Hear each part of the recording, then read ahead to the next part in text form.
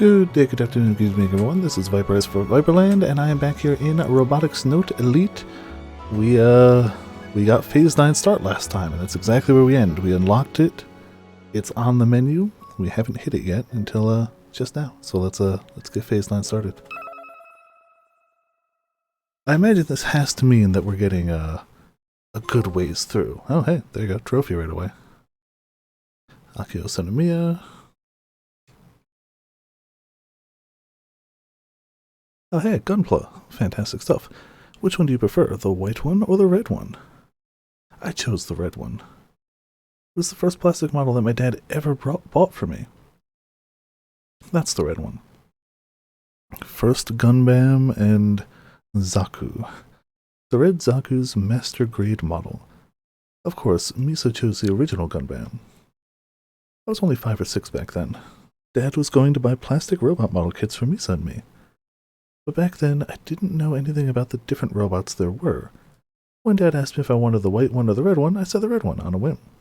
And so Misa ended up with the white one, cheerfully yelling, "Nicely done, Aki." I mean, the white one is the hero's mech, and it's more popular and cool looking, but I didn't find that out until later.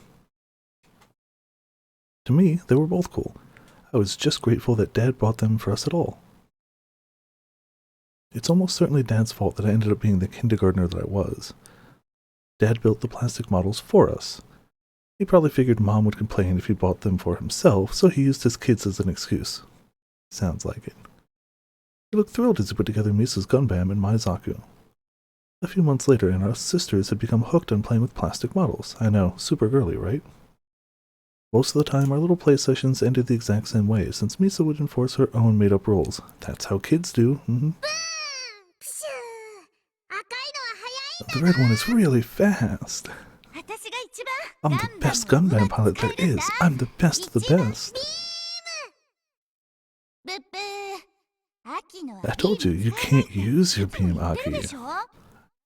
Sure, okay. Only Gunbam can use a beam. Pew, there, headshot.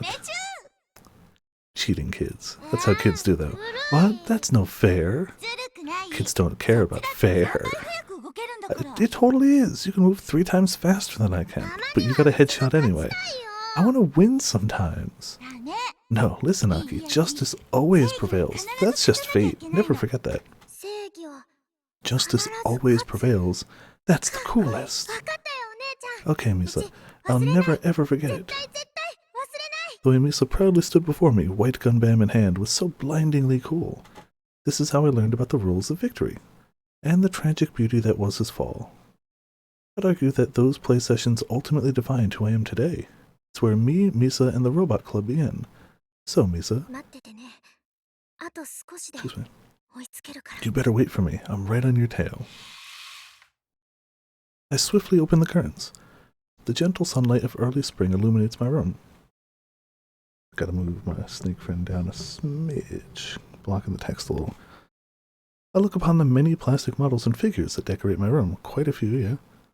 The Zaku and Gunbam that Dad bought for us that day are still safely stored here. Oh, her sister didn't bring the Gunbam model? Those small plastic models are where our journey began.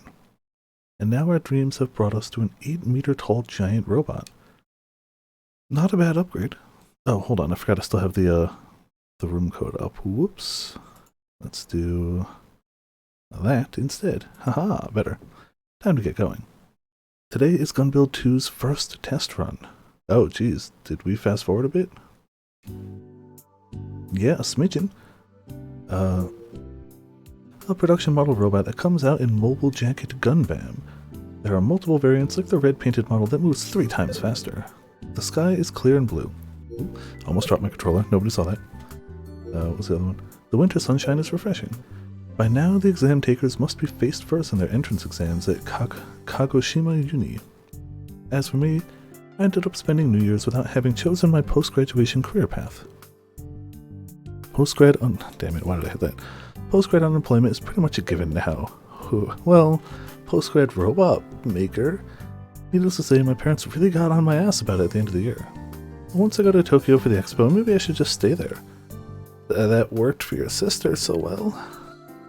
Things will work. I mean, to be fair, she is gainfully employed.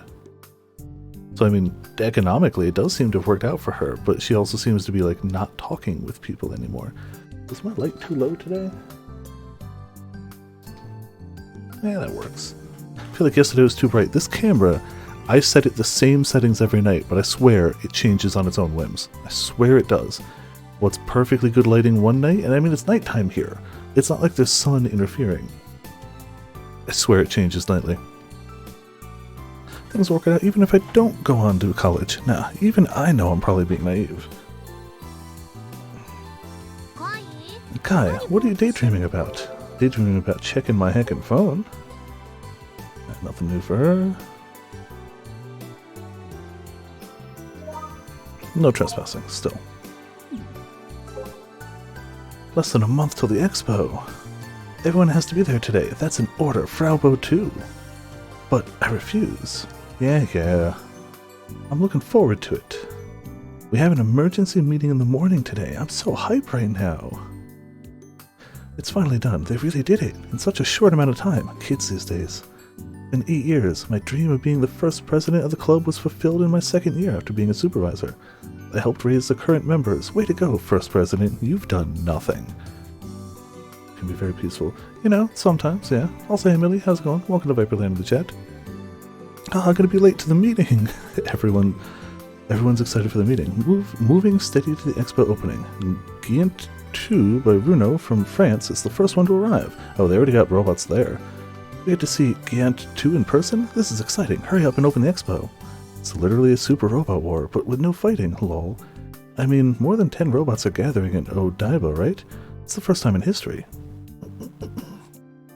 As the generation that watched robot anime, I can't keep my cool. I want to see Prince X by Toyota. Not a copyrighted company. Toyota. Don't be all jolly. The capital is still not fully back up from the solar disturbance. We shouldn't be doing an expo right now. If we had money, it should be used for repairs. It's showing a pretty side by talking about Robot Expo and whatnot, but the number of homeless people in Tokyo is at its highest in history. How do you explain that, Mr. Governor? Was that straight up the governor that tweeted this? No, it's not. Alright, well, you know. There are more robots recently, right? Aqualiner is opening, but it's run by robots too, right? The number of robots are increasing, but at the same time, more robots are getting destroyed too. When I hear things like that, I picture Tokyo's peace and order getting worse. How's it doing? I live in the city, but it hasn't changed much. I feel that it had been worse. If it had been worse, the city would be at its end. It still has a calm look to it. There are still a lot of people out at night. Is it really okay to open the expo like this? All 9 heart. I was hoping we'd see. Oh, okay, so they are here. Damn, we got. Oh, jeez. Alright. This is an article from a little back, but I heard a little girl who was in a coma for 10 years was recently discovered. My imagination is running wild. She was discovered. We haven't had a follow-up on that, so I hope she's okay. Crowd sleep becomes common. I can marry. I hate 9 hearts so much. Am I wrong? If you freeze a 10-year-old girl for 10 years, you get a 20-year-old... I hate 9 hearts so much. He's had 10 years of character growth, and he's decided, why growth? Why not stay the same person? And 9 heart is preaching about dreams for an otaku, and Dash isn't helping. Dash isn't helping. He has a family now! He has a family at this point in time. It's 10 years later. Huh?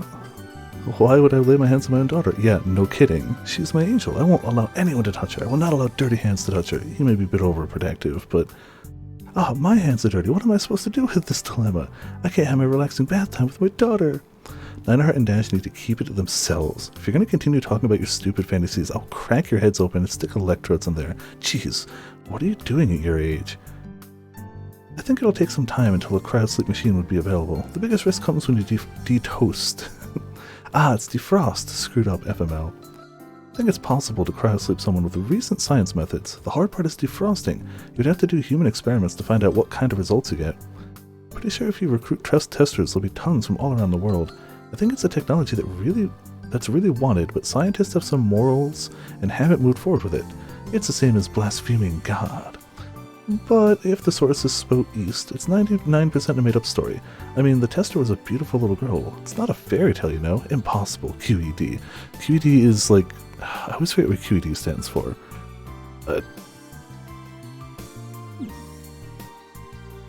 I used to know, and now I forget. Well, Akio comes up beside me and peeks at my face. Despite being in the same hot water as I am, Madam President over here is totally cool and collected.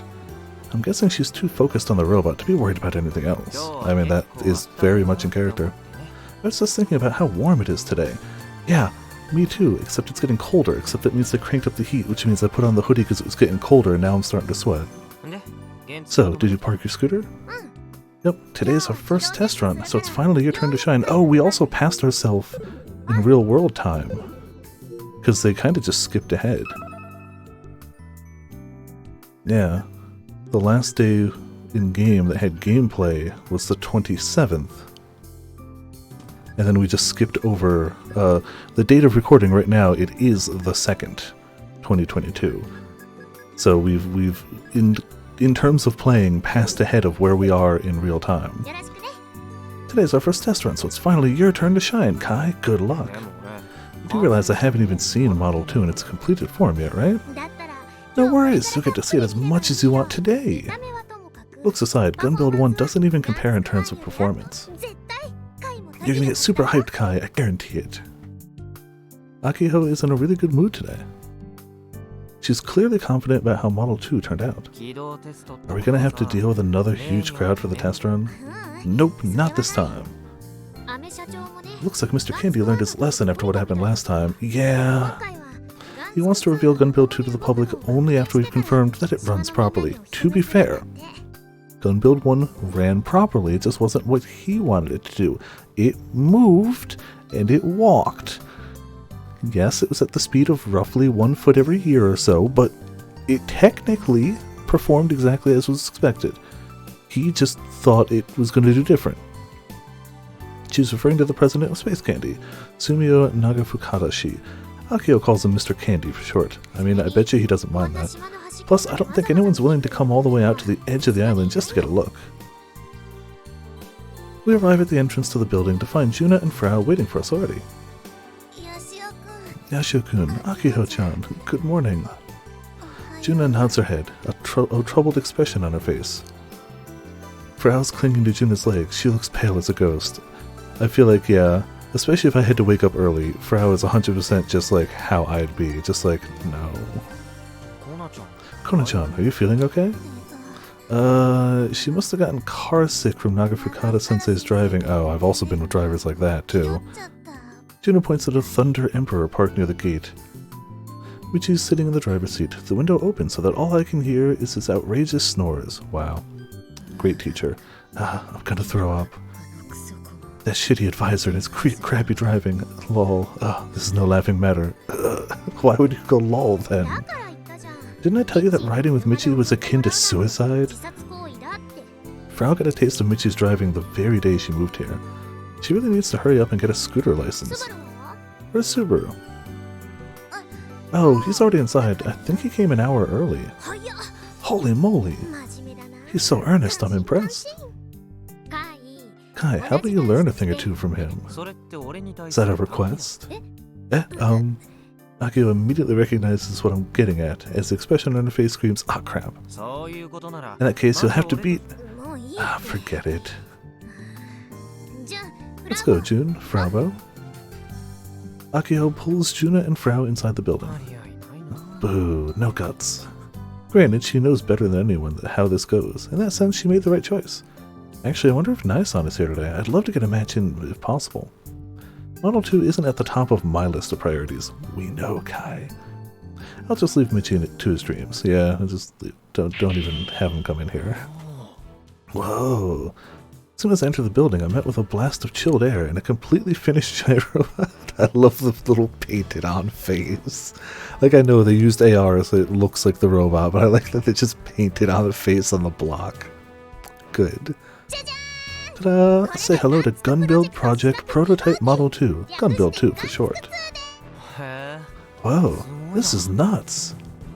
Kinda feels like Model 2 just popped out of nowhere since I had so little to do with building it. Yeah, that was your choice, dude. That said, I've watched it get put together. The assembly of Model 2 ramped up towards the end of last year. Its appearance practically oozes with the personality of its designer, Subaru. So yeah, when last we left off, they were just putting the hip in place, right? Like, we've had a bit of a fast forward here, but I believe right before the holiday party they put the hip joint in. So anything from that point up is they did in, what, 19 days? Eh, closer to like 25. Excuse me. It definitely loses out to Model 1 in terms of charm and impact. The first thing that pops out is how slim its body is. I mean, just look at its legs. There are open spaces in the shins. A complete change from Model 1's clunky legs. Plus, it generally just kind of feels robotic, if that makes any sense. It lacks any kind of decorative additions, like it was assembled with only the most necessary of parts. Basically, looks like a robot for industrial use, not one you'd seen in an anime.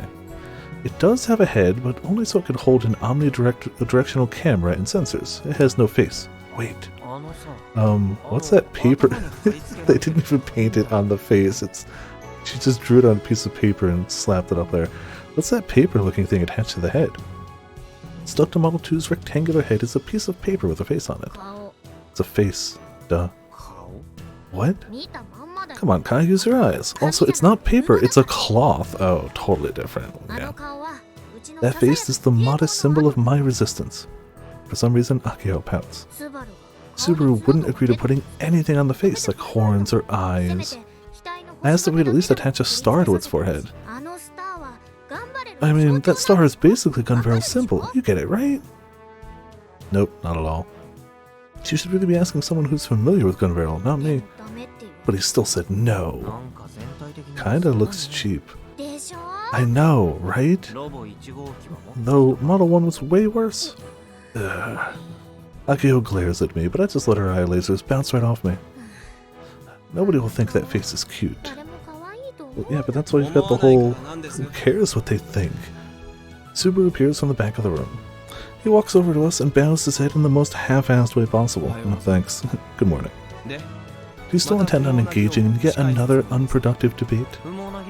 What debate? Whether to build a face or not. She harassed me about it for an entire day. Oh yeah, I feel ya. Aki-chan's really particular about that type of thing. She went on about how a robot's face is its life or some nonsense. And anyway, I've been saying from the start that we should stop using Gunvarel as the base model. Why? Yashio-senpai, I assume you know all about the scandal that went down around summer of last year. You must be well aware of how much Gunvarel is being scrutinized these days. Oh, that, huh. I'm not sure if I should talk about it in front of Frau or not, the final episode getting leaked. Its contents and the reveal that 13 staff members had died, not to mention Minami Kagori's message. The Gunvarel scandal continues to be discussed the world over. Subaru's not mistaken that this is the worst possible timing to model an Expo robot after Gunvarel, but I can't give up on Gunvarel. I'm not budging on this. I knew Akio would say that. Besides, I don't have any other 3D models. It's literally this or nothing, so stop. Yes, I already know. That's why I understand there's nothing we can do about that. But a robot's face is not its life. Its performance and capabilities are. You're wrong, Subaru. Appearance is more important than performance, especially in the case of bipedal robots. Otherwise, there's no point to building them in such an inefficient form. Certainly a face might be needed for communication purposes, but that's after the robot itself is functional. Besides, there was no face during the design phase. You can't just bring this up at the very end. Plus, if you look at Model 2 through IRUO, you can see Gunvarel in his face just fine. Oh yeah, we can, can't we? Can we open it? I forget, it's stupid motion controls. I could turn them off, but I keep not doing it. Yeah, I mean, it looks good when you look at it through this. Isn't that enough? But Model 2 is just so uncute. Sure, Gunbuild 1 had really fat legs, and it wasn't very functional, but at least it had some aesthetic value. That's why I'm saying a robot's face is so important. Don't you agree, June? I don't think she has a vested interest in this. Me? June is flustered at the sudden cue to speak. Way to put her on the spot. Maybe. Yeah, she has no vested interest in this either way. Maybe. Do you actually agree with our prez, Daidoku-senpai? I gotta stop trying to... Juna fidgets for a bit before decisively looking up. She doesn't... she doesn't care what it looks like. I think it should be cute too. Oh, well, never mind. That way it's easier for people to get attached to it emotionally. Wow, not bad for an introvert, Jenna. I don't think she's ever expressed her opinion to Subaru Subaru so concisely before. What about you, Furigori? IDC. Welp. And you, Yashio-senpai? I personally prefer performance. Character performance is key if you want to grab the top spot.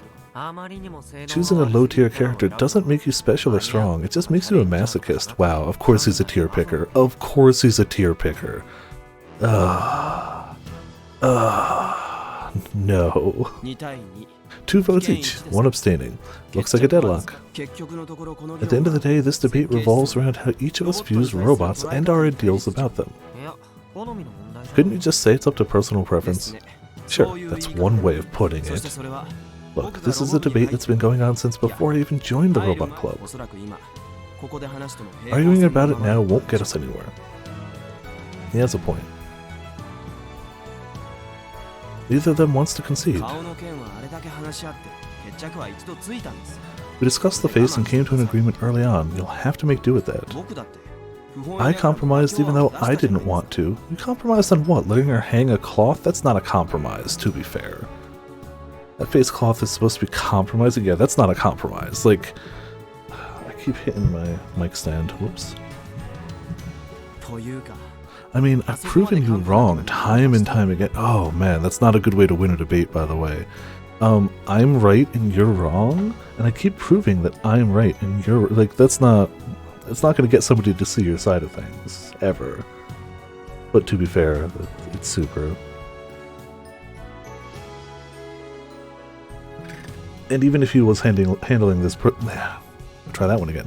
Even if he was handling this perfectly, there's no way she was ever going to see his point of view anyway. So, how can you still disagree with me, Prez? Because both of them are sitting there thinking, man, I can't believe the other person doesn't agree with me on this. It's so obvious. How come they can't see it? Neither of them's ever going to change the other's mind, ever. It's like Facebook. Can you even form a single logical argument against my position? If so, I'm all ears. Even if she could, he wouldn't listen. They've both already long ago made up their minds about what they like. You big jerk! Of course she goes after us. Hey, don't take it out on me. She messed up my hair. Again. Why didn't she attack Subaru? She can't reach. We've covered this already. He's too tall. I had nothing to do with any of this. I don't have a rebuttal, so let's get this test started. I'm glad you understand. One day I'm gonna argue your face in so hard that you're gonna cry. That should not be the goal of a debate. I don't see that happening in our lifetime.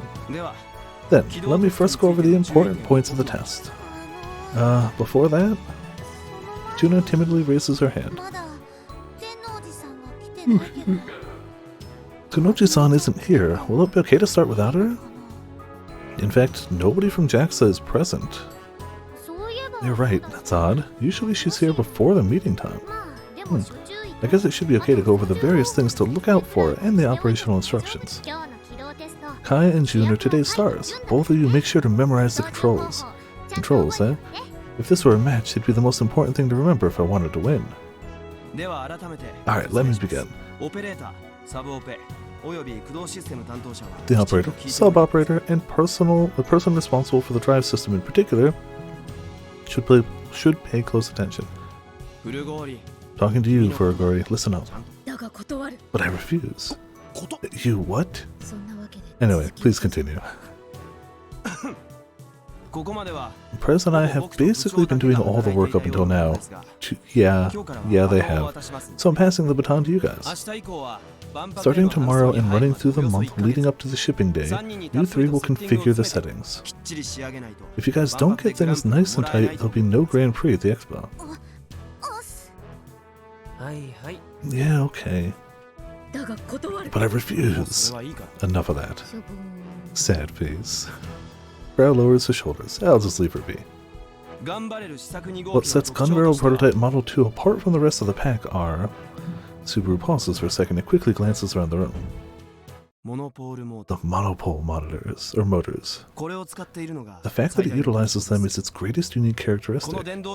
By using them, Model 2 has much higher mobility than Model 1. If you operate it with the same mindset you had with Model 1, you'll be surprised how fast it is. As far as the drive system is concerned, we had Furuguri modify M45's posture control software.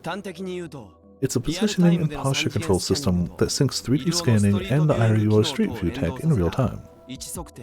According to Subaru's explanation, here's the basic rundown. Model 2 has 3D scanners on its shoulders. By scanning its surroundings, the AI auto-controls the robot's posture. Not only that, but apparently it's synced up with the IRUO Street View app. The photos that users all over the world upload into IRUO are taken with the 3D camera installed on phone droids. Basically, though it may be artificial, the IRUO Street View app is digitized in 3D.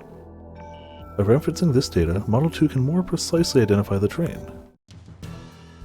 The groundbreaking thing? Once a command is input, the AI predicts the future and displays its findings for the operator. It does what?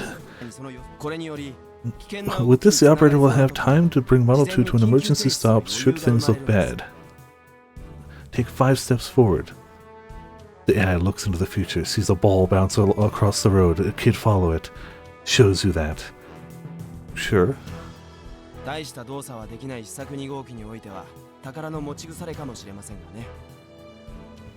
might seem like overkill since prototype Model 2 is limited in its movement, but even then. This combined with its remote operation means that Model 2 is extremely safe. Good.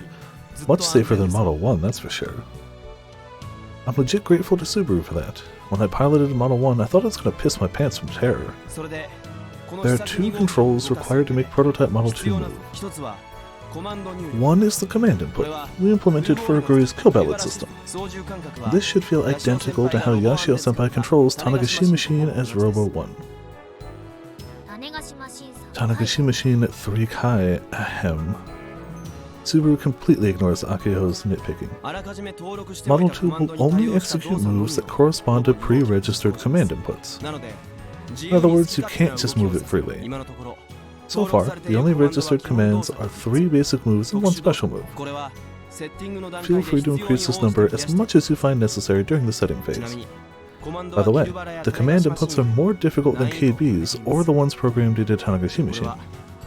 This was done for safety purposes. At this side, any kind of accident could potentially be a huge tragedy.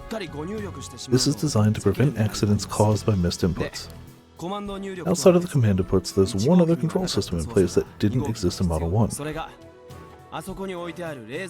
That's the laser gun mount you see over there. Sitting by the base of Model 2's foot is what looks like a missile launch pad or a stationary emplacement. A circular device around 2 meters long is being supported by a pedestal. At the end of the device is a handle and a set of buttons. It's also connected to a large generator via a thick cord. The hell is this thing? It's a laser. It's a laser beam transmission device. It turned out looking like that because of Doc and his watts. By firing this towards Model 2's parabolic antenna, we can power the robot. Good. Yashio-senpai and Daitoku-senpai will take turns operating Model 2 and operating the laser beam. Huh? As soon as he finishes speaking, Juno's expression clearly darkens. Please take great care not to aim the laser at another human. Yeah, we heard all about the dangers of that thing when we decided on how to power Model 2. Apparently it doesn't take much to kill someone with it. Great. So needless to say, neither me nor Juno want that kind of responsibility. Always yawning during the story games.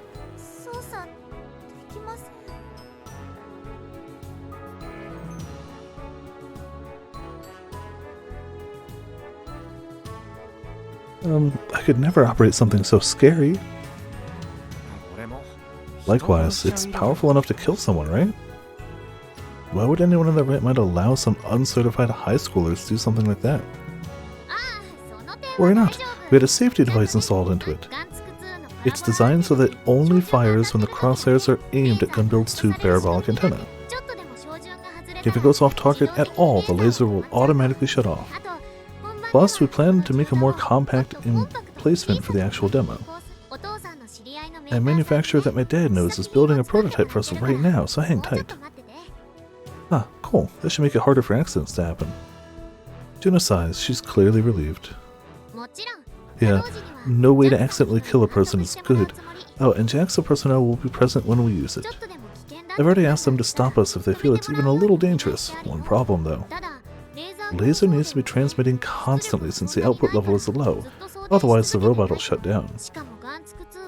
Gunbuild 2 is going to be moving around all over the place during the demo, right?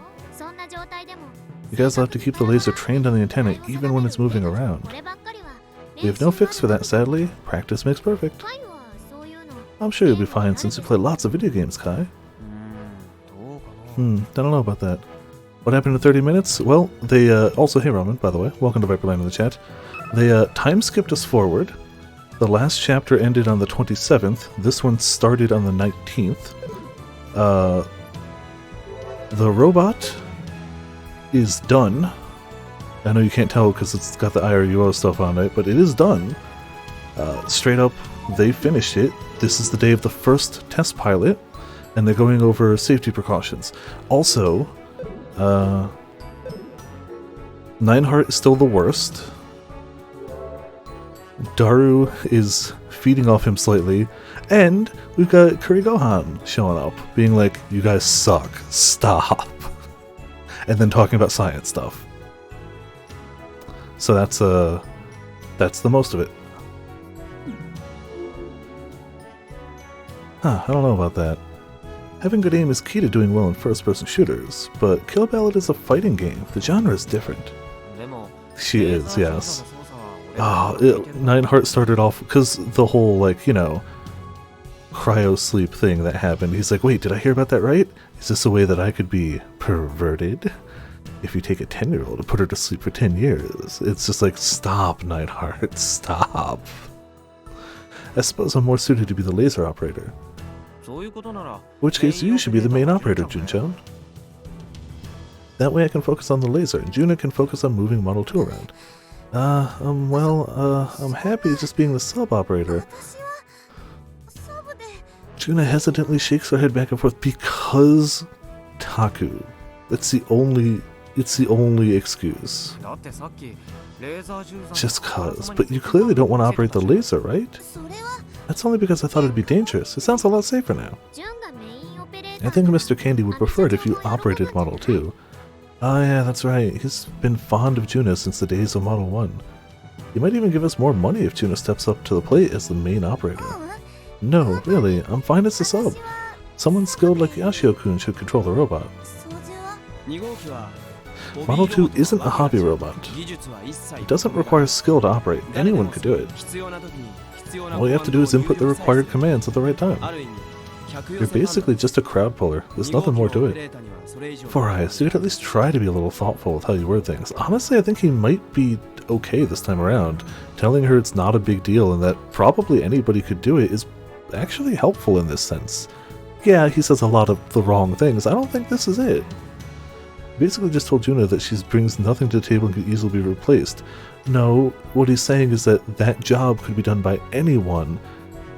So not only can she do it, but she'll draw extra people because our sponsor thinks she's really cool. I don't know, I don't think that was the wrong thing for him for once. If nothing else, a small anime-like girl would probably attract more spectators. Ouch. I mean, he's not wrong. Compared to a cocky guy with a big mouth. Again, he didn't have to say it out loud, but he's not wrong. Subaru, are you complimenting her or insulting her? Yes. Why can't you just say that June is suited to be the main operator because she's cute? I couldn't possibly say that. We don't get enough of flustered Subaru going into cat mode. We just don't. I'm sorry. Why is Juna apologizing? Anyway, personally, I'd like to work together with Yashio-kun and do our best. I'm just not feeling up to the task, so, I think I'll just remain the sub... Well, if you insist, Junchan, I guess I've got no choice. And so ends my master plan to push all of the responsibility onto her. See, he's the worst... Excuse me, he's the worst of them. He just does it from behind the scenes, I guess. Juna's such an earnest girl. Then Kai remains as our main operator, with Juna serving as a sub-operator. Nothing has changed. Guys, be sure to master both the command inputs and the laser emplacements. In fact, maybe all of us should learn how to operate both, not just Kai and June. We should avoid a situation where Model 2 doesn't work because one of us is out for the count. I'm so sorry for being late. It's then that Nae-san finally shows up. She apologetically lowers her head time and time again. Our meeting lasted longer than expected. A meeting on a Sunday? Yeah. Is it just me or is she trying to avoid talking about it? It's a meeting about us, isn't it? It's a meeting about how we failed. Anywho, you're starting the test run, right? Because they did mention that, like, there's no one from JAXA here right now, and we're supposed to test this thing. Harunaka-san will be here soon, so let's get to it. Exterminating them all. Go, team, go! Nae-san shoots her fist into the air. She's just as excited as Akiho is today. Then, I guess Fraubo can explain the control scheme next? I hope they didn't bring the Daleks in on this. We're already in Gundam territory, we don't need Daleks too. Frau is sitting by the wall. When called, she sluggishly thankfully, at the least, I'm pretty sure a Gundam could beat a Dalek. Even a lot of Daleks. Probably. Frau is sitting by the wall. When called, she sluggishly raises to her feet. She looks better? Maybe? Oh, Frau is massively motion sick, because she got driven over by Michi, and Michi sucks. He's also asleep in the car. He's like, oh man, look, I've gotten... Like, he tweeted out how he's like, oh man, look, I've taught these kids so much, and look what we've accomplished. He's asleep in the car. Nobody wants to wake him. I keep telling you, it's the same as Kill Bill at SMH. We know that, but it's not exactly the same, right? Maybe so, Colonel, but... here, I'll just pass around the command list. Oh, that's it? You just printed out a command list? Okay. Yep. Take this, Yasha-senpai. Frau, keeping her head lowered, sneaks a small piece of paper into my hand. Why is she pretending like this is some kind of secret? Yeah, she just said she's passing out. On the piece of paper are 5 different commands. Advance. Crab walk. Crab walk?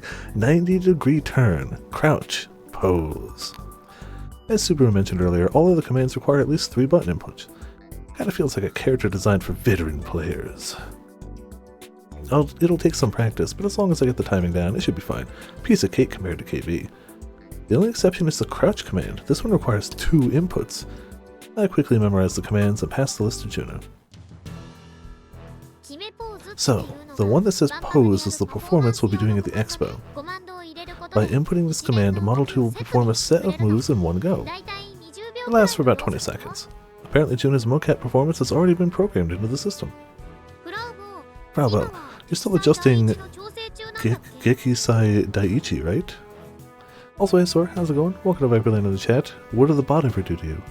Poor bot. Brown nods. We're planning on adding one more kata for the performance. But we're waiting on Fraubo to finish making adjustments. I intend to keep adding more moves and the like over the course of the expo. By the way, we don't intend on giving it movable fingers. Okay. Though it can grab things. Sounds useless. Let's just say there's room for future improvement. Remember how I told you all to download the KB system app on your phone droids the other day? You good? The day before yesterday, Frau messaged me about it. I've already downloaded the app. If you boot that up, it'll connect to Slender Gun Barrel's eyes. Slender Gun Barrel? Yep, the last one was Stumpy Gun Barrel. This one is Slender Gun Barrel. Yeah, it works. Your naming sense leaves something to be desired, but it's also 100% accurate. Oh, and if everyone boots up the KB system around the same time, everyone can connect. But only the first person to connect can take control.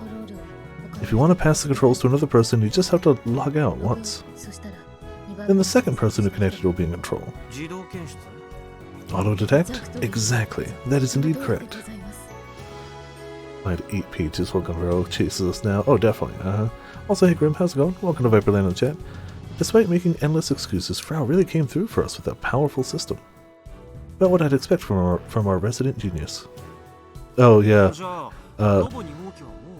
They had a big argument because Aki wanted to put something on the face, and Subaru was like, I refuse. So she hung up a cloth where she painted on Gunbarrel's face, just to basically be like, So can I move it now? Not yet. It's still hanging from the crane. Prototype Model 2 can't stand on its own. It's just like a hobby robot, it needs to be powered on in order for each motor to activate, then it can stand. When it's not powered on, it doesn't have the necessary muscle to keep itself up, just like a newborn baby. Without power, the joints in the legs can't withstand its own weight, they'd be crushed. Supplying power gives the robot enough juice to keep itself standing upright. Electrical power will be supplied to the robot via laser to its parabolic antenna. Said antenna is on Model 2's back. Its back is currently against the wall, so it can't receive power. In order to power it up, the Model 2 has to be moved to the center of the building via the ceiling crane. According to Subaru's explanation, Gunbuild 2 executes the crouch command automatically upon shutting down. He also informs us that when we finish operating it, we always have to end it in the crouch state lest it fall over. Alright, let's get to work. I can't wait to see Gunbuild 2 in motion.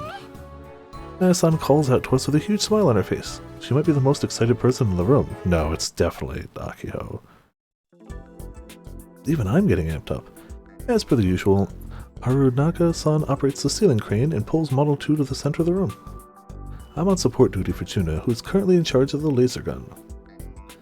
Juna holds the grip at the end of the gun and presses the irradiation button. That's a way to phrase it. Oh yeah, you also missed, it is laser powered and the laser is strong enough to kill a person, but it has been automatically designed that if it moves off center of the parabolic antenna, it turns off automatically. Which would shut down the robot, but will not kill a person, so problem solved. At that point, the device still does nothing. Looks like the safety mechanism is working properly. Yeah, no murder, it's good, huh? Right next to us is a power generator about the size of a light motor vehicle. It's running at full capacity. This creates a huge amount of energy. The merit of wireless electricity transmission is that this thing doesn't have to be loaded into the robot's body. Model 2 was built specifically to perform at the expo, so the generator doesn't need to be able to move around. And so while we end up having to use this kind of annoying laser transmission system, the robot also drops weight. So anyway, about the laser gun. It has a proper iron sights, much like a real gun. Yeah, it does, doesn't it? I tell Juna to aim down the sights and point the tip of the gun at the parabolic antenna on Model 2. Juna moves it as told and aligns the iron sights with the antenna. Pew!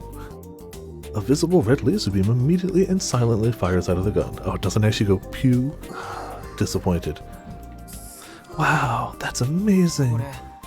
If any of us touched that, it'd melt our skin. I'd definitely be keeping my distance. The beam hits the mirror surface of the parabolic antenna and gathers in one place through the condensing lens.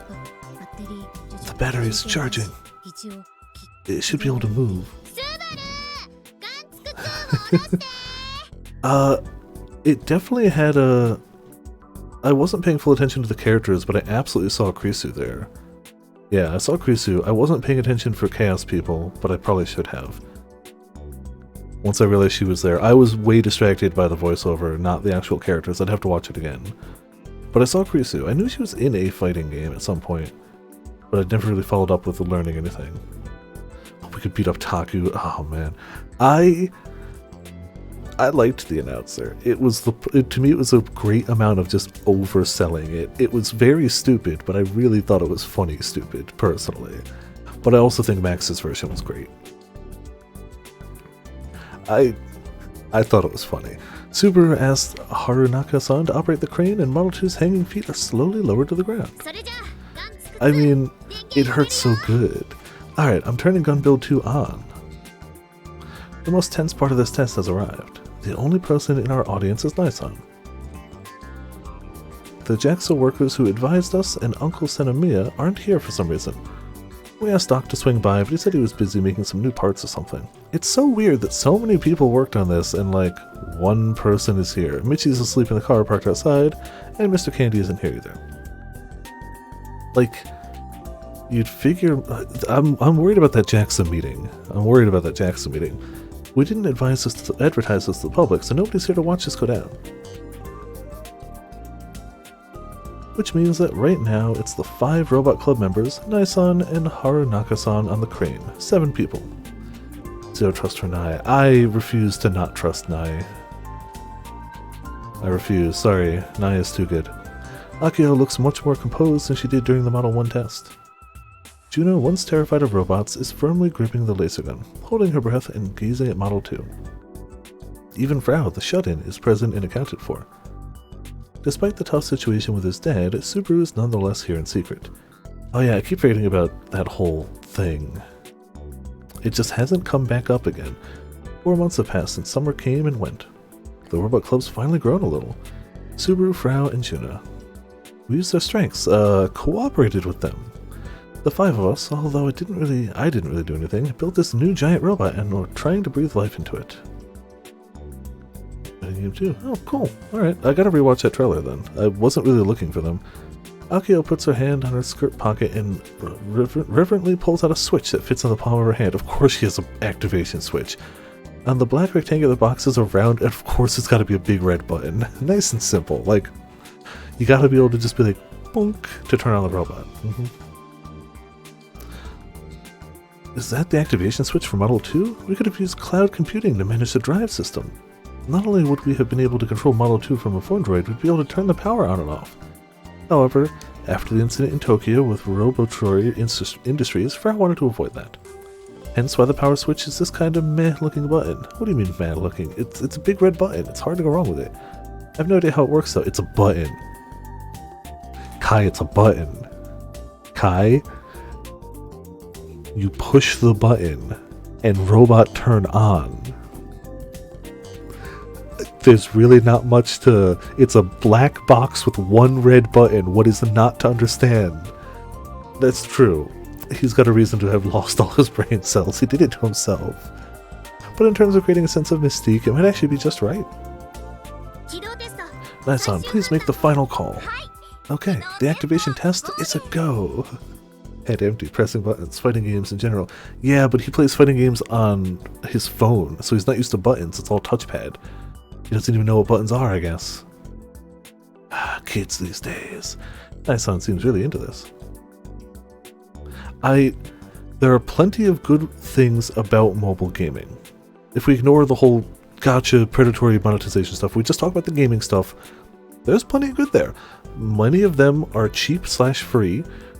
Honestly, plenty of them start looking really good. Like, things like Genshin Impact on phone look fantastic. The thing is, though, the control scheme is not great for pinpoint accurate inputs.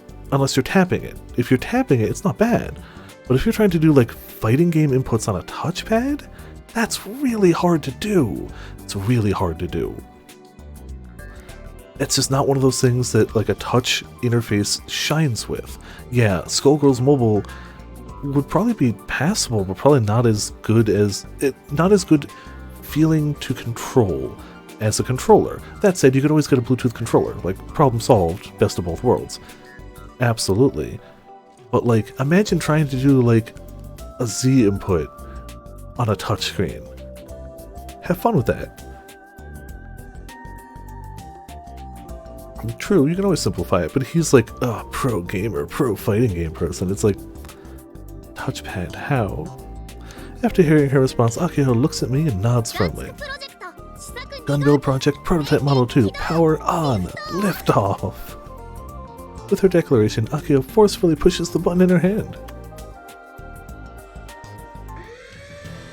All of the motors in Model 2 begin making creaking noises as the drive starts up. Kinda looks like a middle-aged man waking up and slowly standing up at attention. Though I suppose middle-aged dudes aren't the only ones who do this. The 3D scanners on the robot's shoulders shoot narrow laser beams at the walls and floor. Can those lasers kill people? Yes. We built it with 3D scanning technology that kills everyone in a radius. Uh-huh. Yeah. Gyro for aiming. Oh, yeah. Which has got to be great for shooters, honestly. But if we're talking precise fighting game inputs, it's gotta be hard. Again, like, other than predatory model systems for, like, monetization, there's a lot that phones do well. And gyro controls for shooting, that's a great thing. Like, gyro for combat. I just imagine a control scheme where you have to like flip the phone in the air and it has to rotate exactly like 276 degrees before you catch it at that angle to do a combo. So you put with a gyro. Yeah, that's that would be entertaining. Wouldn't be good. Would be fun though. No, they're just infrared lasers. Slender gun barrel is wide awake. OS operating at normal capacity. Laser scanners loading surrounding map data. Scan in progress. 720, 720, 1080 super. Ha! Ha! Ha! Catch! Perfect. Pop socket. Let's spin the phone. No. That's for cowards. Just throw it. Frau is apparently receiving telemetry data. She looks at her phone droid and reads out the information. Battery charge at 0.5%. If you stop sending power, Slender Gun Barrel will cease functioning immediately. Wait, does that mean this job is really important? Yeah, we covered this already for Juna. Karate-senpai, make sure you aim properly. Us. However, all systems are green for the time being. Current control priority is with Yashio-senpai's phone droid. Ah, I'm getting hyped! Blast of spirit! Yep. Aki-chan, you're getting too excited. Is she really? You built a full bipedal robot and you're about to use it for the first time. I'd say she's actually perfectly on the nose as excited as she should be. If I built a whole hecking bipedal robot powered by a death laser aimed at its back, I'd be excited. I'd be excited. I think Kai is the odd one out. We're releasing the wires. Oh, get some animation. The wires connecting Model 2 to the ceiling crane all detach. The scaffolding is also moved away. As of right now, Model 2 is completely standing on its own. Not only that, it shows no signs of falling over either. Things are going well. Alright Kai, it's time for the big first step. All the fun is in building it. Ah, true, yes. It's the sickest tagline. I mean, it is though. It's a laser that would straight up like murder people. Oh man, I can't remember the name of the YouTube channel, but there's a guy who builds those lasers for fun. Admittedly safely, and it's always like, nobody should ever build this. Ever, ever, ever. But he builds lasers of stupidly high power just to see if he can. By stuff he's bought off of eBay. And it's so entertaining to see him just like pop a balloon at like 100 yards with a laser. And it's like, yeah, would it kill a person from 100 yards? No. Would it blind them permanently from 100 yards? Yes. Like, he straight up built lasers so powerful that looking at the dot on a surface would permanently blind you. Like, instantly. Not like, oh man, that's a bright light. Like, instant blindness. That level of power to his lasers. Yeah. And he'll always like end his video like wearing laser goggles and just pointing it around the room and just being like, it's not technically illegal for me to have one of these things. It's like, oh, that's something. Meaning only I can control it. I'll see if I can find one after the stream. I don't remember the Twitch name, or the Twitter, YouTube name, but I'm pretty sure I can find it. I just search laser shotgun, I'm pretty sure he's the only person that would show up. I set up the Kill Ballot system app. I'm asked to register the cameras in neutral position. First, register the cameras in neutral position. Thanks. After doing that, the camera direction will sync with the phone droid's built-in gyro controls. Oh, that's like the place a Wiimote on a flat surface. I hold my phone droid up to my face and register that as the neutral position. On the monitor, I see the inside walls of the building from a position 8 meters off the ground. It's real-time footage from the omnidirectional camera on top of Model 2's head. Yeah, they've had some time to deal with it, but yeah. Whoa, this feels way more like KB than Tanegashima Machine did. Yeah, of course. If you move your phone droid in any direction, the camera will move along with it. Whoa. Whoa.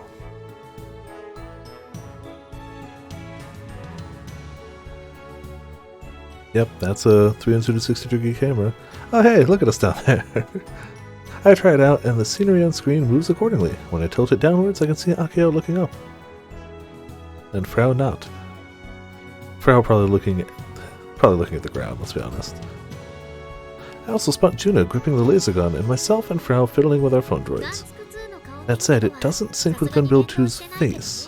The face is just decorative after all. Plus, since it's an omnidirectional camera, there's no need to move it. Even I understand that. Alright, I'm gonna try moving forward. Go ahead, gun barrel, launch! gotta shout, launch, it's important. Quickly input the advanced control, it reacts immediately. Model 2's body shakes as its many motors activate. Faces slightly to the left. It lifts its right foot up, then the right leg smoothly takes a step forward. The joints are in the ankle, knee, and crotch. The servo motors in both legs work together perfectly. You could have said like hips, but you know, crotch.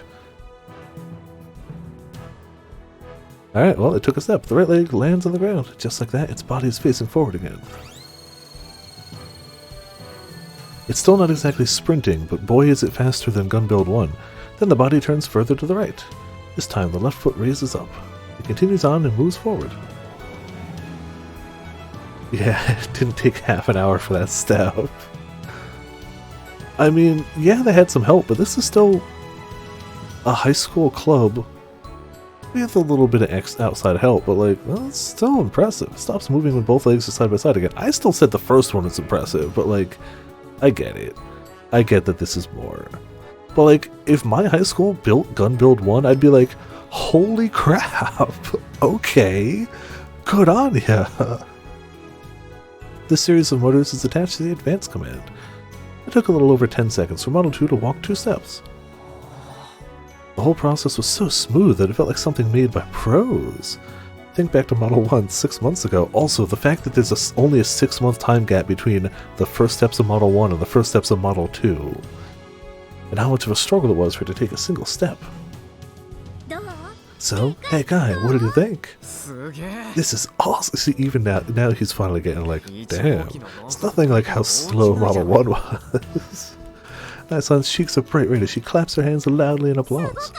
That was incredible. I'm so moved right now. The technical strength on display here is hardly what you'd expect from high schoolers. You're all amazing. I knew I was right about you guys. Oh, and it's amazing watching it in person, but using REO really makes it feel like gun barrel is moving. We get 2 delicious flavors in one. I'm not sure you'd describe any of this as a flavor, but anyway. It's completely true that for everyone here in attendance, that first step had a huge effect on them. Looking up at the crane, Harunaka-san is giving Subaru a powerful handshake. The latter is doing his best to smile. Subaru is smiling. Subaru is usually calm and collected, but he was the center of Model 2's design. I'm guessing he must be super happy about this. Even I never thought our little project would end up like this. This robot of ours might actually stand a chance at the expo. I truly feel that way. There's just one thing. Oh, here comes the Jackson news. Here comes the Jackson news. Asan's expression suddenly darkens. It's either going to be like, we can't afford to ship it overseas to the expo, we actually need this hangar, you have to dismantle it. Like, nothing good's coming from this. She opens her mouth slowly, like it's hard to put her words together. I know this is really sudden, but by next week we're going to have you all withdraw from here. Huh? Whoa, hey now, this really is sudden. Well, what does that mean? Remember how I said I was in an emergency meeting? I think the chief will explain it in detail, but it's been decided that we're going to be launching a rocket from Tanegashima again. The first one in 5 years. Whoa! Really? Talk about out of nowhere. I'd be lying if I said the news didn't have me excited. Maybe even more so than when I moved Model 2. I was convinced that the TNSC would never launch another rocket again. Yeah, and the first Osaki office is the closest to the launch site, you know? Which means this whole area is off limits during the launch. We have security to consider, and so we were told we wouldn't be able to lend you all the space anymore. I'm so sorry. Nasan bows her head deeply. Oh, we were just about to enter the settings phase. What awful timing. Robo, June, why the long faces? This is amazing news. We get to see a rocket launch on Tanegashima again. I'm super hyped. I bet Dad must feel the same way right about now. Akio speaking from the heart. I doubt she's putting on airs. She's probably right about her dad, too. He stayed on as chief, believing that this day would come. Akio knew that. But Frau's right. The timing couldn't be any worse. If we had one more month, we wouldn't have to get kicked out. So we absolutely have to be out of here within the week. Yeah. I tried to negotiate an extension, but they wouldn't give me the time of day. I'm still just a newbie, so I have no ground to stand on. I'm sorry. Whenever the TNSC has a launch, the rockets usually arrive on the island months before the launch date. Simultaneously, JAXA and the manufacturers send engineers here to start assembling the rocket in the VAB. The VAB is right through the gate in the front of the first Osaki office and up the hill. Given all of that, it's really sudden to have to push us out within the week. To be perfectly honest, this launch was decided on just after entering the new year. I am suspicious of this launch. It's suspicious. We haven't fired a rocket from here in years. There's no reason to fire a rocket from here whatsoever. This one has come up out of nowhere. Y'all gots to leave. 0 red flags. Oh yeah, of course. Things are really hectic right now. Nobody's ever heard of a schedule this crazy. And nobody... I mean, I guess I understand why nobody's suspicious about that. A, brainwashing, and B, they just want to launch rockets. That's what they wanted to do. Even I'm confused. Anasan seems full of regret, but at the end of the day, the TNSC is a launch site. This is what they do. We were lent this space for free. We have no right to complain. And so with that, we have to withdraw. Fortunately, JAXA will provide vehicles with which to transport Model 2, so we don't need to do much prep work. That's good. But considering we just had a successful Model 2 test run, I can't help but feel like we've hit a major bump in the road. It's all bumps in the road.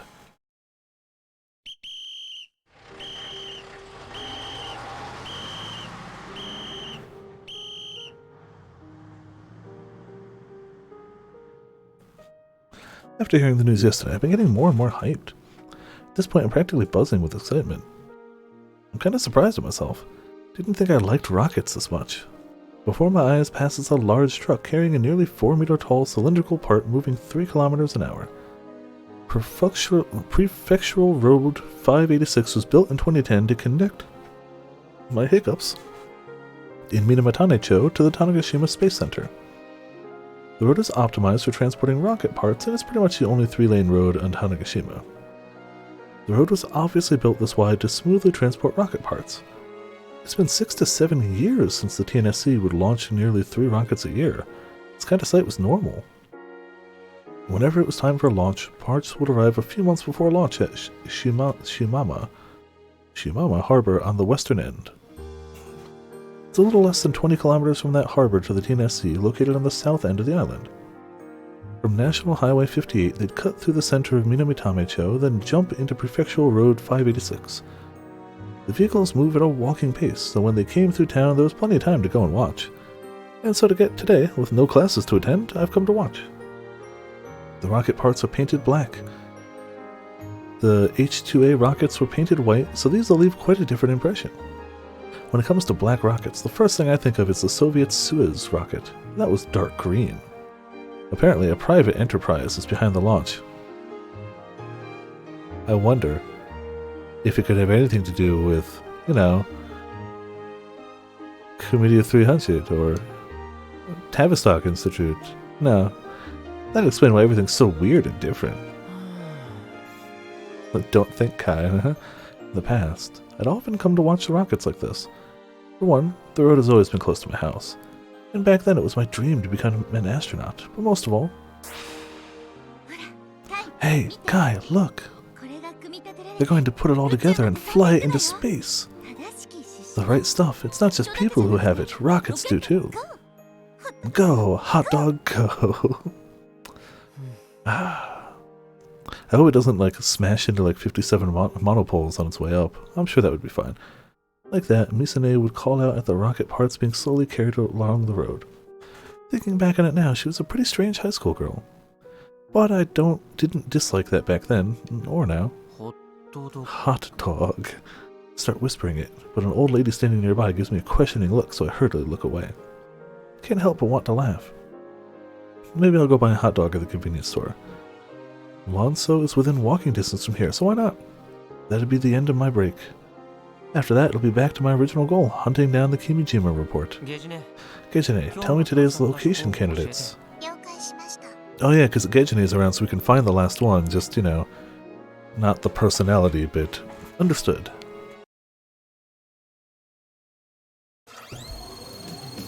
Despite having to pull it out from the TNSC, our tests immediately picked up again. Not much time till the expo. Also, hey Birdie, how's it going? Happy New Year. Welcome to Viperland in the chat. Hope you're doing well tonight.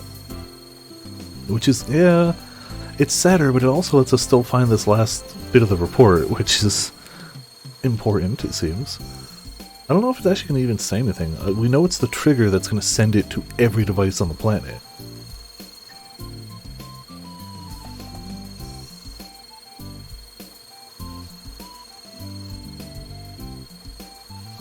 That didn't go down the wrong way or anything, don't worry about it. According to Subaru and Frau, due to the hurried construction, there are issues popping up all over. I believe it. We're running these tests to take care of them, one by one. Yes, it is, Sora. That's how we go about adjusting Model 2 settings, repeating things over and over again. Until the transport truck procured by JAXA arrives, we have no choice but to awkwardly continue our tests here. Though to be perfectly honest, I'm more interested in the VAB nearby. It's killing me! The launch date is scheduled for late February. Compared to the schedule for the H2 rockets, it's crazy fast. Oh, and that reminds me, I saw some folks from the mass media earlier this morning. Apparently this whole deal has become something of a hot topic in Tokyo. The robot or the rocket? Probably the rocket. Kai, the power supply just cut off! You're spacing out! Stay focused! Oh crap. I shift gears and regrip the handle on the laser gun. I then fix the iron sights onto the parabolic antenna. Laser! When the targeting aligns, the gun automatically fires its high output laser. No, it's machine noises from the game. We're currently doing a walking test with Juna as the pilot. She accidentally enters a half circle motion when she's supposed to do a 360 motion and it just falls apart. The sight of a giant robot lumbering around is imposing, even more so since we're indoors. As said, the walk cycle is a little bit awkward. Its actual steps and overall movement are fairly smooth. It's just that after taking 2 steps it'll sometimes stop for several seconds. Takes a step, then moves to the other leg forward. It's irritating to see it stop for multiple seconds after that, though. Why is this happening, you ask? Juna is failing at consecutive inputs. How dare she not be a fighting game player? To make Model 2 advance, you just have to input the advance command. However, that'll only move it 2 steps. To make it continue walking, as soon as the previous action completes, another advance command has to be input. Repeating this at length will result in uninterrupted walking. But Juna's timing is super off. You literally made a control scheme around a fighting game and then handed it to somebody who doesn't play video games, let alone fighting games, and went, oh, why isn't she perfect? Yo, Karate-senpai, what's up with all the missed inputs? The command for advancing consists of 3 well-timed consecutive button presses. As for why such a basic action requires a complex input, apparently it's for safety purposes. We're dealing with an 8-meter tall giant robot. Even taking a single step is a dangerous thing. Imagine what would happen if somebody was standing on its feet and it started advancing due to an accidental input. To prevent that, all of Model 2's action sets require at least 3 button presses. The problem is that this means that even the basic process of making Model 2 walk require 3 button input. Valid has me used to stuff like this, but Juna's not a gamer. This might be a bit too much for her. Speaking of which, she doesn't look the least bit calm as she controls Model 2. The keys keep darting back and forth between the phone droid's control screen and the robot itself. It's honestly irritating to watch. Jun-chan, you probably shouldn't look at the robot so much. Huh? But always try to keep your eyes on the game screen. But if I do that, I won't be able to see Model 2's surroundings. It makes sense that your field of view in an FPS is narrow. I'm used to KB, so this feels perfectly normal. Then how about not looking at the screen at all? Hold it like you would if you were controlling the honorary prez. Might actually be a bad thing for the omnidirectional camera to feed into the phone droid screen. If you're so non-committal with your gaze, you're not going to be able to deal if something suddenly happens. Though, unlike KB, it's not like we're fighting someone. I doubt anything's going to suddenly happen. Suddenly, something happened! Okay, I got it. Thanks for the advice. I have my way of doing things, and Juna has hers. Rather than pushing too hard, it's important for Juna to find what works best for her. The robot starts walking again. In terms of size, the facility is maybe 50 meters in length. Walking for 15 or 16 steps brings Model 2 to a wall. The operator must then input the 90-degree turn command twice for 180 degrees total and head back. On the return trip, the parabolic antenna is out of sight of the laser gun, so I had to take a break. This is kind of plain. Asan comes up besides me and frowns as she whispers. It is, even I think so. Advance, do a 180-degree turn after reaching a wall, do that for 20 sets. Next, crab walk across the building and back, another 20 sets. Jun-chan and I take turns operating for both. Advancing, turning, and crab walking. Practicing the basic commands by repeating them over and over again. Who came up with the training course, Subaru-kun or Akio-chan? I did. Oh, that's surprising. Asan looks me in the eyes with a mischievous smile on her face. I didn't think you'd be down for something so plain like this. Now, you completely misunderstand me. I don't think there's anyone in the world who likes practice via repetition as much as I do. Also, hey Fluffies, how's it going? Welcome to Viper in the chat, Happy New Year. I mean, I guess that's how you get good at fighting games, it's just, I'm gonna do this one thing over and over and over and over and over until I've perfected it. As the second best KB player in the world, I'm constantly putting in effort every single day. Even now, I'll practice the same KB combo over and over before going to bed. If I didn't do that, my skills would falter and I'd be surpassed in the rankings by other players in a snap. Ah, well, you have my apologies. This training course does make sense, though. This isn't just to train me and Juna, this is so we can adjust to the settings as well. Brow is gathering telemetry data and is considering our habits as operators. She then makes minute adjustments. We're getting a feel for the controls. Both Juna and I each have our own unique quirks when it comes to operating Model 2. Command input reception timing, the time lag from input to output. Brow said the UI can be optimized for things like that. Excuse me. Additionally, by providing experience to the auto balancer, its precision increases. Still, it's all just too boring. Akio joins the conversation. If this was an anime, it'd be cancelled due to low ratings. Wow. Who wants to watch a giant armorless robot lumber around endlessly? You could at least mix in Gun Girl's pose or something. Oh, and I want to come up with some new actions too. We already decided on doing that after we withdraw from here and move back to the hangar. Right now the most important thing for us is Jun-chan and I to get used to the controls. Though if you tell me that that's not necessary, I wouldn't mind skipping out on practice. Sorry. It's just that I'm the only one with nothing to do. Subaru said that as president I should be supervising everything, but I like how he's telling the president what she should be doing. Maybe he's the one actually pulling the strings. Speaking of which, Subaru isn't here for today's test. Not only does he have his dad to deal with, he still has classes to attend, unlike us third years. Please pay no mind to our other second year, Frau, who is currently skipping school entirely. Looking at it another way though, that means I don't have any actual work, right?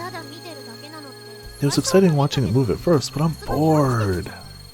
It's been 2 days. Are you losing focus? That's no good. You're the person in charge after all. Your job is to keep a watchful eye on everything and make sure no problems pop up. That holds true for when you go to the expo too. You're right, but I just think I'm better suited for grunt work is all. You did plenty of that all the way up to Model 2's completion. You can afford to take a little break, but she doesn't want to take a little break. You're not listening. I want to get more hyped up.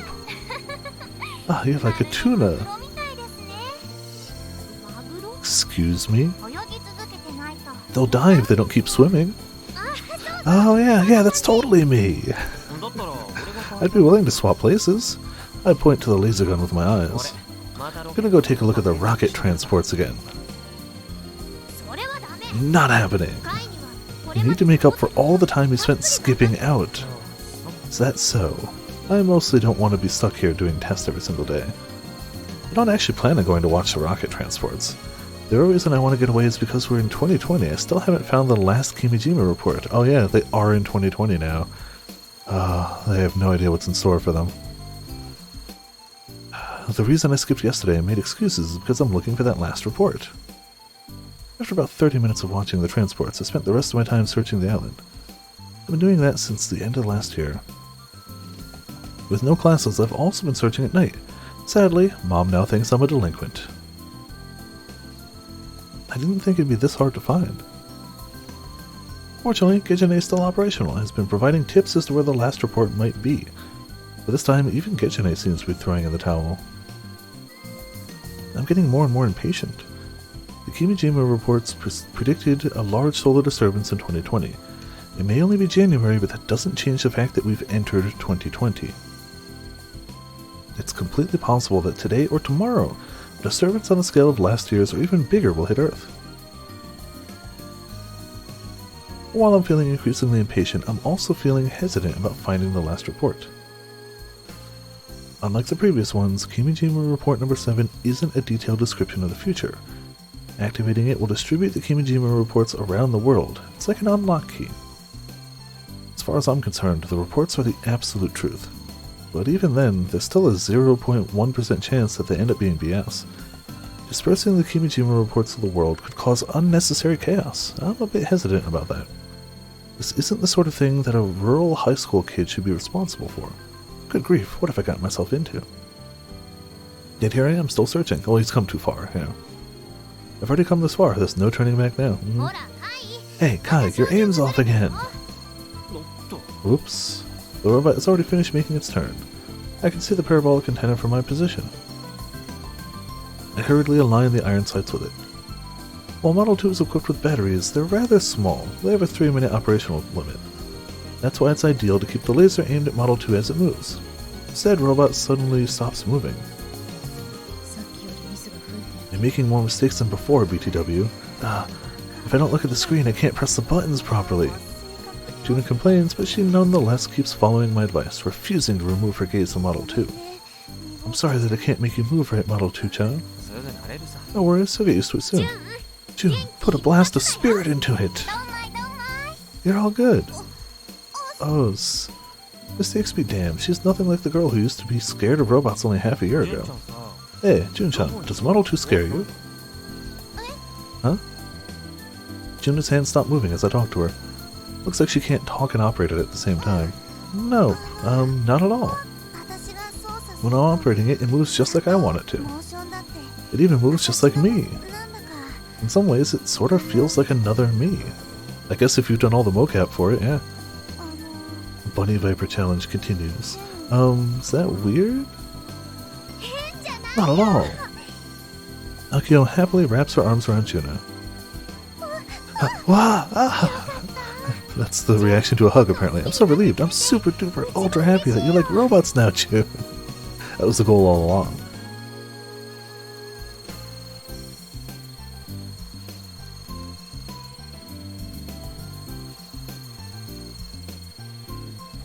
I probably gotta blow my nose a bit more tonight than normal.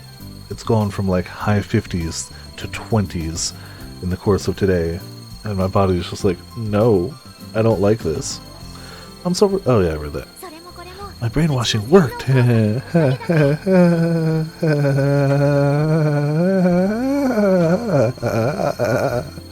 Poor Juno probably has no idea how to react to your bragging. Though I guess I can't deny that Akiho's pushiness might have had an effect on her.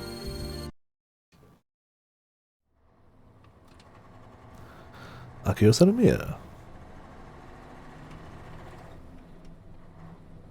I guess this is the day of driving away. The sky is a pale blue. While gazing up at said sky, I hum the Gun Barrel theme song to myself. It's the Season 1 theme, my fave. Season 1 theme is always the best, it's just factual. It's always the ending theme. It's also the ending theme, so it's melancholic. It's also the ending theme, so its melody has kind of a sad touch to it. I think it fits our current situation perfectly. After the last few days of testing, we're finally transporting Gun Build 2 to the old airport in Nakatane-cho. Gun Build 2's been loaded atop a large truck. I stretch my arms out as it sways back and forth. I feel like I'm an old lady leisurely driving a tractor after finishing the day's farm work. Car after car pushes by us from behind. I remain seated in the truck bed and gaze back at the scenery slowly rolling by. There are sugarcane fields stretching far and wide. It's almost time for harvest, so they're way taller than me. I like listening to them rustle as they sway in the wind. This kind of tranquil scenery really doesn't match the visual of the giant Gunbuild 2 sitting on the truck bed. Just yesterday, the trucks that Naisan got for us arrived at the TNSC, which also meant that it was time to haul our butts out of the first Osaki office. We split the upper and lower bodies of Gunbuild 2 yesterday, then loaded them into the 2 trucks first thing this morning. Us third years basically have no classes, so me and June were there for it. Kai is on standby at the old airport. Can't say I'm happy about all this. It feels like we're being forced to retreat after being defeated in battle. It's not like we represent the island or anything, and we're not in any place to complain either. But it still feels like nobody needs us one bit, so it sucks. With Gunbuild 1, things turned out the way they did because of us. It stunk, but I accept what happened. But with Gunbuild 2, we put our skills together and made something rad, yet it feels like we've been thrown away. I'm legit concerned. Meanwhile, June is sleeping soundly next to me, back against the gun barrel. I had heard that she couldn't fall asleep anywhere, or could fall asleep anywhere, but seeing as how she's doing it here of all places, she must not get much sleep. She doesn't just have chores. Yeah. She's also still doing karate. She told me she tries to find time for sleep whenever she can. For example, even on a truck bed in the middle of a cold winter day. If I leave her like this, she might catch a cold. I try poking June's cheek with my fingertip. Whoa, you're mad soft. If you're trying to prevent her from catching a cold, wouldn't a jacket or blanket be the better? Yes, June's always had a baby face, but the springiness of her skin is so youthful that it got me jealous. If only I could have done sports. That's the secret. Do sports. Soft skin. Hoping for the impossible isn't going to get me anywhere. What if June's lying about her age? What if she's younger than she lets on? She's short and looks like a junior high kid, so... Her eyelids twitch slightly, but she shows no signs of waking up. The wind blows. It's getting chilly. There's about 10 kilometers separating the Tanegashima Space Center and the hangar at Nagatane-cho. The truck we're riding in is plodding along at around 10 kilometers per hour, even slower when we go uphill. It's been about 30 minutes since we started moving. We're probably a little under halfway there. We've still got a ways to go. I look up at Gunbuild 2's lower body lying on the truck bed. The robot's currently split into 2 chunks. The upper body is in the other truck driving ahead of us. Naisan's in the passenger seat of that one. Oh, and for the record, both drivers are JAXA personnel. It's so big! I can hear the shrill voice of a kid. When I look in the voice's direction, I find 2 elementary schoolers. They're both wearing backpacks and heading in the same direction as us. One is a boy wearing a yellow jacket with a black backpack. The other is a boy in shorts with a blue backpack. It's winter! It's January! Are they headed home from school? Naturally, their eyes are focused on the truck bed we're riding in, or more specifically, Gunbuild 2. Our eyes happen to meet, so I wink at them as the friendly young lady I am. The 2 boys look at each other, then look back at me without even a smile. Is that a rocket? Well, that was unexpected. Nope, it's not a rocket, it's a robot. A robot? Liar, it's just junk. I wanted to see a rocket. Wow. That's true, that's true. Once you realize how comfy and easy to wear they are, you're hooked for life. They knew better. Why, you little... I'm so annoyed. And with the best, worst timing possible, the truck stops at a red light. As do the children. Time to show these kids a thing or two. Can you 2 use IRUO? When the 2 boys nod, I put on a smug smile and point at Gunbuild 2 behind my back. Take a look, it's pretty amazing. The boys, oops. Wrong button. The boys whip out the phone droids and do as told. Holding them up at face height, they peer through the screen. Whoa, what is that thing? Gunvarel's legs, hehe. Ew, she said Gunvarel. Nobody cares about that old crappy robot. You take that back. Both of you sit down right now. She's about to lecture them on the side of the road. I'm gonna teach you, I'm gonna teach you a lesson. Oh, run away.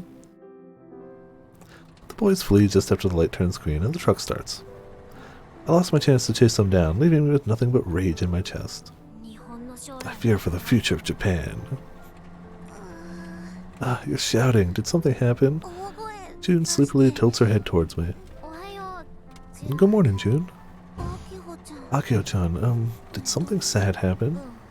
Yes, very sad even. I wonder if everyone's hearts have already grown distant from Gun Barrel.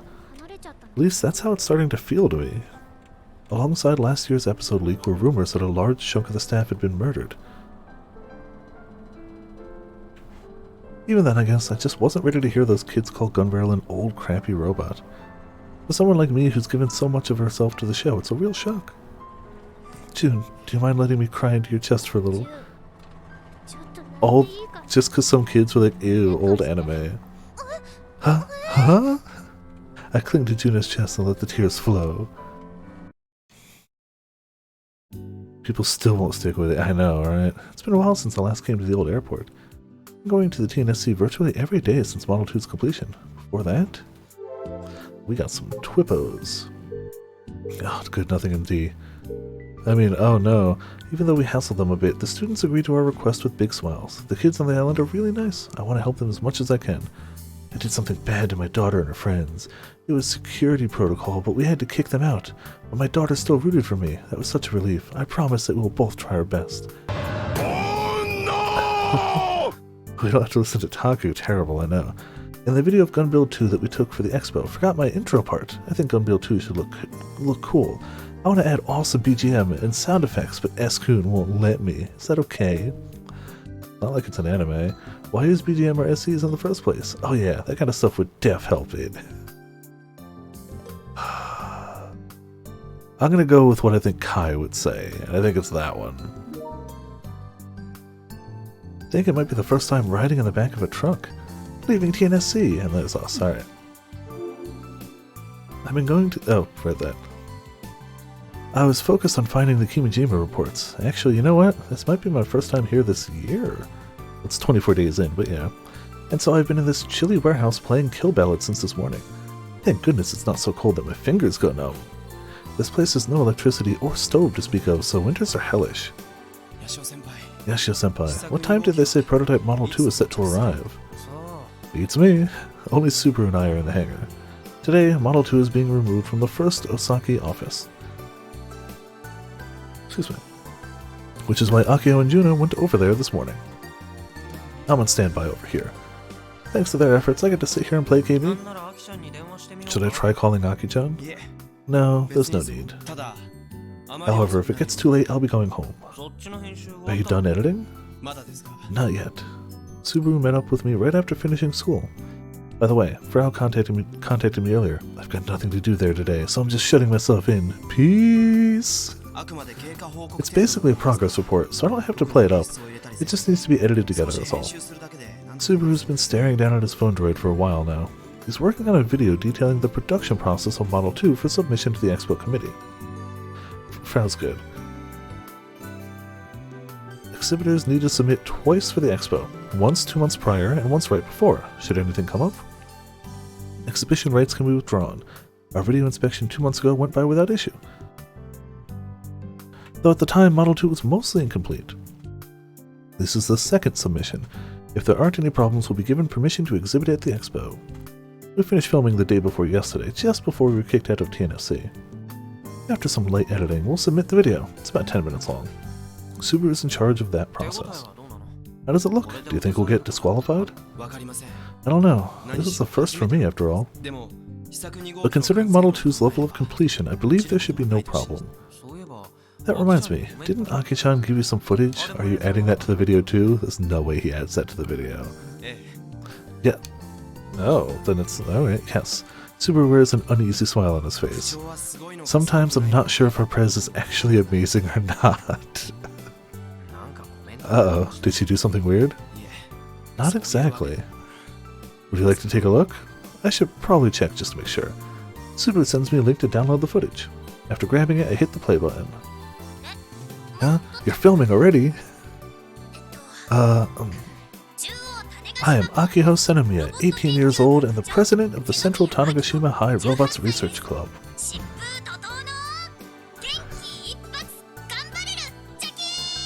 That's how she introduces herself to a committee of people that get to decide if her robot gets the show or not. But also, it would be disingenuous to do it any other way. Well, good to go? Could you please say something of actual substance? That wasn't good enough? Since we made a life-size gun barrel, I think its catchphrase is more than substantial enough. Take two. Wait, I'm thinking of what to say. Just act normal. If you say anything too weird, I'm cutting you off. Give me some time. I know, give me a topic. Then how about your ambitions? What do you hope to accomplish by going to the expo? My ambitions? Okay, got it. Giant robots are my dream. Giant robots are something that everyone longed for at some point in their lives. Giant robots are heroes to kids. Giant robots are the champions of justice. I love giant robots. And I'd be super happy if everyone else could learn to love them too. Alright, perfect. After the video ends, I look up at Subaru. He simply shrugs at me. Thanks to the whole gun barrel controversy, robot anime has been on a decline. Former fans keep distancing themselves from it. But even amidst all that, our simple-minded prez can stand proudly and talk about her love for them. How? I'm not trying to criticize her, mind you, I just find it strange. It's because you've grown cynical, yeah, clearly. My apologies. Nah, it's normal to question where that fire of hers comes from. First and foremost, it's pretty rare in and of itself that a girl would love robot anime that much. At the end of the day, Aki-chan is just, well, earnest. Earnest? She hasn't wavered once since she was a little kid. She may be slow, but I respect that about her. Even if she is slow. You already said that, you didn't have to repeat it. I'm well aware. Earnest, eh? Considering how long you've known her, you must be right. You could even rephrase it as commendable or even a kind of simple honesty. That said, I have no idea what her driving force is. Her love of giant robots, did you not just listen? Oh, come on, isn't it obvious? She's chasing after the legacy of her older sister as hard as she can. Aki-chan has a severe sister complex. Surprised, I didn't think it'd be that simple. Again, that's because you've become cynical. You really don't have to point that out to me every single time. He must be self-aware, considering how defensive he's getting. But now I understand why she was so attached to Prototype Model 1. Her sister is the Misaki Senomiya, correct? I can't imagine chasing after her legacy would be anything but a path of thorns. Sure, if you tried to do it for real. But Misane left two things on this island, the Robot Club and its gun build project. The equation is pretty simple. Completing the robot equals catching up to Misane. Isn't that just a form of dependence? How so? Prez seems completely dependent on her sister. And not for herself either. She's doing it all for Misaki Senomiya. Isn't that why she's going as far as to sacrifice her own post-grad plans? She's only looking at the now, not the future. That seems like nonsense to me. But maybe that's only because I'm cynical. What are you trying to say? What, are you trying to say she needs to try and stand up on her own 2 feet? Even you aren't skilled enough to do that. Oh, that was sarcasm just now. It's then that I hear a car horn coming from outside. A trailer comes onto the airport apron. I figured Model 2 had finally arrived, but when I go outside to take a look, oh no. Is it Michi? Oh, cool, alright, yo! Doc exits from the driver's seat. Okay, problem averted. You're early, Doc. Model 2 isn't here yet? With Model 2 being moved, we'll have to perform our reassembly work here at the hangar. And so we asked the robot doctor here for support. Wait, weren't you going to come in a crane? Like with Model 1, we're planning to use a mobile crane to stand the robot up. The doc came here in a big truck. There's no crane, but there is something else loaded into the back. The mobile crane will be here soon. But before that, I wanted to give this to you kids. Doc's already wrinkled-faced wrinkles even further as he points to the truck bed. Whatever's in there is covered with a sheet. What is that? Monopole motors. We already have enough motors. Are there spares? What, did Robot Club not tell you? As I've noted before, he's referring to Akiho in this case, not the club as a whole. These are spare motors from Model 2, as well as the motors from Model 1. Model 1? Oh, that's right. Akiho's been chipping away at Model 1 while working on Model 2. Who paid for these? Since they're from Model 1, the Space Candy Company fronted the cash. Looks like their president is a wee bit bitter that Jackson took the sponsorship for Model 2. Hehe. Utterly ridiculous. Nonsense even. It's not like the Space Candy Company hasn't been providing funding for Prototype Model 2. We even have their logo plastered on the front of the robot. I don't know the details. He probably just wanted Model 2 all to himself. Yeah, of course he did. Either way, the president will be fronting the cash for Model 1. Even though last year's activation test was a flop, Robot Club somehow managed to convince him to help out. Yeah, she's been working on it in her spare time. If she's going around ordering monopole motors, I wish she would have consulted us beforehand. Ain't nothing to worry about. They're all compatible with Model 2. They're motors built with unknown tech, so who knows when they might break down. You all need spares. Yeah. Who knows? Anyhow, come on and help me out. We gotta unload these beasts. Doc brought 6 extra motors with him. You know what? This old dude may very well be more excited about this stuff than even Akiho is. By the way, Subaru, I have something of a proposal for you. What is that? What do you think about pile bunkers? You know what he thinks about pile bunkers. Gotta play it off like you're not excited by those words. Those are the things M45 was equipped with. Play it off like you don't love pile bunkers. They can be a real hard time back during Robo 1. Do you intend to equip Model 1 or Model 2 with them? Not necessarily. It's just, well, in my old age, I've kind of awoken to building giant robot parts. Considering the current robot boom and all, who knows when there might be a demand for this stuff. Hell, I could even start selling monopole motors. I'd pay you guys a material fee for them, of course. Within the next 5 years, there'll be tournaments like Robo 1, but for giant robots over 10 meters tall, I think. That happens, there'd be huge demand for shops dealing in giant robot parts for private use. Okay. Just imagine how good it would be to see like battle bots, but actual like bipedal mechs. Sure, you couldn't have an audience. You'd have to have people stationed super far away. I would watch the hell out of that. Them just shooting pile bunkers at each other. You'd have to do it in a quarry in the middle of nowhere. Rent out the same quarry that they use for like Sentai shows. Nobody's around there. Who cares? You'd have to clean up all the scrap metal before they film more Sentai shows, unless they use that as part of the scenery. Perfect. Yes. The Tetsuhara Fujita brand could end up writing history for the giant robot industry. If that doesn't fire you up, you ain't no man. It's like he's a totally different person now. Once a quiet craftsman, now a total mad scientist. While I agree that pile bunkers are the dream, I doubt there'd be a demand for such dangerous things. You, sir, are crazy then if you don't think people want to put pile bunkers on their robots. Subaru's not buying what Doc's selling. The dream, eh? Glad to see that some of you young folk get it. Good enough. More than good enough. That's the face of someone who totally intends on building them. It's honestly a good thing that he's so energetic these days, but it'd be nice if he maybe took it down a notch. But seriously, what happened to the guy who was on the verge of death only a few months ago? He got the life-changing surgery and got better. That night, I checked Twitter. There isn't anything more sad than Gunbarrel drifting away from the hearts of children. Because that incident was so public, nothing you can do about that. I don't think it was a good series in the first place. I can't say that. Even he wouldn't say that. Isn't what really matters is if you like it or not? He'd actually say that. I honestly think that's what he'd say.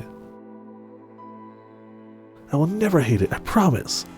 Thinking about it, Takaki-kun from our dojo doesn't talk about Gunbarrel anymore.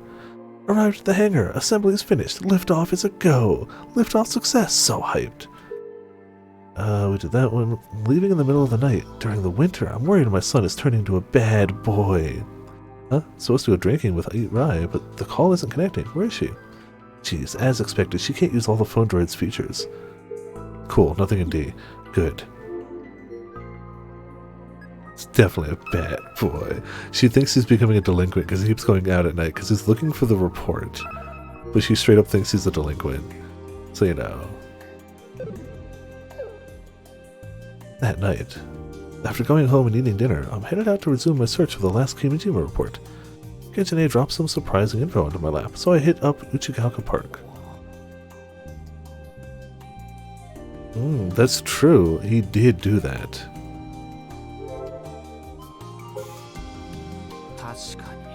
It's really not here. The second floor of the old local hall. I exit the building and click my tongue. What was the info that Gijine gave me? She told me that the AR annotation for Kimijima report number 1 had vanished. When I accidentally got my hands on report number 1, I returned to the original data to the old local hall. After that, whenever I swung by the park, I checked to make sure the AR annotation was still there. It remained in place even after the IRUO maintenance last month, but now it's gone. You can't download Kimijima report number 1 without inputting the password, right? That's correct. Gijine answers in her usual mechanical tone. Oh, somebody else has got the password then. On Christmas Eve, Irei and Gijine found themselves on the verge of being erased during IRUO maintenance. Yet Gijine remains, memory still intact. Unfortunately, Irei hasn't appeared once since then. I assume you know who downloaded it. Correct. The current holder of the report number 1 original data is Irei-san. Oh. Irei-san? Mizuka Irei? Wait, Mizuka-san doesn't own a phone droid. She does now, though. So how would she be able to... Do you not check Twitter, fool? She clearly does. Yeah, that same girl. Yep. Slash fingers. So how would she be able to see the annotation and enter the password? If nothing else, when Irei-san input the password, she possessed a phone droid. Did she borrow one from Michi like the last time? Didn't Michi just buy her one? I attempt to give him a call, but after he answers in a drunk stupor, I immediately hang up. That's the correct answer. You were foolish to even try, but I get it. Looks like that's not the case. It's possible she borrowed it from her family, bought one, or actually did own one and never told anyone. There are plenty of ways. Who told Mizuka-san that the password is hidden hand? When I talked to her about the reports before, I'm pretty sure I never told her the password.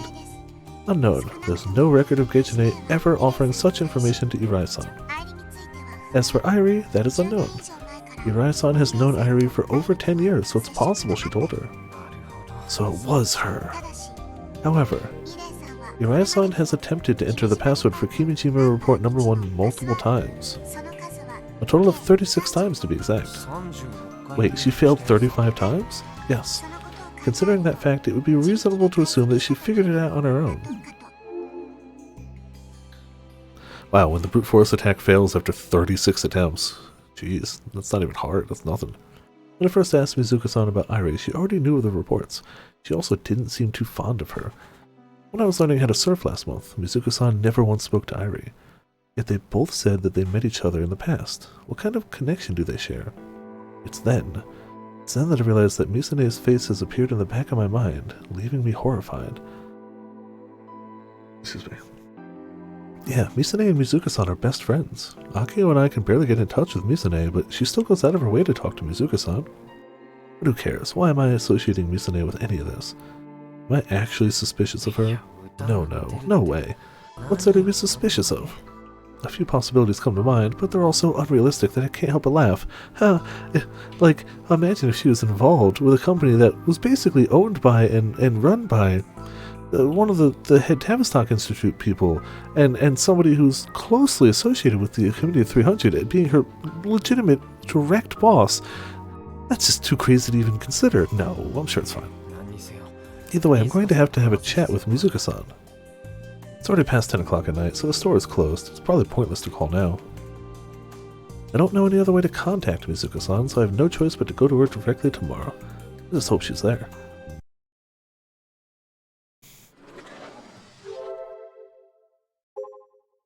It's good, nothing in D. Hello from Space Candy. We are stepping up production of the scheduled rocket launch date. Rocket launch schedule made by Aerosphere Company in America. Unlike the H-2 rocket, this one is quite simple and will only take a month to complete. Aerospace Company has referenced the H-2 rocket's measurements, so the size of the launch pad is almost exactly the same.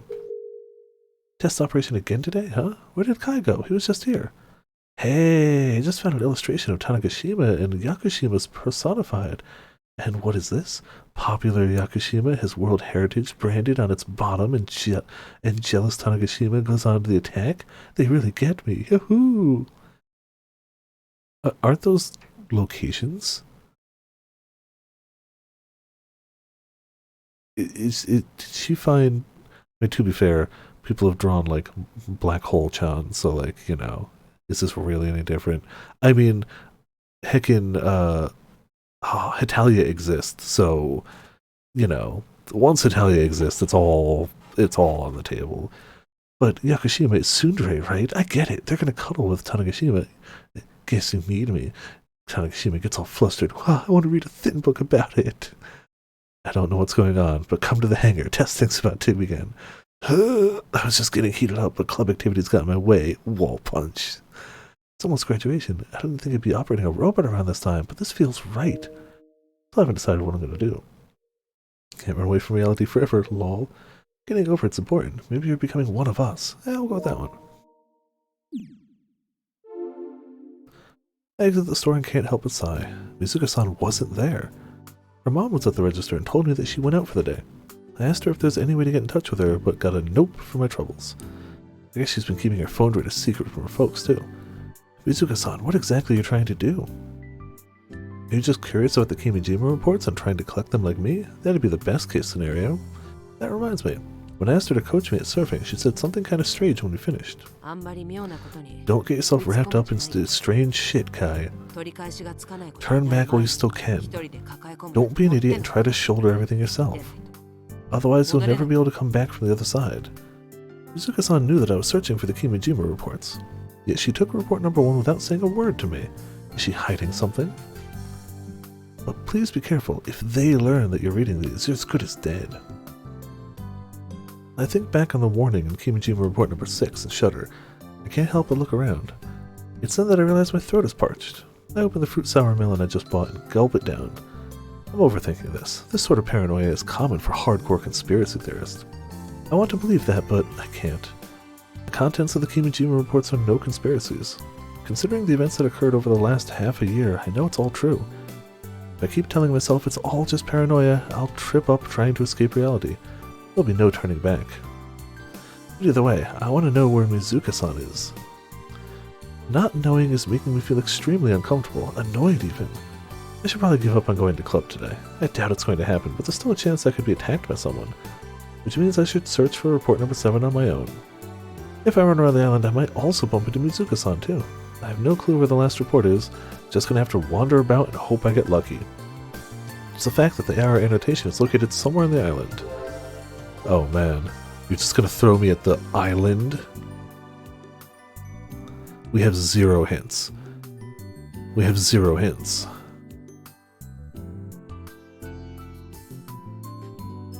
Alright, I'm gonna try Kokimijima's house for the first attempt. I think we're just gonna go north to south.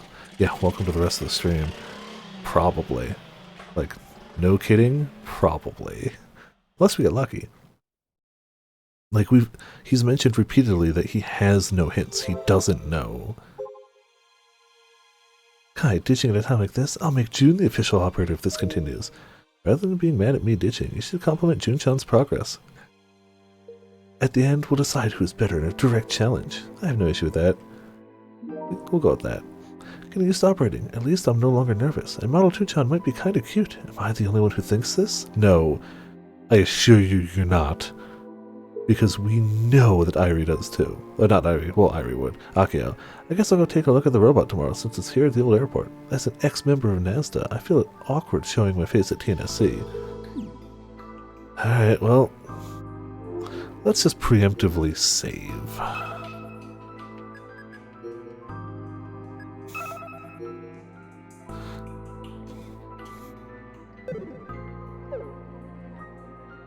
Could the Kimijima report be here?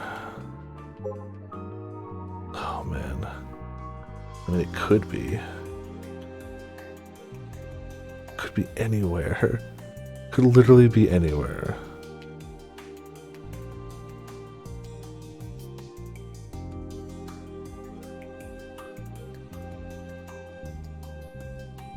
I feel like he checked Uchigaoka Park, though, right? I feel like we can kind of cross that one off, because he definitely checked that one. I don't remember if there's any other place that he definitely checked, though. He's mentioned that he's been looking for it, but I don't think he confirmed any other, like, named areas. But I'm pretty sure he was specifically like, oh, checked the park, not here.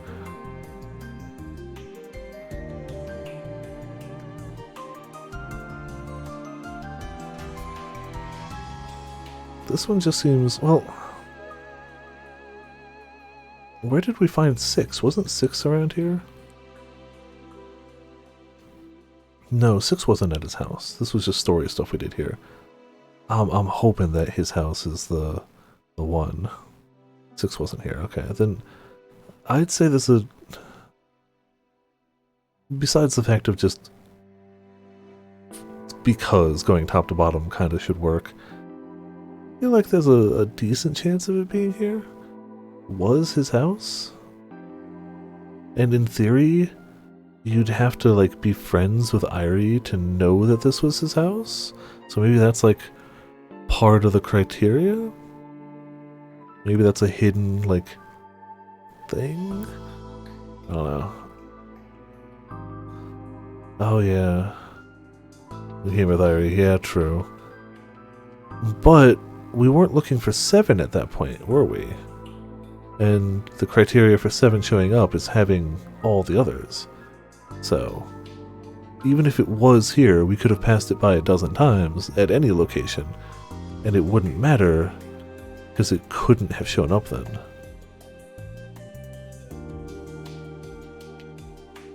That said, it's probably still just wishful thinking that we get it right the first try. Very, very, very wishful thinking. That looked weird for a second. The lens flare ain't helping. Lens flare is actively not helpful. Ah yes, gotta have guys cheering us on. It's important.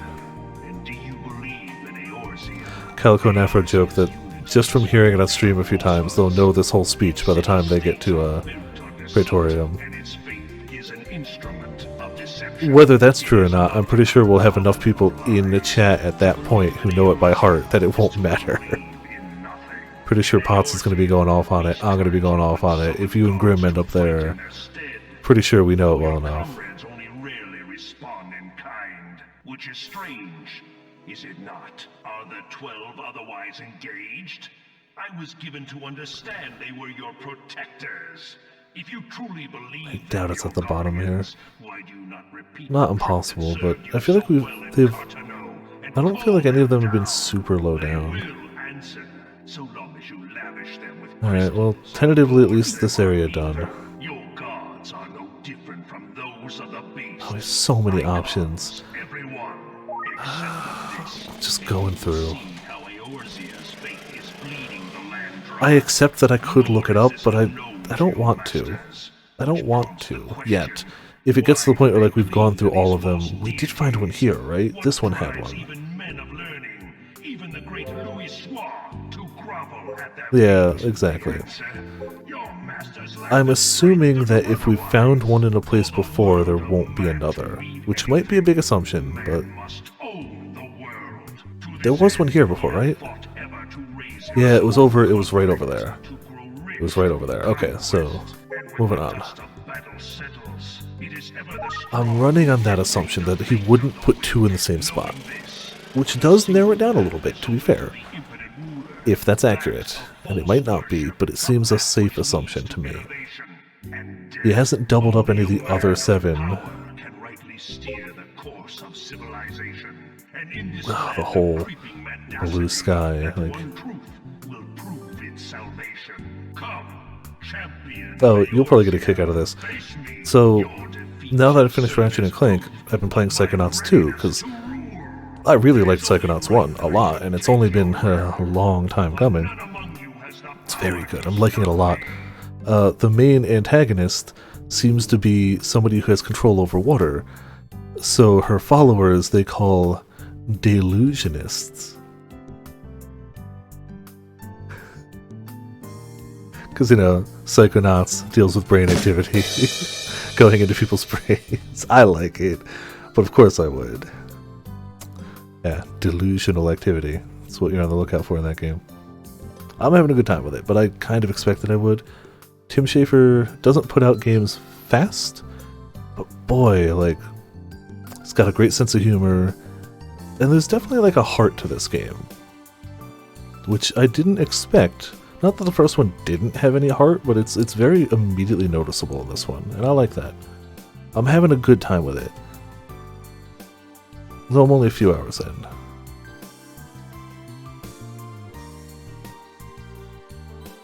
Playing games, I know, right? And Ratchet & Clank isn't hard to clear. I did Platinum it, though I do want to go back and get... I didn't do, like, New Game Plus. Like, I didn't get all of the weapons to, like, level 10. I do want to do that. We're at 31 Platinums now. Numbers ever growing. Slowly. We're gonna Platinum this. This has got a very high Platinum rate. I'm sure there'll be a few trophies we'll have to go back for. Like, I'm sure at the end, once we get all the endings and everything, there's a few things we must have missed. Well, I'm not really worrying about them now. We'll worry about them later. 2 chapters left. I should, you're right. I absolutely should. I just kind of keep getting new games. It's the whole backlog thing. But I'm close enough on that that, like, I don't know if I'm going to commit to, like, platinuming it and getting all the endings or anything, but I should at least finish it. I agree. It's a very reasonable thing to do.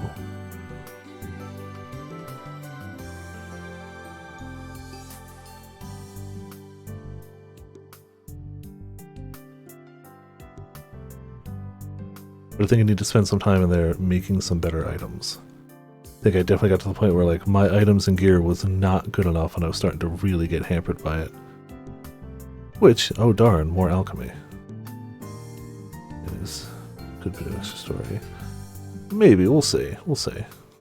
I mean, I'm pretty sure getting the true ending basically gets you the platinum. I'm pretty sure. Oh, that little few pixels there looked weird for a second.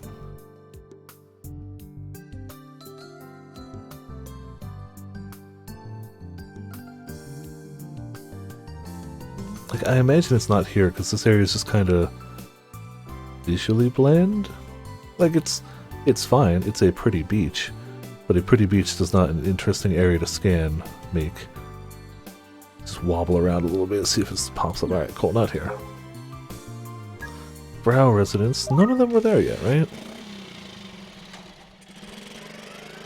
Yeah, I know there was 1 or 2 of them where it's just like it's missable. Yeah. Abandoned hotel where Frau lives. I don't think we found one here before, right? Now I'm forgetting where we have and haven't found them, too. I've looked through so many areas so many times. I'm pretty sure we didn't find one here, though.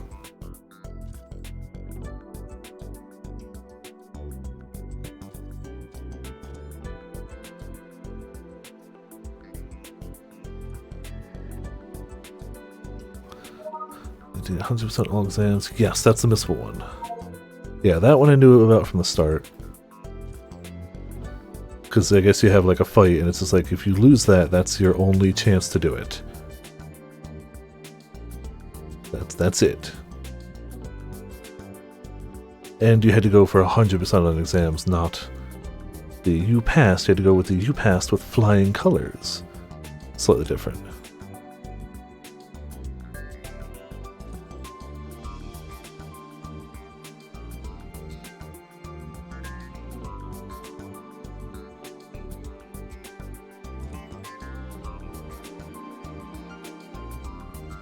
These are so tricky.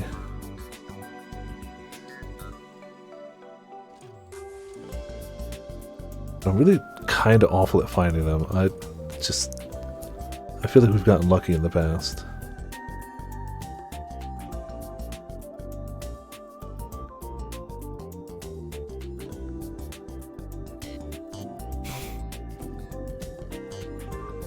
They are, yeah. It's not just me, they're just hard to find. Koki Majima didn't want any random schmuck finding all these. Ooh, ooh, ooh, ooh. Had to be dedicated, yo. Anything circular throws me off. It's just like, don't do that.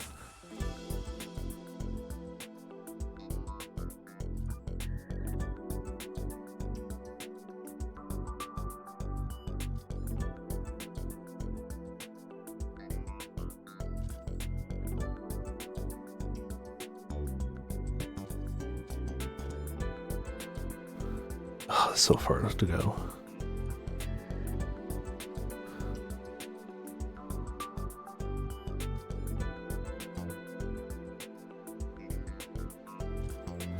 It easily could be. It easily could be. I'm hoping that by skipping ones where we've already gone, we'll at least make it so it's not too bad. But yeah, there's a non-zero chance that we just picked the wrong end to start with. And it's the polar opposite. That absolutely could happen. Oh, there's so much extra space down here. I'm gonna guess it's not on that sidewalk, but like... it would be foolish to exit early without checking it.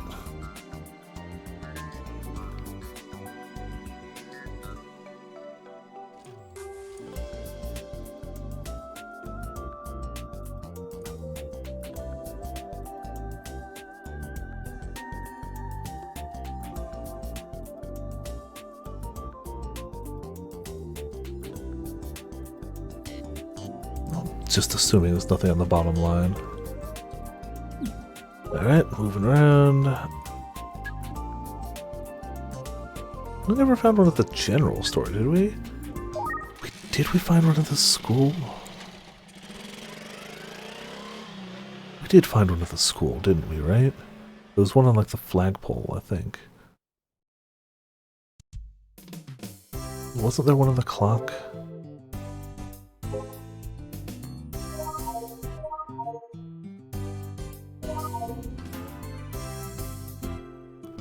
Vaguely recall it. Man, if only they showed us where we found previous ones. I'm pretty sure... oh, didn't we do that one? Yeah, we can read them, but it doesn't say where they came from. So nothing mail. I'm gonna try the general store first, at least.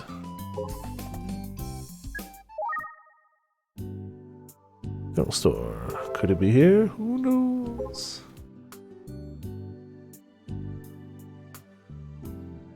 Another lens flare. How dare you, game? Stupid lens flares.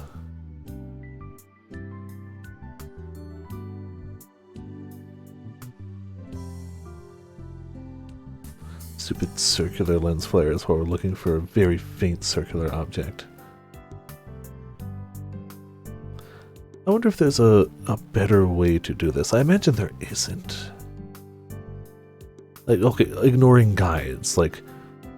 I wonder if there's a better way than just systematically, like, going little bit by little across.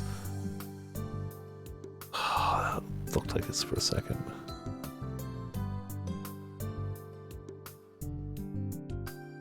Because when you zoomed out, you can barely see it. And I don't think you can see it clearly when you zoomed in either, but, like, even knowing where it is, if you zoom out, it's just like, there's nothing there. That's an empty patch.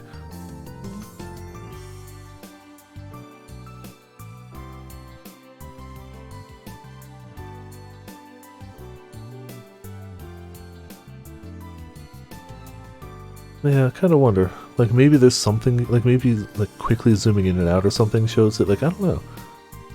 I never really did science. Once I found one, I was like, cool, found it, got it, let's keep going. Never really tried to science it out.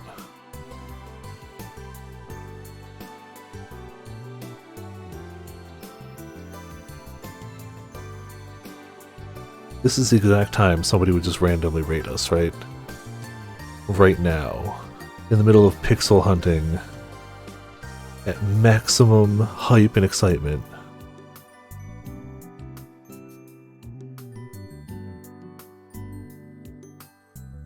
General store.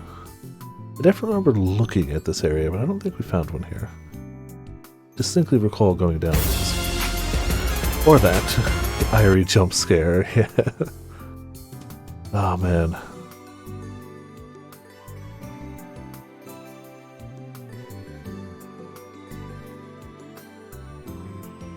General store again. Jump scared yourself with that. Man, you know it's a loud command when you jump scare yourself when you're like, hey, watch this. Oh, crap.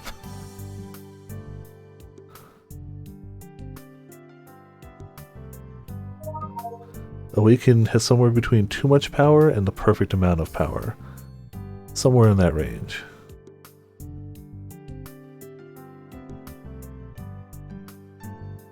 It obviously peaks in power during October.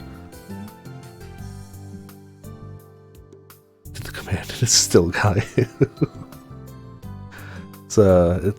I'm not surprised. Damn circle on a telephone pole too.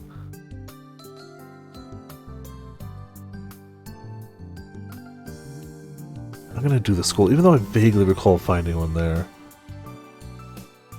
I could look up where we found the other ones, but like, it would be too easy to just accidentally scroll down a little too far and be like, oh, that's where the new one is. You can't unsee it. So we go based off of my flawless memory. My impeccably perfect memory of all things at all time.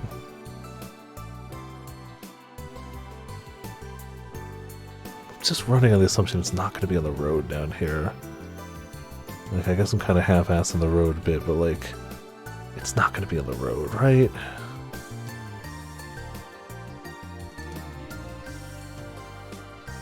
It's the bottom of it. To the school. Did we end up finding one? Oh, I'm just looking at it. I don't think we found one at the athletics park. I think this is one we never found one on. No, I don't remember this place having one. Alright, still back up for now though. Yeah, I definitely don't remember the field. I kind of recall finding one at the school, but maybe I'm crazy. Yeah, so the field is a decent enough one just because I don't remember it like at all. But let's like I kind of vaguely recall there being one like up here. I want to say we found one here. If not, this will be the first one we go back to of the ones where I'm fairly sure we found one here. Go here. Makes sense, yeah, true. Why would we go to an athletics park? He has a legit reason why he couldn't, though. And hell, we just had we had Aki basically say she wishes she could have done sports. She wanted to do those, but kinda can't. To be fair, I don't think Kai wants to, but also cannot. For reasons outside of his control.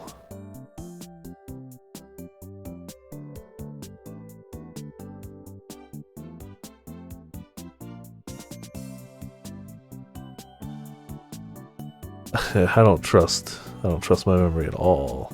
With minor details like this, psh, whatever.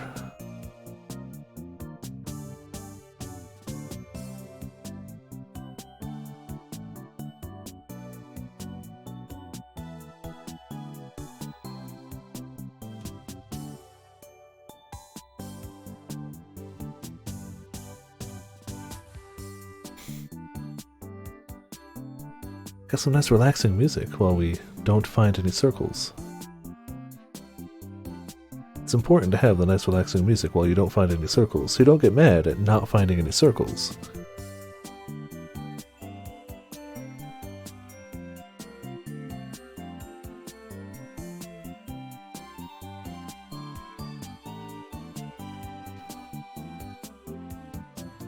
Yeah, I'm not seeing any yet, but still a little area to go.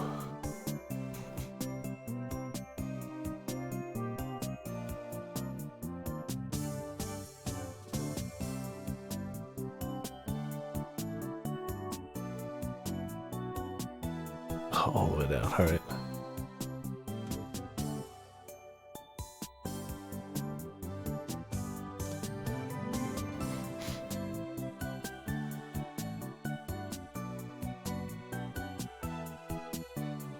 Looks circular.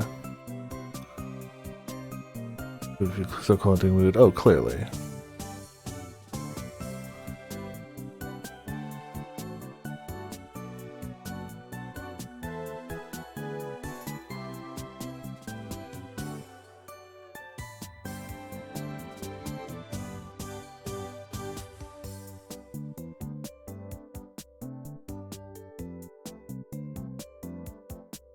Oh, still more. Alright. I mean, I'm gonna assume that it's not gonna be in this bottom little area. Like, I could be, but like, it just seems unlikely. There's nothing down here. So Hamada Beach was where we found our first one. Get lost in 10 plus places while looking for Kimijima reports. Intentional. We did it for the trophy.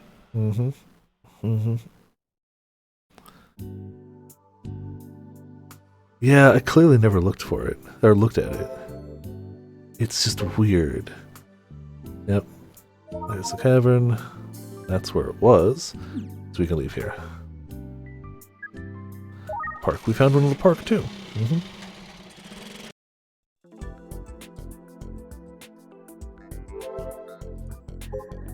Oop, it was right there. That one I remember. We had to get this one a few times, to be fair. I don't think we had one at the hospital. I remember looking around it, but I don't think we found one here. But maybe... Oh, wrong one.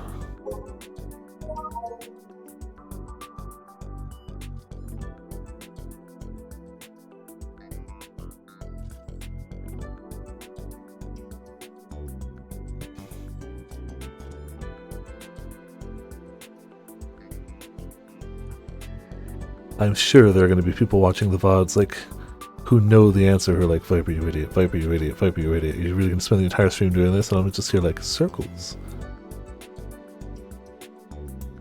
I feel like it's one of those things like when you know the answer, it's obvious, but when you don't, it's like, could be anywhere. More than normal, it could be anywhere.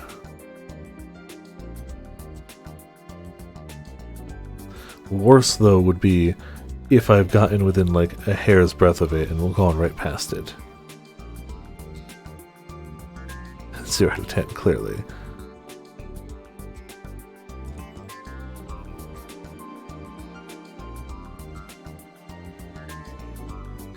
Work. Oh, man, I don't know whether I should be disappointed or relieved that you can't seem to get it to work too well. It barely even functioned. Oh no. That sounds fine.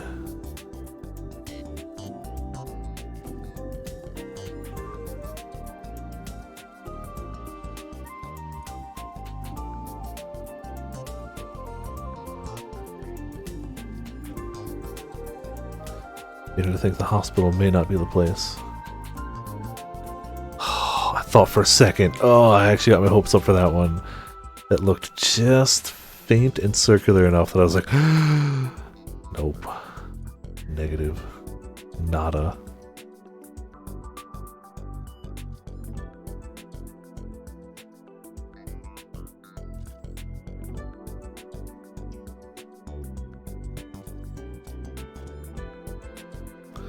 The best part.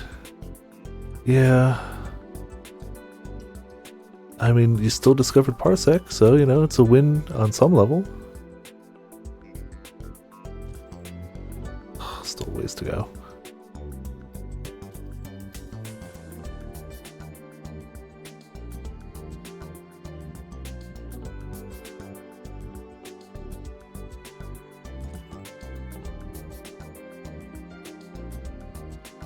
It's going to be the southern tip of the island. Already calling that Ramen was right. It's going to be the southern tip of the island. 100% likely. 100%. It's magic. In theory... Oh, if it's in the center area, but if it's on an outlying... Like, this only looks so far. If it's somewhere up there, it would never find it this way. Probably why it would always be in one of those outside areas. Alright, Hase Park we'd already done. Chugalka Park... I feel like he crossed this off himself, thematically. Like, this is the one area that he mentioned having checked, right? But also, like... I should probably give it a once-over anyway.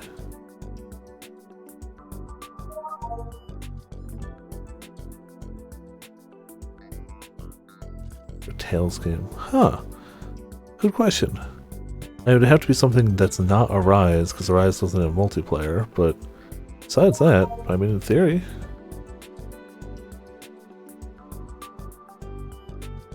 Yeah, I don't think this place is one with one right now. Just because he already mentioned having gone through it. So it's kind of sweeping around for the hell of it, but like, I don't think it's here. Alright, good enough. Sadly, Arise is the only modern Tales of game without local co-op. Or online co-op, for that matter. No co-op in Arise. Everything else, Brazaria, sure. Vesperia, sure. All the previous ones, not Arise. Space Science Museum. Did we find one here? I don't remember. You know what? Screw it. We're gonna go straight to the southern tip, just to do it. Did we find one here?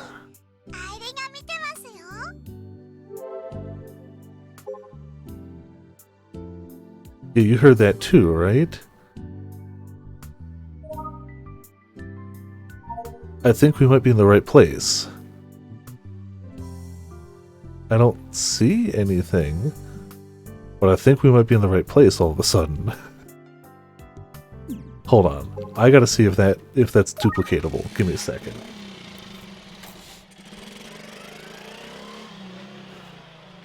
I was like, oh, somebody popped a sound effect command. Wait a second, I don't have a sound effect command for that.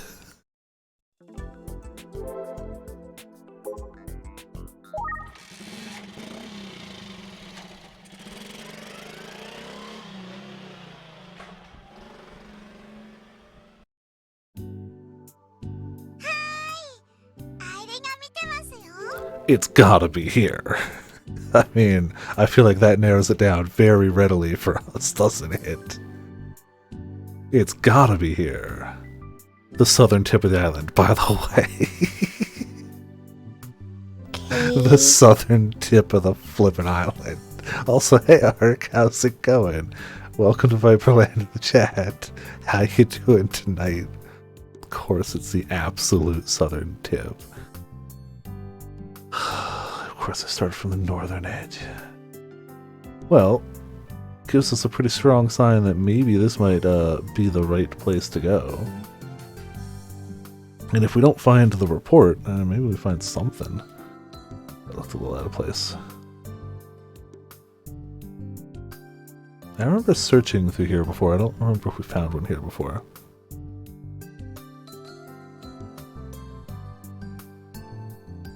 I also know it's possible to get a bad end during this chapter, but I do not know how to get it.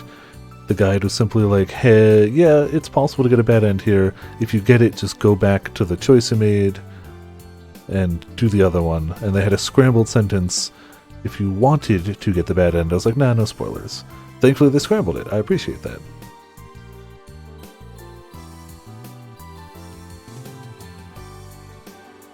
I feel like we found one in this area before, but what do I know? I'm just a dude pixel hunting. All I know is that I don't know nothing.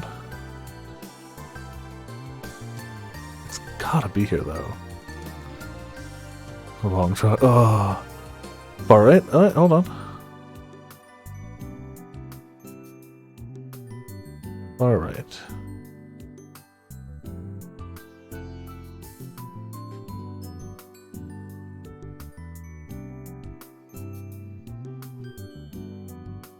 This is as far right as the camera will go, so anything past that right, it cannot be there.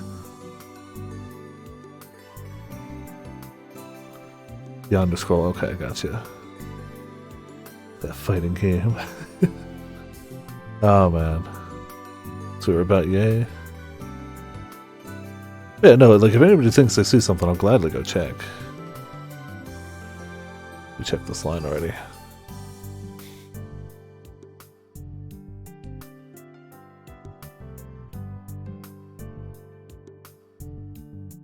See, I would have said that would have been a logical spot for it. To be fair, that doesn't mean they're going to put it in a logical spot anyway.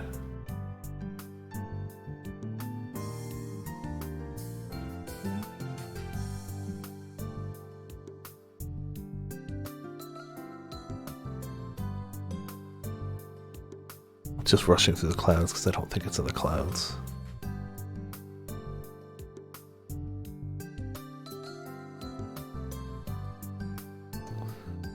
gotta be here though, right? Like, I don't see it anywhere, but it's gotta be here. Oh, it's right there. It's right there. Kimchi report number 7. The final report. So this is where we hit it. He hit it. That's a small park on Cape Kadokura with a monument. Commemorates the arrival of firearms on the island. In the back is a sad-looking gate and an unattended shrine. It's a viewing platform built for tourists, but there's not much to see, so the foot traffic is low. This is the 7th report. Never thought I'd find it today. And neither did I. Beginning download of Kimijima report number 7. Wait, hold on! I hurriedly stopped Kitchener. I've been meaning to ask you. If I unlock the 7th report, the data from the reports will be spread around the world, right? That's what was written at the end of report number 6. Report number 7 is the key to distributing the reports worldwide. This terrifying info that only I have access to on Tanegashima will be spread everywhere through IRUO. Excuse me. How does the timing work? Do the files go out at once I download the report, or does it work differently? It's reasonable to assume that it would occur after downloading and opening the file on your app. Ah, okay, got it. Download the file. Understood. Ah, thank you for finding them all. Cool. Now then, what should I do? I'm gonna assume this is what would prompt a bad end. I bet you if we don't open it, we get a bad end. If they give us a choice, I'm willing to bet that's the choice.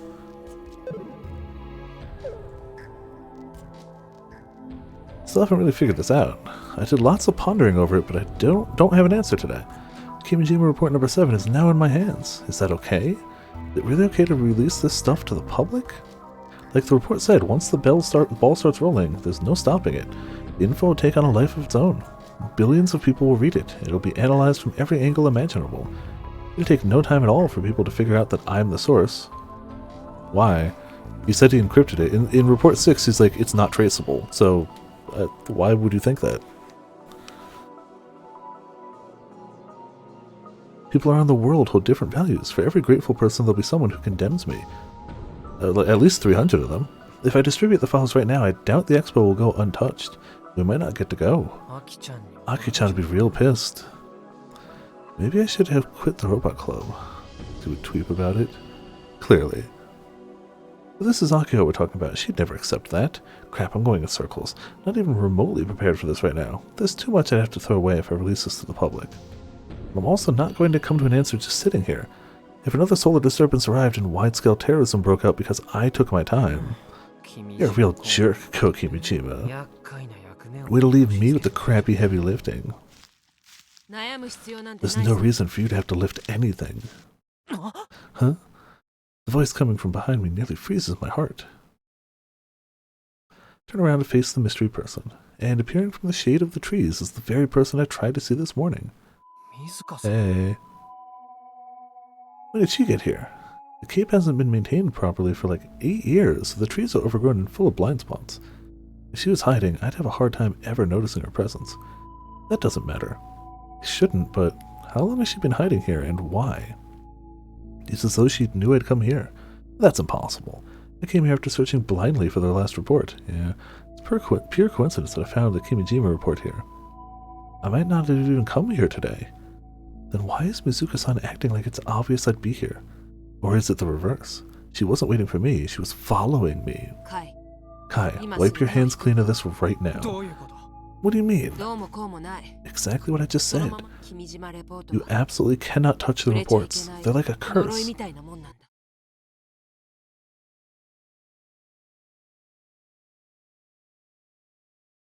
Oh, well, hello, Juna.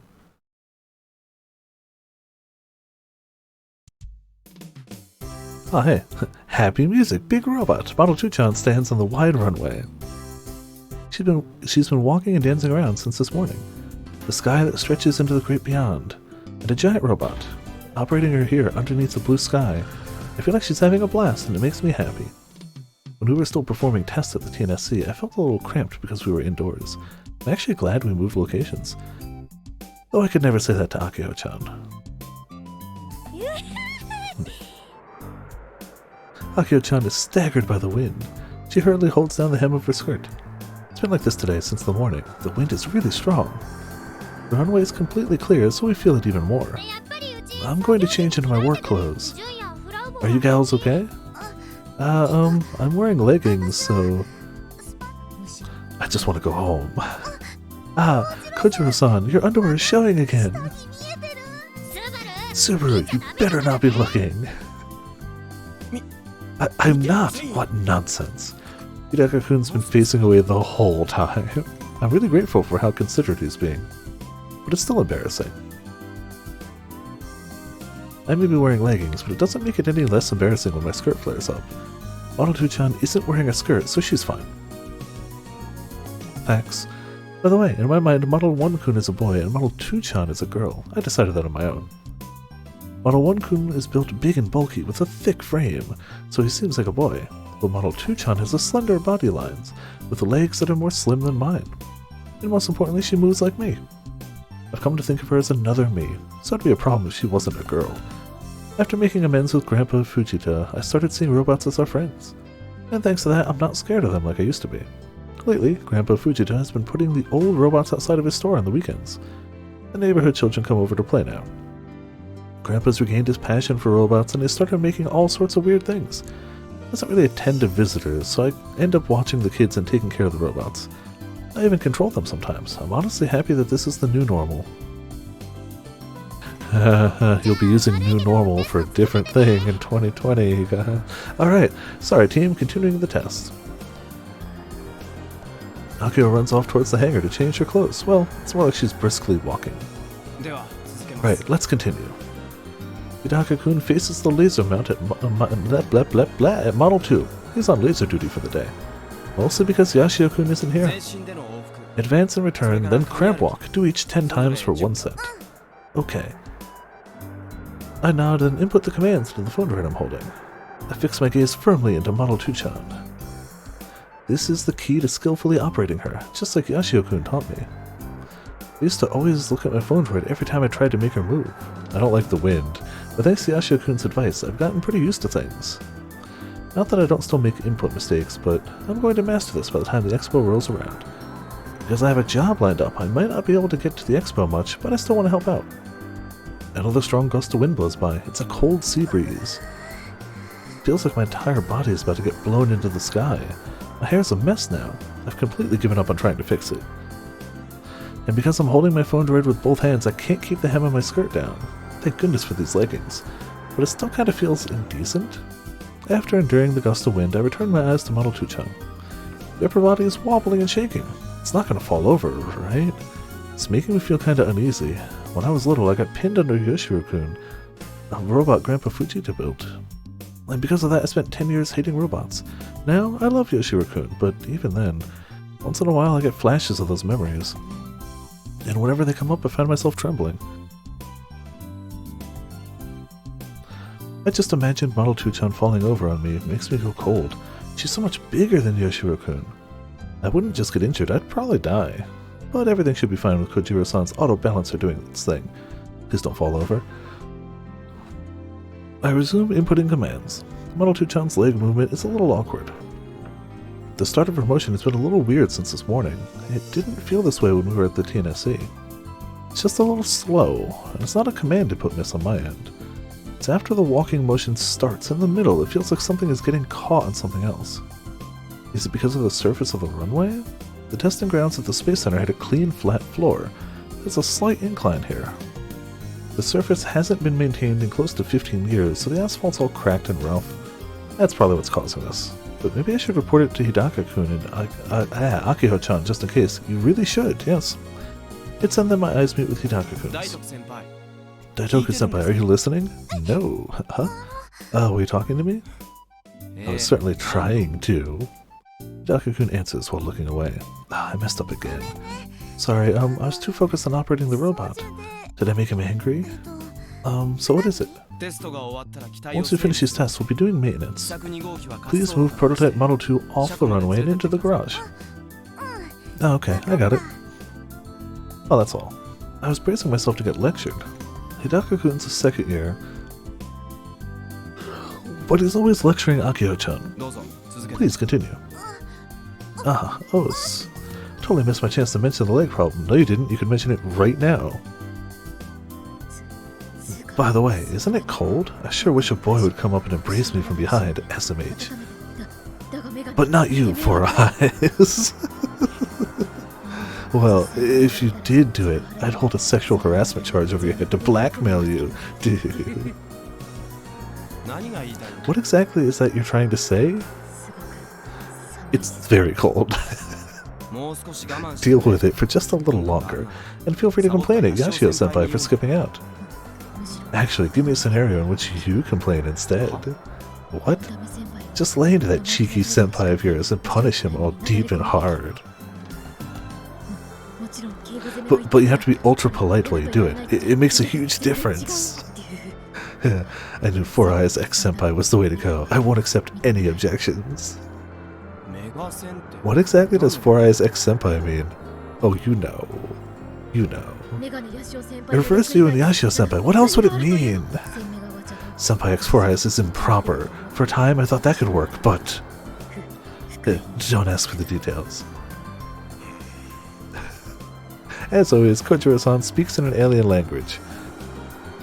Even Hidaka-kun doesn't understand what she's saying. Taidoku-senpai, your hands have stopped. Oh, sorry, I was picturing Four Eyes ex-senpai. I hurriedly resume inputting the commands. Ah, it happened again. She's getting caught up when she moves. I can't shake off the sense of discomfort. Hey, G-Money! Welcome to Viperland to the chat. Thank you so much for the raid. How you doing tonight? Damn it, I saw what you were playing and I totally don't remember right now. What were you playing? How did it go? Also, Happy New Year's.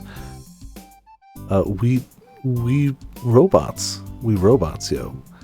How's everyone doing though? Hold on, we got a shout out. There you go, get the shout out rolling. But how do I put it into words? Just saying that it feels uncomfortable isn't enough. I wish Yashio-kun was around right now. Then we could discuss things as fellow operators. It feels like things are hitching up at a point. Check the legs. There you go. Done. Problem solved. Stop it, Tuna. I can't just ignore this feeling. Baldur's Gate. Oh, okay, gotcha. The new one, right? Baldur's Gate 3? We got a playthrough going of Divinity 2. And man, if I wasn't playing with people who had already played that game before, I'd be getting rocked by everything. So I know the feeling. But I hope it's going well. I've never played a Baldur's Gate, but I know the new one is the same people who do Divinity, so I'm sure it's similar. And I like Divinity, so like, yeah. That's the whole point of these tests. I'll say it. I'll tell Hidaka-kun. But if I'm just imagining things, he might get mad at me. You're the only person who can tell if there's a problem. Just say it. Hi? Yes? Hidaka-kun glances at me. There's a little, a what? This might just be my imagination, but please, stop beating around the bush. If you have something to report, keep it brief. I'm not here to chat, so please focus on the wow, dude. Well, yeah. That's just Mitz's chaotic energy. He won't even make eye contact with me. I'm already falling apart. I hope Akio-chan gets back soon. No, what am I doing? I'm relying on other people again. This is why I was never successful at karate. Find the courage, Yuna. You decided you were going to change when you made amends with Grandpa Fujita. Hidaka-kun. What is it? It'd be nice if you stopped looking so disgusted. I can't do anything about you hating me. That happened too. Yeah, we had to restart then. Watch this, guys. One shot hits the guy, one shot hits an elephant in the butt, and rocks take the rest. Mind you, I wouldn't know how the attack worked. I would have done the same thing. It was funny as hell, though. But I want you to at least look at me when I talk. Subaru starts hurriedly adjusting his glasses. What's wrong? I don't hate you or anything like that. Huh? In other words, you like her. Normie should just explode. Stop jumping to conclusions. That's not what I mean. I'm just bad at talking to girls. Especially you, Daitoku-senpai. You're the most girly person here. For what it's worth, the bar was set low, but he's still right. I'm girly? In other words, you're shy. I totes get it. Ha! Hush, Furikuri. Hidaka-kun's as irritated as always. But wow, so he doesn't hate me? Just hearing that puts me at ease a little. I always thought of Hidaka-kun as some kind of perfect Superman. Oh, he is not that. But even he has flaws. Yes, like talking to human beings, or expressing himself, or seeing the points of views of other people. Thinking of it that way, he comes off like a younger boy trying to act mature. She got it! She found it out. We all knew it. She didn't. She got it now, though. She understands. In that sense, he's a little like my younger brothers. She gets it. I feel a sense of closeness with him. I really should have talked to him about this a long time ago. But thanks to this, I feel more comfortable talking to him now. I get this sense of discomfort when Model 2-chan walks. Discomfort? Hidaka-kun's expression suddenly changes. He removes the laser emplacement alignment from the parabolic antenna and prepares to listen to me. He looks me straight in the eyes. Please tell me the details. It really is just a little slight feeling. It might just be because the ground here is rough. Please, just get to the point. Tell me about the sense of discomfort you're feeling. After the leg starts moving, there's a moment where it feels like it locks up, sorta? I really can't put it into words very well. Next time, please let me know ASAP. This is very important. I'm sorry. A motor gear could be damaged, or maybe the tip of the foot is simply getting caught in the ground? I'll need to inspect it myself to know for sure. Huh? Akio-chan comes jogging back in her new clothes. Short sleeves on a day like this, isn't she cold? What's up? Are you already done with all the tests? It's not moving. That's, feels like I'm getting in the way of the test. Well, the tests are to find out if anything's wrong, and you notice something that was wrong, so you're actually doing it right, but consider apologizing to Hidaka-kun, but he speaks before I can. Prez, could you handle operating the laser emplacement? Huh? Sure, but... I'm curious about what Daitoku-senpai pointed out. I'll go watch from up close. Could you move it again? Hidaka-kun says before running off towards Model 2-chan. Tanochi-san said that while testing, we should stay at least 10 meters away from Model 2-chan. When we were working at the TNSC, we always made sure to follow this rule, but it's been a long time since we were back at the hangar, and we're also absorbed in making our new friend Model 2-chan walk. Uh-oh. Oh no.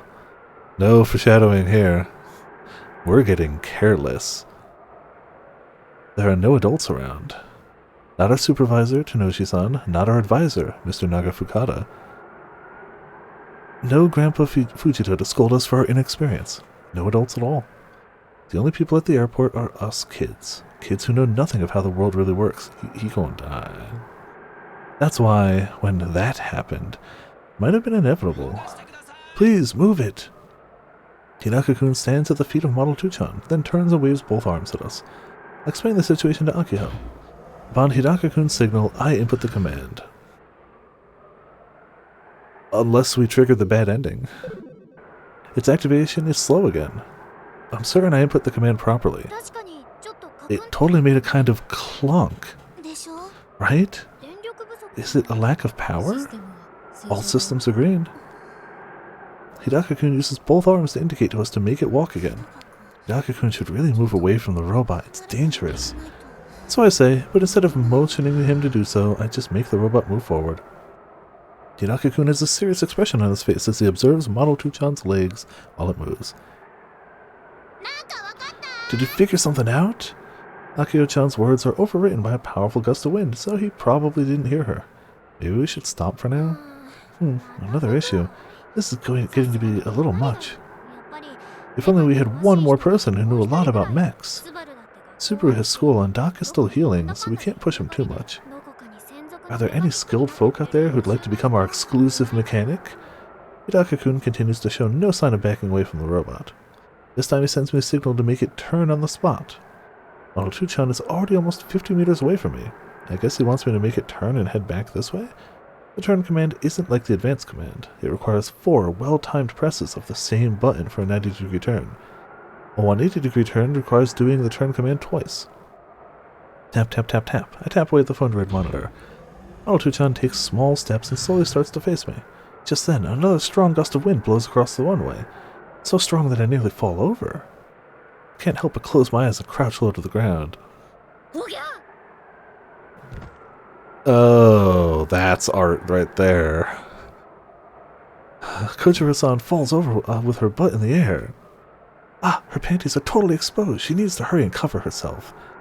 But I shouldn't have been so focused on her. In that moment, I failed to do as Yoshio-kun had said.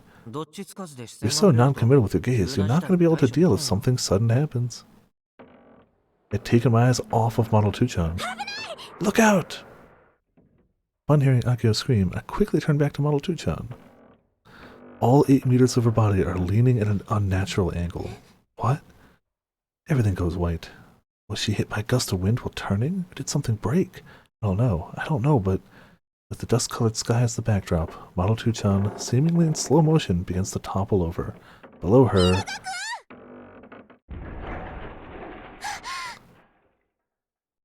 That might be bad. That might be really bad.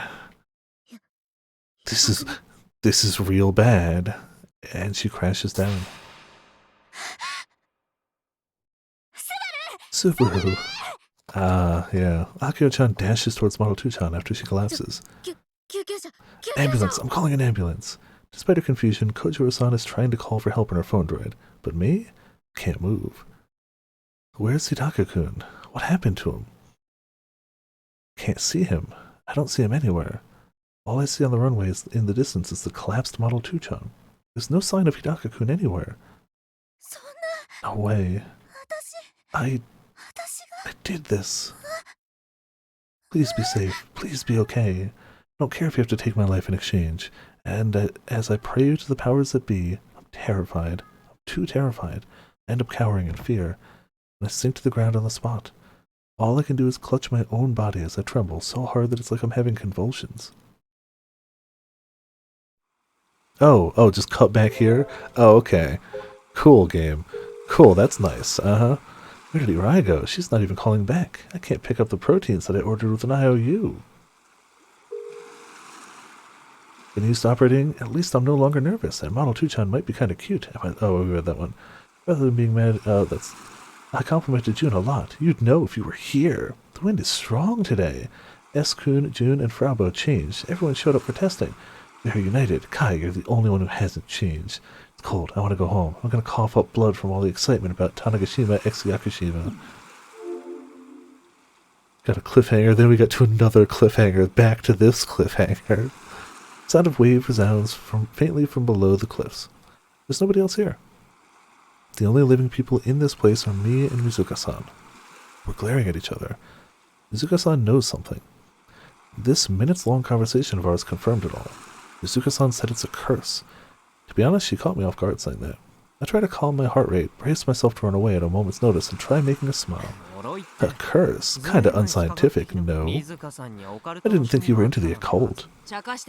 Don't play dumb, I'm being serious. Oh, she's scary. My armpit's already starting to sweat. I'm even more nervous than I thought. Kinda feels like I'm a frog getting stared down by a snake. As far as I'm concerned, there are 2 older women in the world I never want to make my enemy. Misane and Mizuka-san. I don't stand a chance. Also, I have no idea what she's thinking. We go way back, and yet I've never seen her make that face before. I'm legit puzzled. But if I shut up and do as she says, nothing gets solved. I still have to live in fear of an unknown foe. Can't back down from this. Now that we're facing each other, I just gotta go for it. I know you have Kimijima Report number 1, Mizuka-san. Please answer me. Are you my friend? Or are you my enemy? Mizuka-san lets out a troubled sigh. You might learn something you wish you never did. What's she talking about? This isn't just your problem. Something that's been kept hidden for over 10 years might come to light. So, you are hiding something. And it sounds like whatever that is, you don't want me or the world to know. Yeah, that's right. Mizuka-san doesn't hesitate. I wish I could have lived a simple life like you or Aki. This world is more ugly and foul than you think. But even in said world, there are people doing their best just to live their lives. Do you get it, Kai? Turn back from this. You're just beating around the bush, Mizuka-san. That's not enough to convince me to do anything. We're talking about genocide on a worldwide scale. If you have some sort of card you can play that'll get me to turn my back on that, you need to play it. I swallow my breath. Ooh, I was really forcing myself to play tough just now. Did it fly? Your move, Mizuka-san. Quite frankly, I wouldn't be shocked if she whipped out a gun and shot me in the forehead right now. No, that would never happen in a SciTV game. Nope. Moving on. That's how unapproachable she currently feels. Say something, Mizuka-san. I can't endure this silence. Nothing in KB prepared me for this kind of tension. Mizuka-san, don't tell me you're from the Committee of 300 or the Tavistock Institute. Am I wrong? Looks like she didn't understand my question, or at least that's what her confused expression tells me. She doesn't appear to be acting. You didn't come here to kill me? Kill you? Me? Are you an idiot? Then you might think this is some kind of fun treasure hunt, but you're opening up old wounds, Kai. That's what I've been trying to tell you from the start. Our conversation isn't lining up. Listening to her, it sounds like you're trying to protect someone. I get the feeling the wounds she's talking about aren't her own. Who are you protecting? Trying to stop you because I don't want you to know. Which means it's someone I know. And if it's someone we both know, that narrows it down. That narrows down the options quite a bit. Mizuka-san clicks her tongue in response. Kai, I don't want to talk about this any further. Just listen to what I'm telling you. Is that a request? You gotta beat me in a match then. My attempt at challenging her also serves as a means with which to push myself forward. Don't get scared. If you back down, it's over. And of course, that'd be in Kill Ballad. Or will you tell me everything you know if I eat one of those barf-tastic passion fruit buns? Quit it. This isn't some game. I could say the same to you. I recoil from the immense pressure coming out of Mizuka-san, just desperately responding to her words. If you tell me everything, I wouldn't mind doing as you say. I said I don't want to tell you, Kai.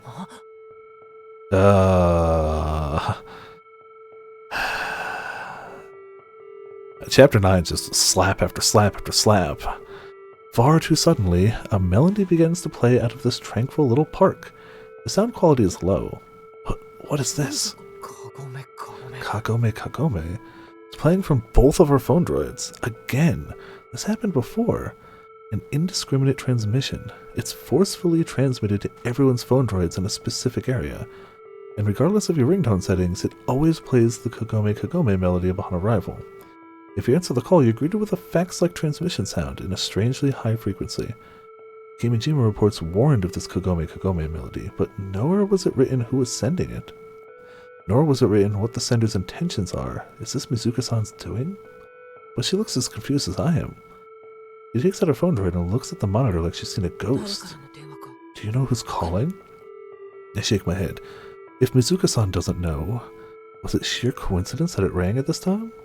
Gejine. I call out to my AI pal. Yes, Yashio-san. Can you identify the source of this Kagome Kagome melody? Impossible. Gejine's functions do not include call interception. I can search for keywords and collect related info. Damn it, useless. Happy-go-lucky story. I mean, you knew it had to go another way eventually. I give up on trying to go through Gejine, just as I'm pondering my next move. Oh, were we talking about a different game? Who is it? Mizuka-san answers the call. A painful noise comes out of the phone droid. Despite standing a ways away, it's loud enough for me to clearly hear it. What the hell is this sound? Mizuka-san, hang up! It's so unpleasant that I instantly cover my ears with both hands. She cuts the call and the sound stops.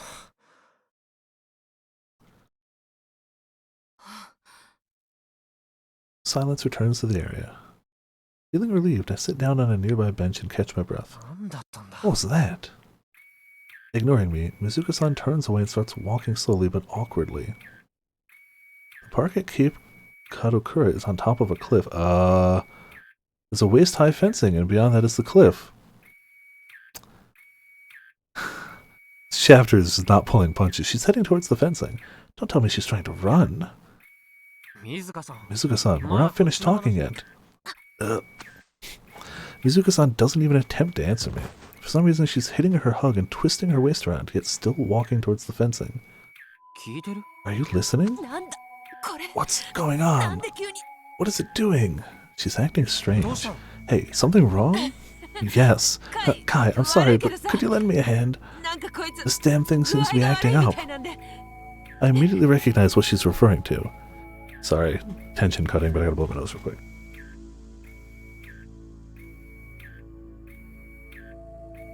Then I realize Mizuka-san's forehead is covered in sweat. She's smiling, but her face is tense.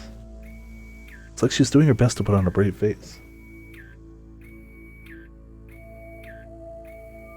She looked so calm and composed before. What's going on?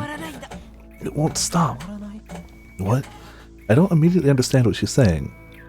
He has one brain cell, unfortunately. This is confirmed. Are you messing around with me? The fencing doesn't cover the entire cliff. In fact, there are openings all over. If she keeps going, she's going to walk through one of those areas and take a dive right off the cliff. So he realizes the issue. That ain't no joke. Mizuka-san suddenly bends her waist and plants her hands down like she's walking on all fours. Excuse me, I can hardly believe what I'm seeing. Despite planting her hands firmly on the ground, her legs are still moving forward. What's going on? She pitches forward to the point where she could fall over, yet still doesn't stop. It's like her legs have a mind of their own. Her legs? Mizuka-san, hold on. It finally clicked at least. I finally snapped to my senses, run over to her and grab her arm. Mizuka-san grabs onto my body. Kai, don't let go. She's pulling on me with intense force. I brace my legs, but I'm still being dragged along. Don't tell me this thing's out of control. That's right. Hugs going berserk. It was a hot topic last year. Misane and her superiors held media conferences and everything. On the net, folks joked about the hug dances. People wearing rampaging hugs looked like they were dancing. According to a witness testimony, it looked like the person wearing the rampaging hug was being killed by the hug's own will. The person being dragged along looked like a dancing puppet. This entire situation is the same. Cut the hug's power. I'm trying, but it's not working. The hug has immense strength. Even the two of us working together can't stop it. Despite its primary role being medical assistance, it's far stronger than any human. I have my feet firmly planted, yet I still can't stop it from taking step after step towards the cliff. In that case, I'll knock it down, sweep the leg. It's a good plan. I judo sweep Mizuka-san's leg near her Achilles tendon and forcibly push her down. There we go. Mizuka-san's soaked in sweat. My breathing is heavy. She was likely using all her strength to fight against a rampaging hug. You're a lifesaver, Kai. First, let's get this thing off, and mid-speech, Mizuka-san's body defies gravity and leaps up. Despite being on top of her, the force is enough to send me flying. I can't believe it. This is impossible. With only the strength of her legs, she flung me off, despite me weighing over 50 kilograms, and stood back upright. Leaps up is literally the only way to describe what just happened. Normally when you stand up you support your body with your hands, but she couldn't do that. Well, Mizuka-san has gone limp. Her body is bent backwards in the shape of a bow. She's coughing up blood. This is bad. This is really goddamn bad. I hurry to my feet and latch onto Mizuka-san. Hold on. Yeah, I'm pretty sure your body isn't supposed to leap to its feet using only waist down. Mizuka-san's eyes are vacant. I was nearby when she stood up and I heard what sounded like bones cracking. Her spine could be damaged. Shit, what can I do? Is there no emergency stop on this thing? Mizuka-san's legs continue moving directly for the cliff. This is unreal. It's like some third-rate horror film from half a century ago. It's too crazy to believe. It's like the hug is trying to kill Mizuka-san. This thing isn't just on a rampage. It's actually out to kill. I can sense killing intent from this goddamn thing. If not, there's no way it could move like this. It understands the terrain, and it is intentionally trying to squeeze through a gap so it can drop her off the cliff. Mizuka-san, don't give up. What can I do? How can I save her from this situation? I lower my body and basically crouch down to brace my legs, but I just get dragged along. There must be a way to get this hug off. I tried attaching the hug band, securing it to Mizuka-san's legs. I just have to get the buckles off, but Mizuka-san keeps moving and I'm too panicked. I can't undo them. My left leg suddenly loses its bracing. We're already at the edge of the cliff. My left leg is hanging in mid-air. Mizuka-san is barely standing on the edge, my right foot planted. If she takes one more step, we're both falling to our doom.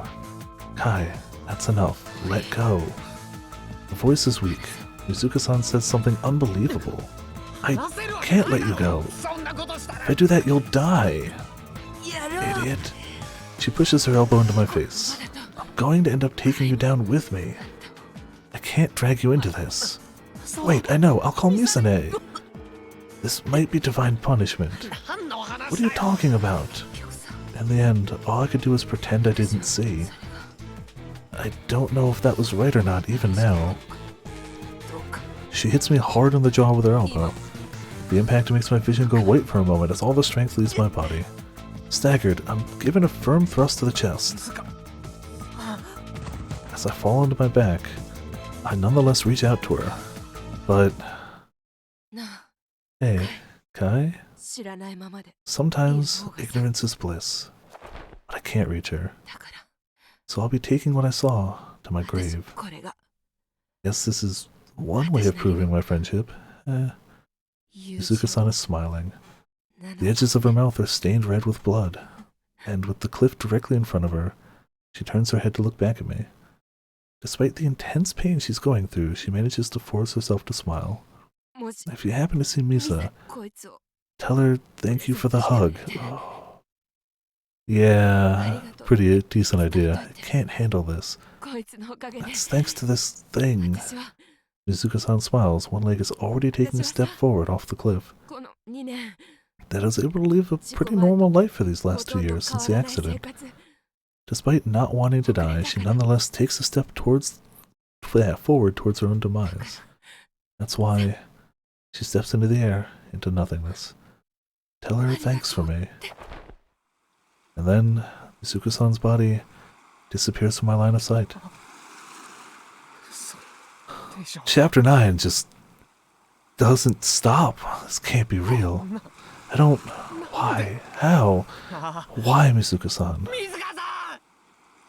I call out to her, but there's no reply. Panicked, I crawl out to the edge of the cliff and take a look down. I'm met with the sight of Mizuka-san lying face down on the... Oh, she didn't even get into the water? Oh, I guess this is quicker than drowning. Oh. It's over. Mizuka-san is dead. Despite the overwhelming hopelessness drowning me, I whip out my phone droid and call for an ambulance. Download of Kimijima Report number 7 is complete. Oh. I was thinking maybe this was a bad end and we could have done something. Nope, we couldn't have activated the report before now. This is all not bad end. How could she act like nothing happened? Well, because she's AI. I pray as I call 911. Quick, please come quick. Please, someone save Mizuka-san. My heart feels like someone's squeezing it, like they have their bare hands around it. It's like I'm about to have an attack. Goes without saying why. I bite my lip and wait for the call to connect. Just hold on, Kaito. Keep the bomb in place. I'm riding alone with Mizuka-san in the ambulance. How many times have I wished to myself that this wasn't real? Inside of this cramped ambulance, no matter where I try to look, I see the emergency responders doing their work. Mizuka-san hit her head hard. There's blood streaming out of her forehead. The hug's been removed, but her legs are bent in all kinds of unnatural directions. The emergency responders keep calling out to her, but she barely responds. Not dead yet. Ended up having an attack, so my body's too numb to even cry out. It hurts. By the time we reach the hospital, the sun has long since set.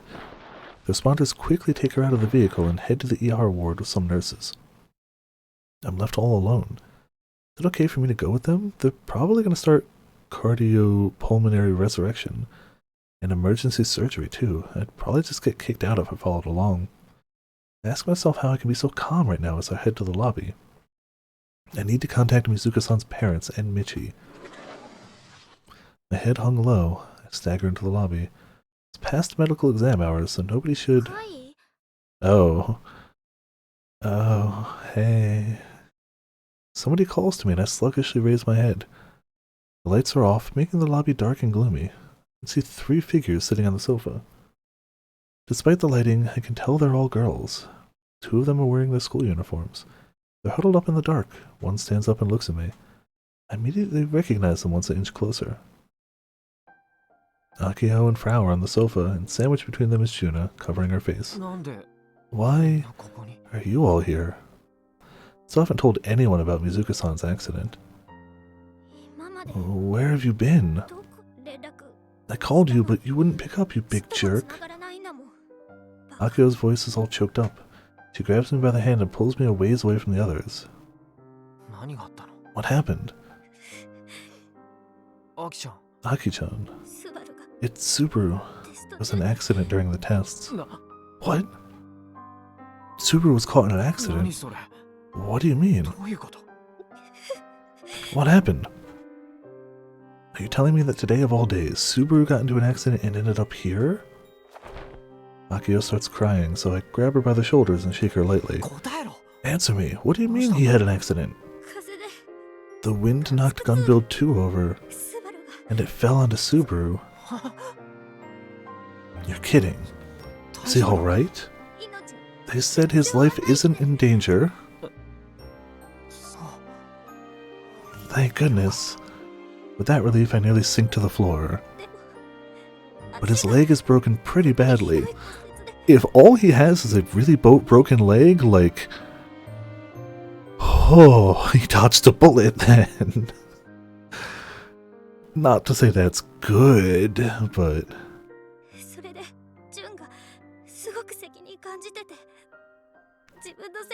Well, I feel like at this point somebody might be able to talk them out of it, thankfully. June feels totally responsible for all of it. She keeps going on about how it's all her fault. I just can't bear to watch any longer. If it fell over during testing, that means Juno was operating it. And it just had to go and fall on someone. It's a hell of a 1-2 punch for Juno to take. Hey, do you think it was just an accident? Huh? Did Juno really make a mistake? Was it really the wind? Is there a chance it was something else? Yeah, no. Probably not great. Something else? Like what? Did Kagome Kagome play? You mean the song? Yeah, from your phone droids. It should have played. Yeah, it did, but... that was after the accident. After. The mysterious transmission of Kagome Kagome and the sound that accompanies it when you answer. I believe them to be a warning system of some kind.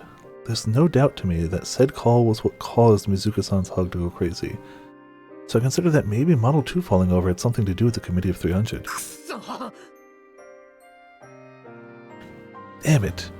Slap my cheeks. None of that means a damn thing right now. There are other things that need handling. Much more important things to be thinking about. Kai?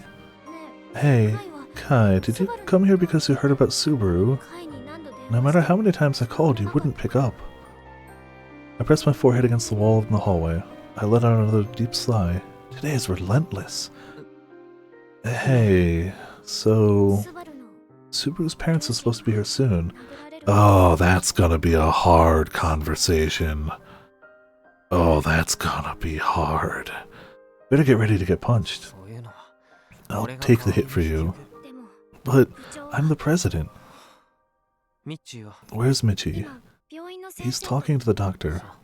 See. I need to tell Michi about Mizuka-san. Oh, potions. Oh, potions. Hey. How's it going? Hope Among Us went well tonight. How you doing? Spark Notes. They completed their giant robot. They made it. It works. It walks. They were practicing with it on a windy day. And Subaru got really close to figure out something was going wrong with it. And the wind pushed it over. And it landed on him. And his leg's bad. He's alive. His leg's bad.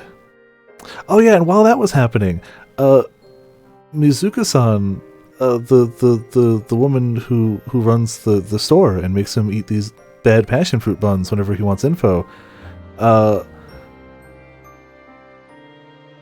robot-assisted legs went haywire and walked her off a cliff. No matter how hard Kai, who was there, tried to stop it, walked her off a cliff. And she hit the ground hard, and her back is almost certainly broken, and her head is not good. And both of the people who are working the robot and the people who, Kai, are now meeting up at the hospital and each learning about what bad thing happened to the other. So welcome, Persians. Welcome. When we returned to the lobby, Michi... Oh, and he's about to tell Michi, who was in her class, and was pretty good friends with her. We dunk on Michi because he's awful, but they were friends. Michi just happens to exit the examination room. He's here because of what happened to Subaru. The only person who knows about Mizuka right now is Kai. That's it. No one else knows. Lighthearted begins next time. We're going through all of Side EV, and then I gotcha. I do have some more lighthearted ones lined up. I swear I do, but we're finishing this series first. This all happened in the course of one day. Oh, and by the way, the song from Chaos Head played while it happened. It's the thing that made the hug, which is the bionic legs, go haywire. Oh, Yashio, didn't realize you came. I put too much energy into that. Michi, how's Subaru doing? He's apparently already been filled in on the details of the accident. For what it's worth, knowing nothing of Chaos Head, I swore at the time when I finished Steins Gate Zero that I wouldn't play Steins Gate Zero again because it just causes depression. And that's what's next, by the way. When this one's done, Steins Gate Zero. So... Yup. Juna's red, swollen eyes cling to Michi. Because we've made it this far into suffering and we ain't quitting now. Takes his gaze and with a stern expression on his face, he lightly sighs. Labyrinth 2, oh man. Oh man. The damage to his legs is pretty severe. But make no mistake about it, his life is in no danger. But it's possible that he'll be left with lasting after effects. After effects? What does that mean? It's possible that he'll never walk normally again. That's why I have to rush through these games, because Labyrinth 2 will happen the day we finish this IDV series. Also, don't forget, we're finishing this IDV series with the funny game, with the rom-com, everyone's happy, nothing bad happens game. I have it purchased and ready to go. It's a romantic comedy dating sim where nothing bad happens. That's our finisher. That's a reward for all this. Okay? Okay? Gotta get there. Just gotta get there. To be fair, I haven't looked up anything about it, but I know it is marketed specifically as, like, it's an alternate universe. It is specifically an alternate universe where, like, this is not canon. It's definitely not canon. So, like, this can't be. After hearing Michi's words, Juna covers her face and breaks down into tears again. Juna was piloting the robot at the time. Juna blames herself. It's all my fault. It's all my fault. It's not your fault, June. Brow starts rubbing Juna's back in a comforting way.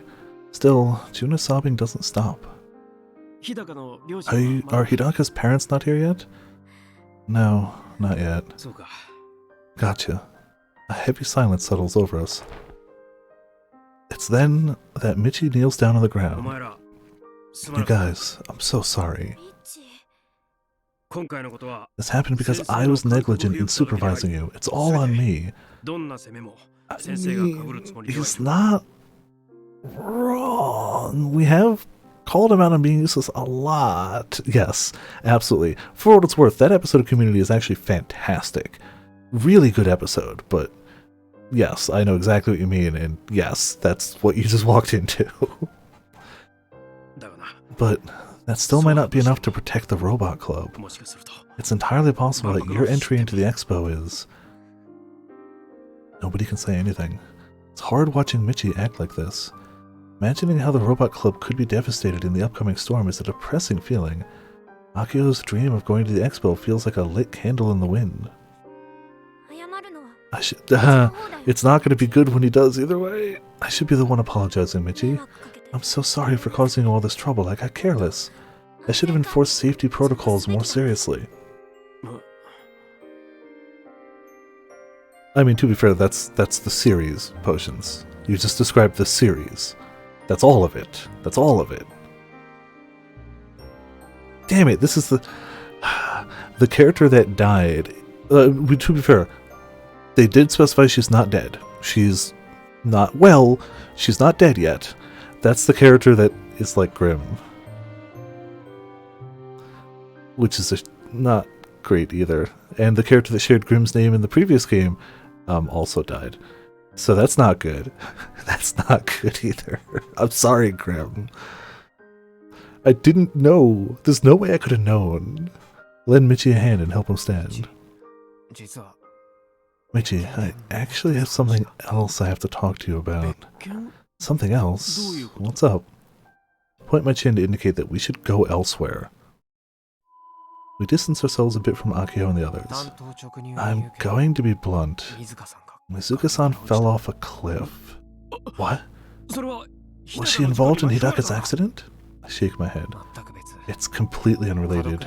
We happened to run into each other at Cape Kadokura. Is she okay? Wait, no, don't tell me. It's possible that she... Is it really okay to say it? Isn't there still some hope? I don't know, but seeing what went on inside the ambulance has left me hopeless. The memory of what happened replays in my mind. The smile Mizuka-san wore at the end is like a dagger to my chest. Before I realize it, my eyes are filled with tears. She might not make it. What?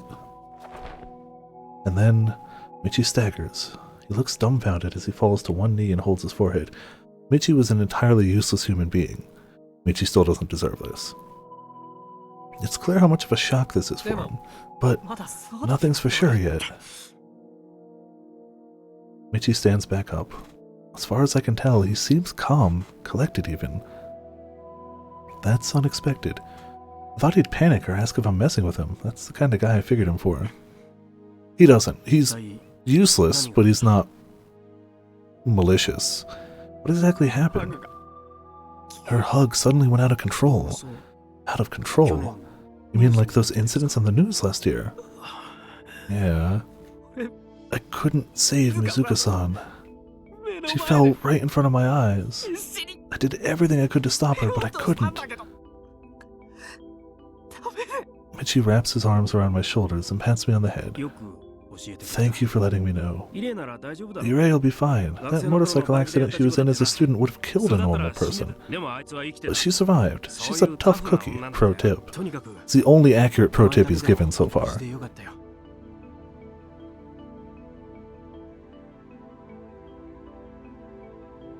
Oh yeah, Taku deserves it, but Nanami doesn't. I'm just glad you're okay. Stop it, Michi. Stop acting like such a kind, good teacher. I've been trying so hard to keep myself together. Now I'm a mess. I just want to cry like a little kid. Have you contacted her parents yet? I wipe my tears and shake my head. Michi nods in response. I'll handle it. You go sit down and rest. Michi then leaves me behind. He walks outside by himself. Looked like his shoulders were trembling. I hope from the bottom of my heart that Michi-san survives, or Mizuka-san survives, for Michi's sake too. No, I hope Among Us went well at least.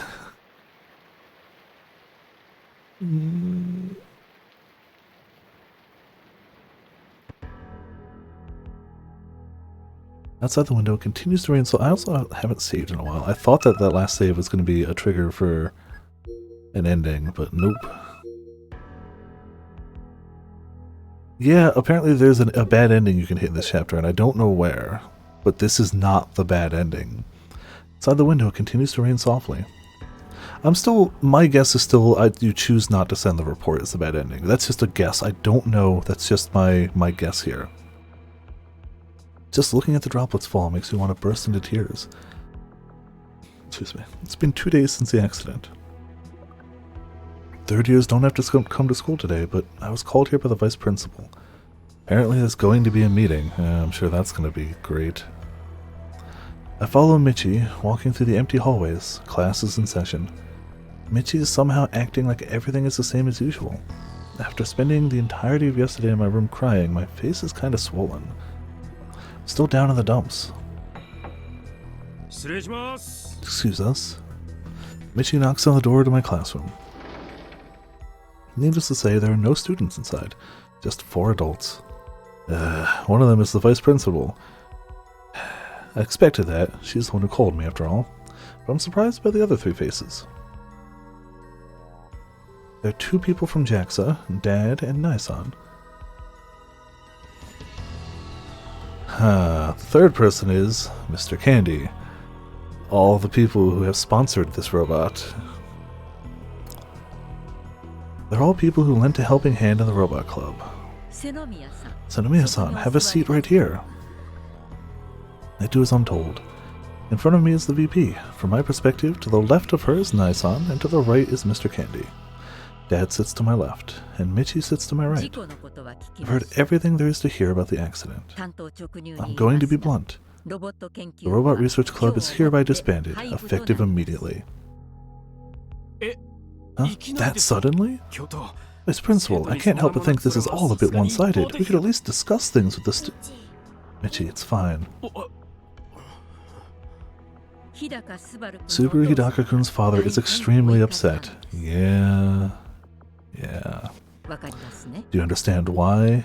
Yeah, but it's not the Robot Club's fault. Yes. Obviously, I'm not happy with this, but there's nothing I can say in response to her. I feel like my head's about to drop even lower. No, I can't be like this. I focus and straighten up my back. I then look the VP straight in the eyes. This is my responsibility as the club president. I need to accept what happens to us. Nakafukada-sensei told me about your relationship with JAXA. However, with the Robot Research Club disbanded, I'm sorry, but we can no longer accept your assistance. Yes, I understand. We also deeply regret what happened.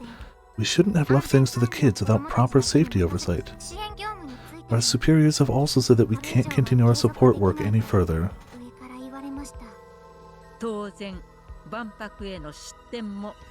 Naturally, your entry into the expo will also be withdrawn.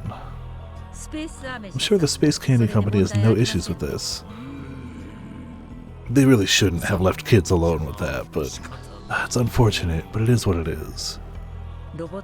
As for the robots built by the Robot Research Club, they will all be dismantled by contractors, understand? Wow. Understood? Yeah. It wasn't from the fall. There's a sharp pain deep in my chest. I tightly clench my hands, placed to my knees. There's going to be nothing left. It'll be like none of it ever existed. But even if I say no, nothing would change. I don't have the right to object. We did something that can't be undone after all. Senomiya-san. Vice Principal glares at me, a fierce expression on her face. Clearly she has no empathy for human beings. Like, I understand why she has to disband the club and stuff like this. I get it. She could at least show some sympathy for, like, a friend being hurt and a family friend being really hurt. When you graduate, go into a proper school and get a proper education. I think she just doesn't like robots. I think she's just like, you're not a proper lady. You're doing, like, I don't think she... Yeah, you're being angry and garbage. And once you've gained the right technical skills, you can work on robots again, this time as an engineer. You kids simply reach for something beyond your own abilities. But you're still young, you have plenty of time, there's no reason to rush. That's the closest to a nice thing she said, for what it's worth. That's the closest to being nice she's been. Do you understand? She clearly has no emotional empathy, but I'd argue she means well in that one line, that one bit of like, hey, you shouldn't give up your dreams, just maybe do it later. That's the closest we're getting to nice from her. It's not good. It is the closest we're getting. She's so correct that I have no words to respond with. In fact, all I can do is nod my head. Mizuka-san's funeral goes by about as solemnly as one might expect. Kind of expected she wasn't bouncing back from that. As far as Robot Club representation goes, Akiho and I are the only ones who participated. Upon arriving at the hospital, the doctors did everything they could to save her, but it was too late. Michi spent the service staring at a photo of Mizuka-san the entire time. He wasn't crying, nor did he appear to be in pain. All he did was vacantly stare. After the funeral, Michi said he wanted to talk with us for a bit. While he wore a tough face, we were certain he was hurting on the inside, so we decided to go with him. Cut to the present. Along the way, he even bought a ridiculously pricey bottle of awamori from the liquor store. It's only a month ago that I was surfing on this very beach. Mizuka-san was one hell of a demonic coach. Michi stands on the beach and gazes out at the waves, breaking and receding for a while. His expression is the same one he wore while staring at Mizuka-san's photo during the service. Back when I was your age, I'd often come here to watch you guys surf. I'd ditch the Robot Club, just like you, Yashio. I bet you were a worse president than Aki-chan. So I was often told, by Irai too. Michi, did you have feelings for Mizukane? I don't know. I never tried asking her out. When it comes down to it, it might not have been a romantic thing. She was a scary girl, after all. We got a letter of condolences from Senomiya. Oh, I mean the big one. I know. Uraya's parents said they had mixed feelings about it. Her parents knew that Senomiya was Uraya's best friend, but Senomiya was also the one who sent that hug as a present. I'm sure this is all pretty unbearable for both of them, and Senomiya. Then Michi looks at me. Hey, did Uraya say anything at the end? If she did, could you tell me? I want to know. Should I? Should I tell him that she was hiding something? Ah, this might be the good and bad end choice. That she was trying to stop me from collecting the Kimijima reports? There's no way I can tell him that, but there is one thing she said. Okay, she wanted me to tell Misane thanks. That she was grateful for the hug. She had no resentment. I mean, the one person that Senomiya did keep in contact with was her. That was the only person from this island that she had any contact with. So I'd like to think not, because if so, that takes her from she's just caught up in some bad stuff to is an antagonist. That would be a hard line. Right now, I still think she's just kind of caught up in stuff, but I don't think she intentionally is doing anything wrong. That would change things if that were the case. Very, very much. That's what she said to me. I see. Between the three of us, she was the one who always acted the oldest. She was so uptight, she scolded Senomiya and me for every little thing we did. I'd always try to push back, but in the end, she'd get physical. She was super violent, you know? Didn't take much for me to submit. She did, but way less than we saw. Well, no, because she also knows other stuff. Senomiya handled... Oh, didn't mean it. Senomiya handled her better. In fact, she seemed happy whenever I got mad at her. Maybe she's some kind of pervert. Nisa isn't a pervert. I know, I'm just joking. But at the time, Senomiya was known to be something of a prodigy. Not even the teachers would scold her. That's one of the reasons your eyes stood out to me so much. It's already been nearly 7 years since we graduated high school. Michi suddenly removes the cork on the bottle of awamori. Rai was a crazy heavy drinker. Pro tip. I assumed he was going to start chucking down the bottle himself. Oh, for sure somebody was responsible, because it only started going haywire when the song from Chaos Head started playing. So, like, somebody is responsible. Like, for sure. But instead, he walks up to the edge of the water and starts to pour the bottle into the sea. Cheers. This is his way of offering his condolences. When I think about Mizuka-san, my chest still throbs with pain. She was right in front of my eyes, and yet I couldn't even save her. What exactly can I do going forward? Then there's the thing she said at the end. What was she hiding that we'll be better off not knowing? Still don't know if it's wise to look into it or not.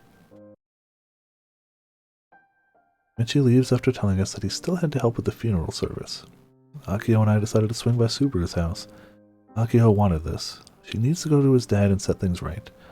When she told me her intentions, I didn't try to stop her. We didn't get to see him at the hospital, so we haven't actually seen Subaru since the accident. Apparently his dad told the nurses at the hospital not to let the robot club and related people see his son. It's only natural for him to be that angry. Subaru may be permanently injured because we forced him to join the club, and we didn't force him. By the way, Subaru's injury is a comminuted fracture, medical term. They're still considering what surgery to do. Whether he'll be able to walk like before or do sports and exercise depends on the surgery's results and rehab. After having the giant Model 2 fall on him, the doctor said he was lucky to get away with just a broken leg. They're right, by the way. Not that that's any consolation. Anyhow, the reason we're visiting is simple. Akio is in charge of apologizing. I'm in charge of getting hit. My role in this sucks, and even Akio tried her best to convince me not to come. But I can't risk her getting hit. Though I highly doubt that Subaru's dad would do something like that to a young lady. I'm still here as the shield, just in case. Oh, his dad never wanted him to be involved in robots. Ever. And when we were back when they were just playing little model robots, his dad showed up when he found out and smashed the robot. So like, ever since then he's been doing all this in secret, and now a giant robot that his son designed has fallen on his son and permanently injured him. So like, take the anger any parent would have at a son, daughter, child getting injured at school and magnify it by a billion because that child went around behind their back doing the thing they specifically forbade them from doing, and these were the people who forced him to join. So they're gonna get hit. Anyway, we park our scooters at the Otatsu Metatsu Rocks lot near his house, ready to go charging in when... Huh? June? We encounter Juna, crying and dragging herself from the direction of Subaru's house. No, he didn't, but they're bracing for that. I don't think at this point he has... Did he? He did? I don't remember. No, he did hit a Kai, didn't he? I don't remember. This was a ways back. She's alone. We sit her down on a nearby bench to try and calm her down. He knocked Kai out of the way. Yeah. Jun-chan, did you go to Subaru's house? Yeah. Did you see his dad? It was all my fault. I just wanted to apologize. I bowed down and told him I'd do anything. But all he said to me was, I know it's not your fault. I know that, but please don't involve yourself with my son anymore. Then he made me leave. That's unexpected. I thought he'd be more angry. I mean, we did see the man outright punch his son. Ah, that's what we saw. That image is so strong that I just kind of figured he was a violent guy. I mean, that's the only exposure they had to him. Would have been better if he'd hit me. Daka-kun's dad looks so sad. After seeing his face, I couldn't even apologize anymore. Doesn't change the fact that I'm the one at fault. Even if Hidaka-kun's dad forgave me, I'd never be able to forgive myself. I'm always so half-assed about everything. June, calm down. I saw what happened. I know it's not your fault. It really was the wind. It was an act of nature. Okay, so don't torment yourself over this, and I can't stop. Juna slaps Akio's hand away. She doesn't even try to wipe the tears covering her face. Sorry, Akio-chan, Yashio-kun. I can't be around you guys anymore. This is all my fault. None of you did anything wrong. If I quit the robot club, things will... That'd be pointless, Jun-chan. Huh? There is no robot club anymore. No way. Ah, crap. Shouldn't have just said that. You idiot. Is now really the time to say that? She's exactly right. I've made a huge mistake. It's my fault. Because of me, Akio-chan's dreams, our expo entry, the robot club's long history, it's all gone. Yeah, no spoiling stuff, so... I maybe look up the anime after I'm done with this, but I'm obviously not looking up anything while I'm playing. If I wasn't the operator... No, Jun-chan, calm down. Sorry, I feel like it would be foolish for me to look up spoilers, or risk spoilers, this far into a game. Once again, large tears start falling from Juna's eyes. I'm sorry. I'm so sorry.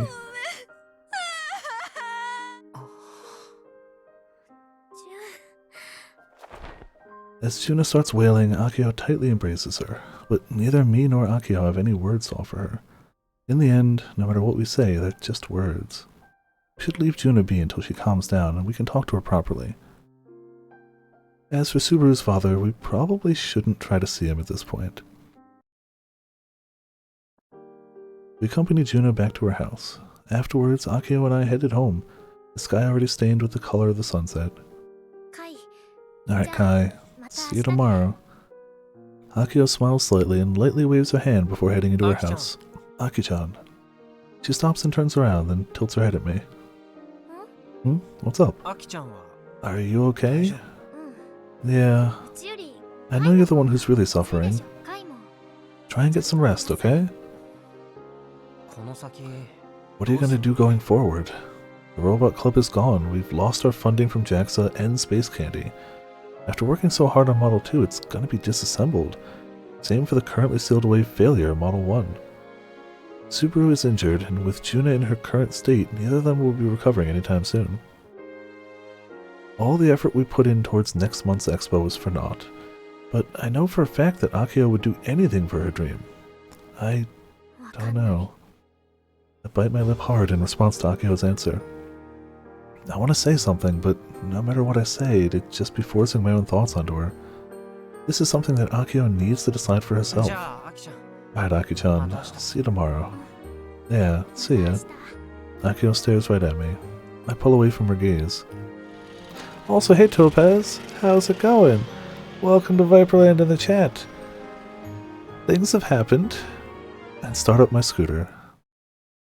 I was about to say, why the scooter? He lives like 2 minutes walk from her house. Unable to bring myself to go home, I end up here.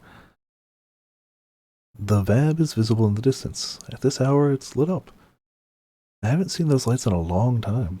They're currently assembling a rocket for the first time in years. This should have me excited. It should, but I don't feel that way at all right now. In fact, I'm pretty depressed. I don't come here with any particular goal in mind. Didn't even have the energy to play Kill Ballad. As I gaze absent-mindedly at the TNSC, my phone droid begins to ring. I keep saving paranoidly, and will continue to do so.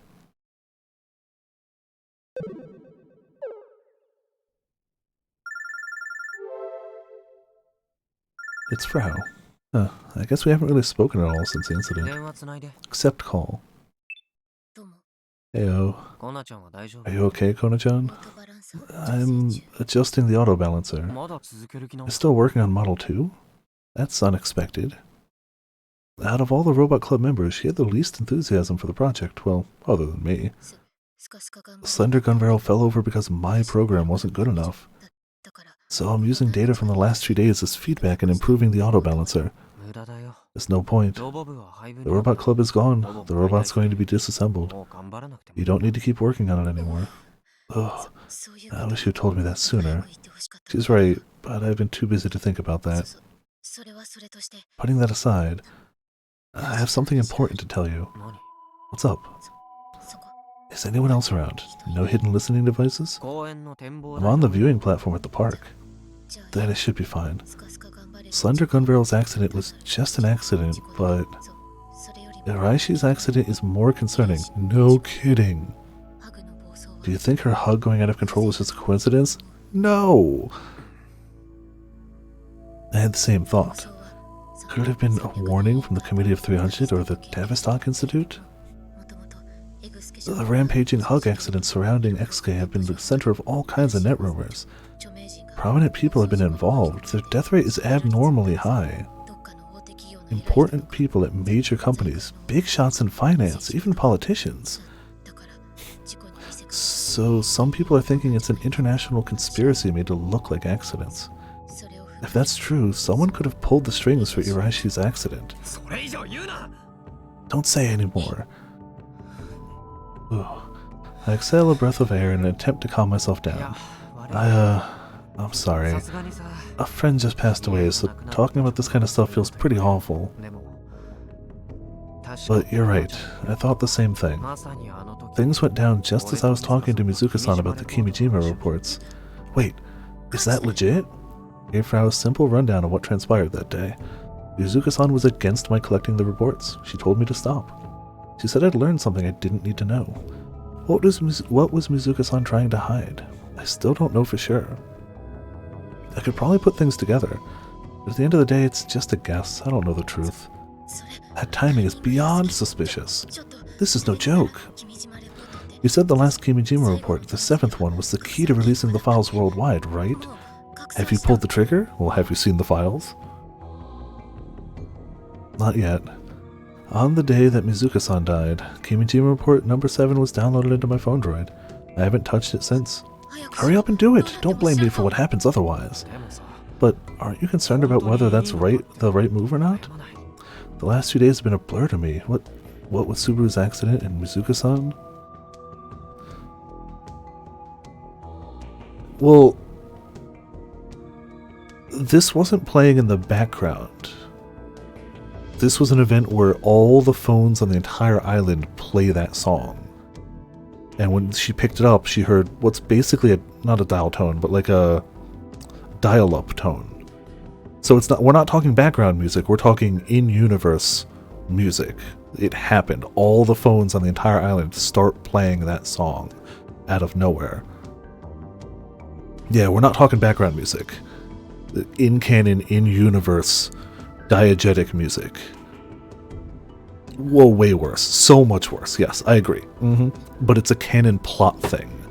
I still haven't come up with an answer about what to do with the Kimijima reports.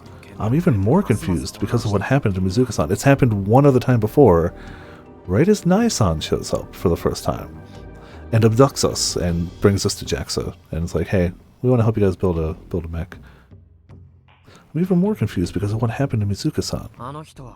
She warned me about searching for the reports. She wanted to hide something. She said it was better not to know.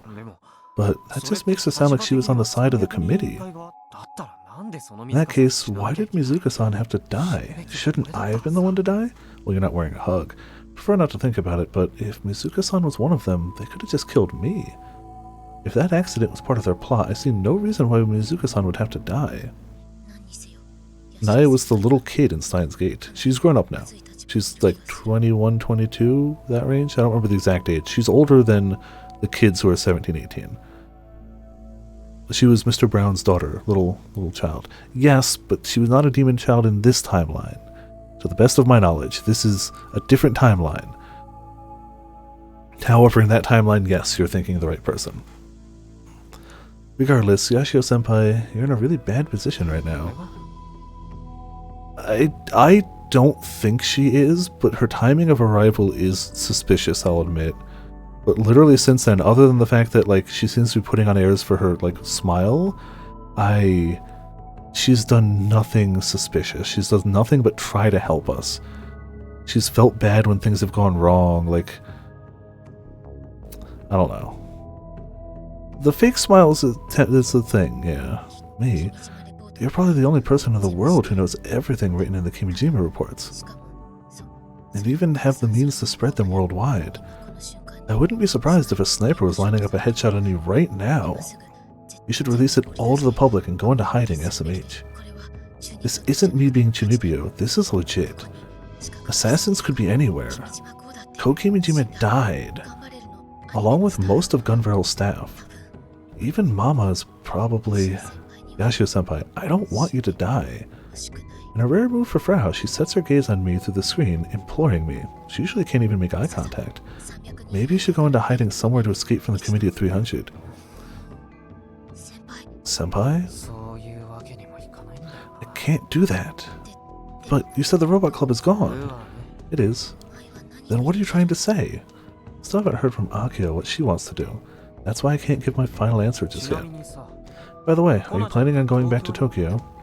But why do you ask? And don't tell me you want to live together. Give me the situation now. What arrogance is this? Not quite, but if you have a place in Tokyo, we could stay there during the expo. What did you say? You still plan on entering the expo? I don't get what you're saying. It's just a possibility. Enough is enough. You have more pressing issues to deal with right now. Oh, we see a flashback scene from Mizuka's point of view of the day the incident happened with Kai and Aki that caused them to have these permanent attacks every now and again, where she shows up late to that incident, kinda covered in blood. Yeah. I don't think Mizuka saw it. Mizuka was at the boat scene. I think Mizuka maybe put 2 and 2 together, but I don't think she saw it. Truly don't think so.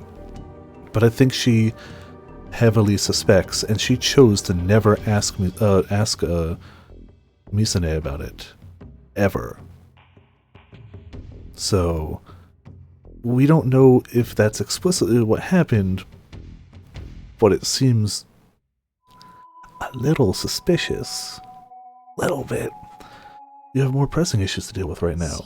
Are you seriously okay with dying? I'm not, but she's right. Considering what's going down so far, there's be nothing strange about me getting iced out of nowhere. With that in mind, I can't afford to be questioning myself like this. Thanks for the warning, Kone-chan. I'll talk to you later. Hey, wait! Wow, just hung up on her? After hanging up, I start up IRUO. Gejine is quietly standing a short distance away. She's like a stalker. That's not her fault. Gejine is currently tied to my phone droid after all. Hey, Gejine, about the Kimijima reports. Yes, what about them? I've decided to release them. Gejine nods her head ever so slightly. To release the Kimijima reports worldwide, please activate Kimijima report number 7. This will auto-transfer the files to all IRUO servers worldwide, creating AR annotations in random locations. Excuse me. However, this is expected that this will cause an explosive distribution of the information within them. This is your final chance to reconsider. I don't know. All I know is it is possible to get a bad end because of a choice in the chapter. I don't know what the choice. I'm assuming it's this, but I don't know. I'm just assuming it's the choice to release it or not, but I don't know. If I don't do this now and I end up getting killed by an assassin, and because of that billions of people die, I deserve far worse than a peaceful death. Ko Kimijima would end up rolling in his grave for trusting someone like me with this responsibility. Mizuka-san tried to stop me, but I can't let sleeping dogs lie. On the night that Mizuka-san died, I laid in bed terrified we'd get hit by a solar disturbance. This responsibility is too much for me to bear alone, which is why I'm going to shed this burden. I'm going to toss it wholesale to the people of Earth. Ready? Yes.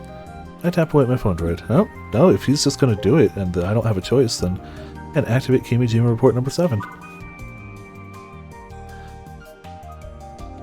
To the citizens of Earth, please heed this warning and brace for the coming conspiracy. This is too much for me to handle alone, which is why I entrust this information to all of you. If possible, I hope I can keep my identity a secret. After praying to the powers that be, I close IRUO. Flashback? Maybe? I don't know. Lots of unknowns there. No matter what you do, you'll always be average, Aki. This is what Misa said to me after she graduated, just as she was leaving the island. She was right. I couldn't be like my big sister. For as long as I can remember, all I could do was run behind her. I'd excitedly go on about how amazing she was, watching from a distance. My older sister and I have always been a weird pair, obsessed with robot anime because of our dad. On days off, the two of us would shut ourselves away in Dad's study and watch old anime all day long. Yeah, honestly. On nice days, we'd go out into the yard and play out robot anime. We'd use sticks on the ground as beam sabers. That's your ego. Earth is finished. We were like a couple of boys. Let's build a Gundam together someday, Aki. A real Gundam? Do you think we can make one?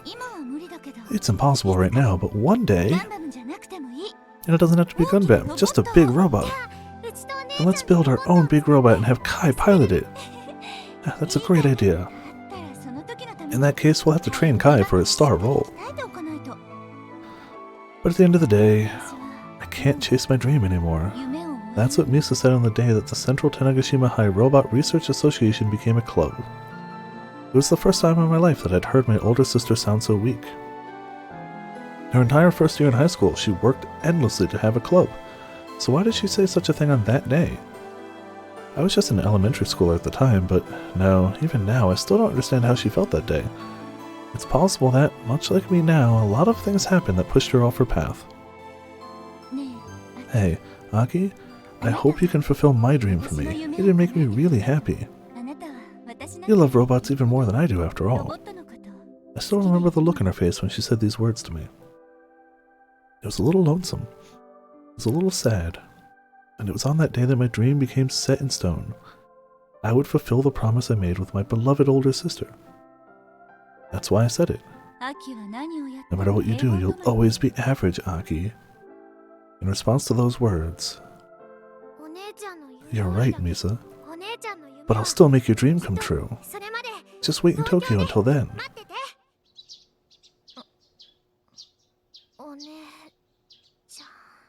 I slowly open my eyes. In that moment, a single tear falls from the corner of my eye and runs along my temple. Is that crying? I immediately realize that I'm in my room and on my bed. Dream, eh? Still half asleep, I rub my eyes. I slowly raise my body. It's been a little while since I dreamt about my sister. God, I really do have a sister complex. I love her way too much. Not that that's a bad thing. When she talks down to you and just doesn't contact you.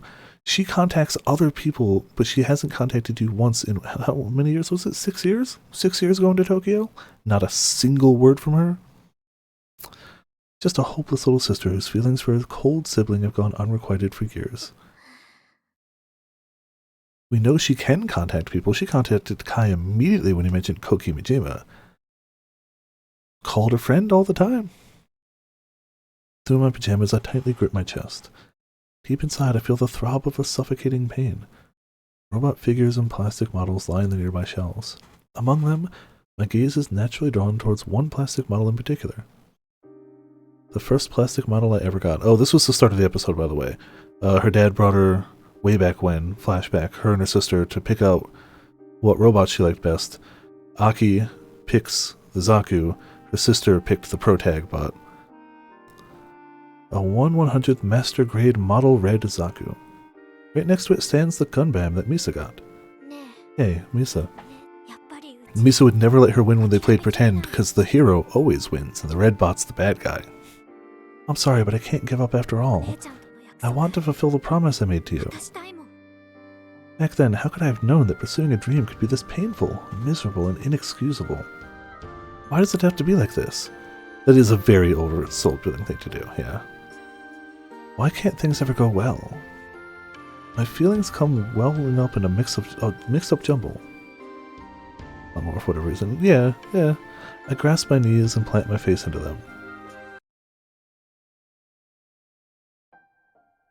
I buy 2 bottles of juice and head out into the runway. It's there that Model 2 rests in the same position it fell in. Akio stands alone in front of her fallen hero.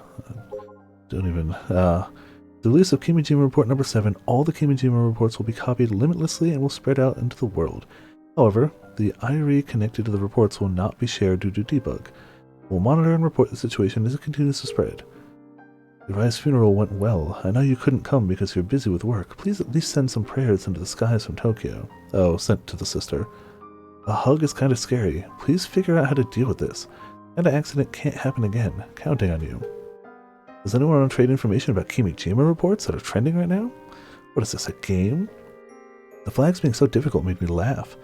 Does the report open by clearing the flags? What was written on it? I succeeded in opening report 1, but it looks like there's a 2, lol. Can somebody tell me what's on it? How many total? It's like a made-up story about solar disturbances, NASA being part of a conspiracy theory, typical stuff. What is Kimijima? There wasn't a geotag like that until recently, right? Looks like there's people talking about Kimijima reports overseas. The word started trending today. Maybe it's a promotion for a movie? I was hoping there'd be nothing in this one. Can the Kimijima reports be an SOS from a cute little 2D girl who lives in the cyber world, and when you collect them all, it becomes a game with sexy scenes? If so, I'll put everything into it. Thanks, Nightheart. Thanks. But not you, 3D. What I'm interested in is only 2D. I barely accept even up to 2.5D. There are people who are actually trying to do the flags for the Kimijima reports. Just hacked through all of them, but they didn't have anything interesting on there. Those Kimijima reports are kind of like viruses, so I don't feel good about them spreading. If something is stuck in there, all the phone droids in the world will be affected. Reading the Kimijima reports. Oh, also, Potions. Nineheart is Taku. Dash is heckin' Daru, and Kurigohan and Kamehameha is Krisu. That was her 4chan name. The things reports remind me of my old acquaintance. The things he did were very similar, and it makes me dizzy. There are others who suffer the same Junibio ailment in the world.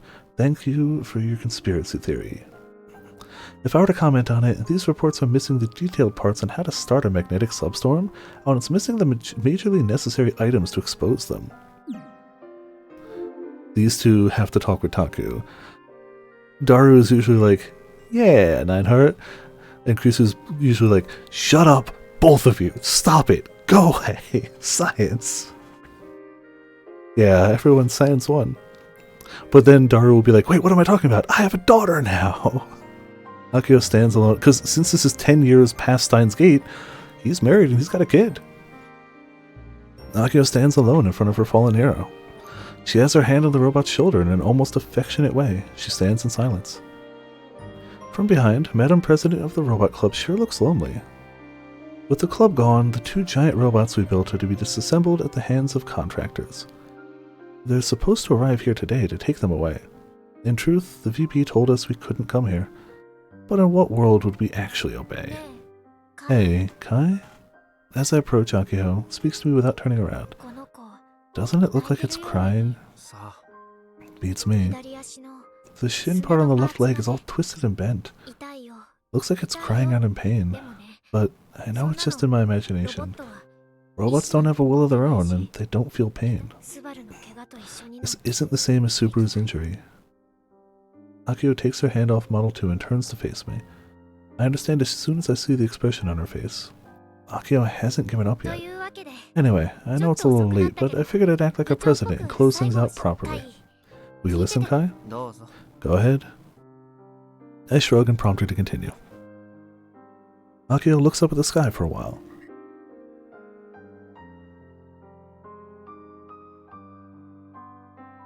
She raises one hand like she's about to take an oath. The Central Tanegashima High Robot Research Club is effective today, hereby disbanded. Thank you for your patronage. She then respectfully bows. I get the feeling that patronage isn't quite the right word to use in this instance, but whatever, I clap my hands anyway. And when I question her, Akio sighs and hardens up. I'll handle the rest on my own. What's that supposed to mean? Since the robot club is gone, I'll figure something out on my own, as a hobby. She really hasn't given up at all. I had a feeling she still hasn't made her dream come true after all. But even then, you really think that's something you'll be allowed to do? That it's forgivable? I know it isn't. This was a robot club problem, so as the president, I should be the one to take responsibility. Nobody's going to forgive me if I start going on about my dreams again. Subaru will probably resent me for it. And I'll just be digging deeper into Jun's mental wounds. Plus, I'm sure the VP is going to get super pissed. And if Subaru's dad finds out, he'll probably actually hit me this time. Not only that, but outsiders will say all kinds of rotten things about you. We'll talk about how Misane was such a prodigy, and yet her little sister has no shame, acting like a hotshot. That includes the parents of our classmates and even the cops. They'll talk about how you need to stop because it's too dangerous, because someone already got hurt. Yeah, nobody's been able to see him, but I tend to agree. He may be cold and standoffish, but I don't think he's the type to blame anyone. He broke safety protocols as much as any other person that day, and I don't think he's the type to be like, this is all your fault, I hate you. Like, he's not the type. He's tsundere as hell, but he's not dumb. They might shower you with abuse. Eggs might come flying when you walk outside. His dad, on the other hand, gonna hold that grudge for a while. Yeah. Yeah, probably. Everyone's blaming themselves, and all of them have some, like, it was no one person's fault, but it all contributed. The balancing thing didn't plan for super high winds. Thank you. He wasn't supposed to be that close to things.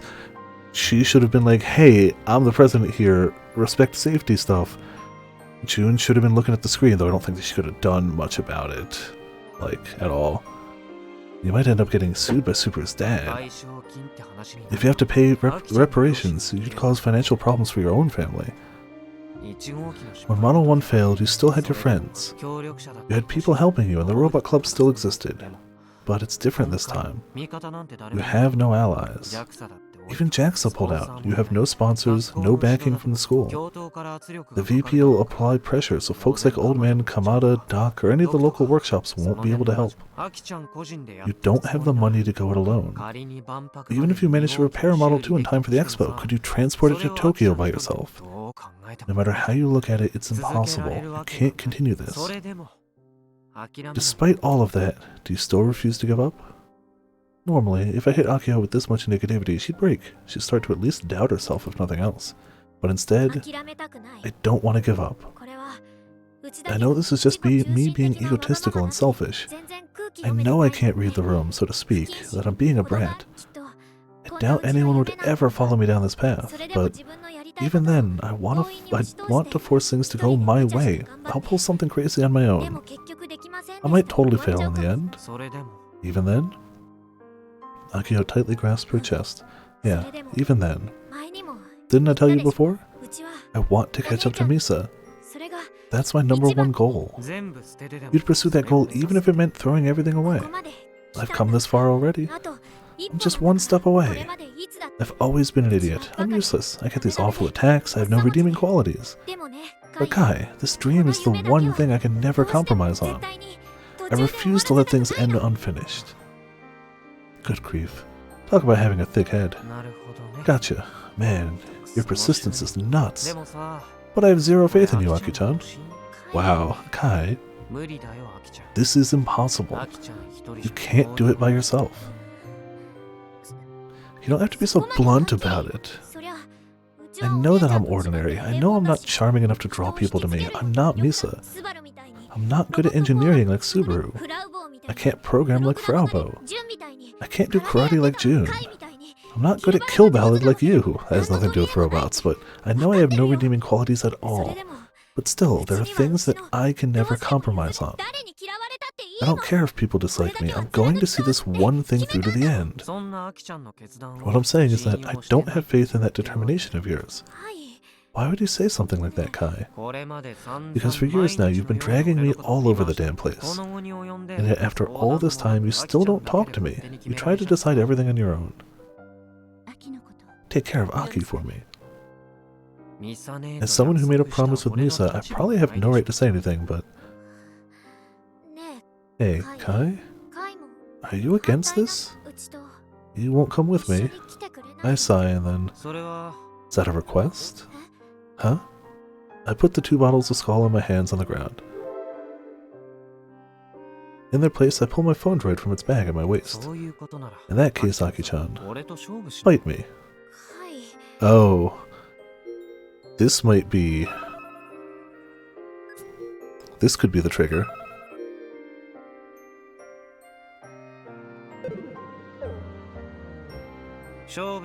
One kill ballad match. And if you somehow manage to beat me, I'll go along with your craziness. You're that against it? That much, huh? Okay, I should have known. I'm sorry, I was making assumptions about you. I thought that you'd always be on my side no matter what, no matter when, no matter what.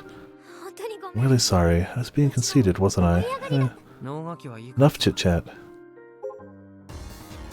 Ah. Pay no mind to her and boot up Kill Ballad. I want to see the bad ending. But I don't want to see the bad ending. But I want to see the bad ending. But I don't want to see the bad ending. Are we doing this or not? There's no point. I'll never win, you know that. Enough excuses.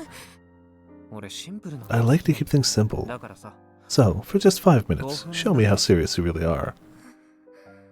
Akio bites her lip like she's holding back tears. Even then, she still pulls out her phone droid. That's the spirit. Just one match. I know. I know all too well. This one match will decide everything. This will determine how me, Akio, and the Robot Club move forward. Yeah. I've seen the time too.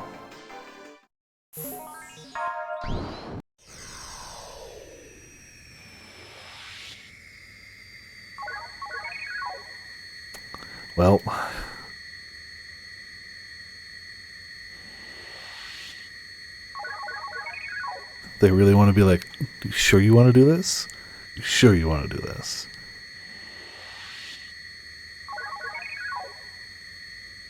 Yep. I don't want to, but for completion's sake, I gotta see it. I don't want to. I don't want to do this. No enemies remain. Win all kill ballad matches. Whew. I crushed her. Are you satisfied now? You're terrible, Kai. This is like bullying. I was kinda hoping for a miracle. If you managed to beat me now, it'd be one hell of a miracle, right? Like a message from God. So if you actually had one, I would have been more than happy to tag along. Miracles don't happen. And even if they did, I still wouldn't be able to win. Kai, you suck. Just leave me alone. Whoa, she's really sobbing. Sorry? Whatever, I'm done with you. It's not like you've ever done anything to help me anyway. Doesn't matter if you're around or not. It wouldn't change anything, you stupid head. I hate you, Kai. You big jerk. This is not good. She's totally lost control of her emotions. I'm not going to be able to get through to her for a bit. Aki-chan, just go home for today. It'll be a pain in the ass, but I'll handle the cleanup. No, you go home, Kai. It's not like you want to be here with me anyway. I have a responsibility to see this through to the end. It's my duty as president. Akio then turns her back to me and starts climbing up the fallen Model 2. I can see your panties. Shut up! She grasps her knees and crouches down on top of Model 2. She's completely cut herself off. There's no point trying to get through to her anymore. It'd just be a waste of time. She told me to go home, so I'll do just that. Her dream ends here. No matter how hard Akio struggles alone, there's a limit to what she can accomplish. I'm sure that someday this setback will become a fond memory for her. I doubt that. Then she can find a new dream and work towards that.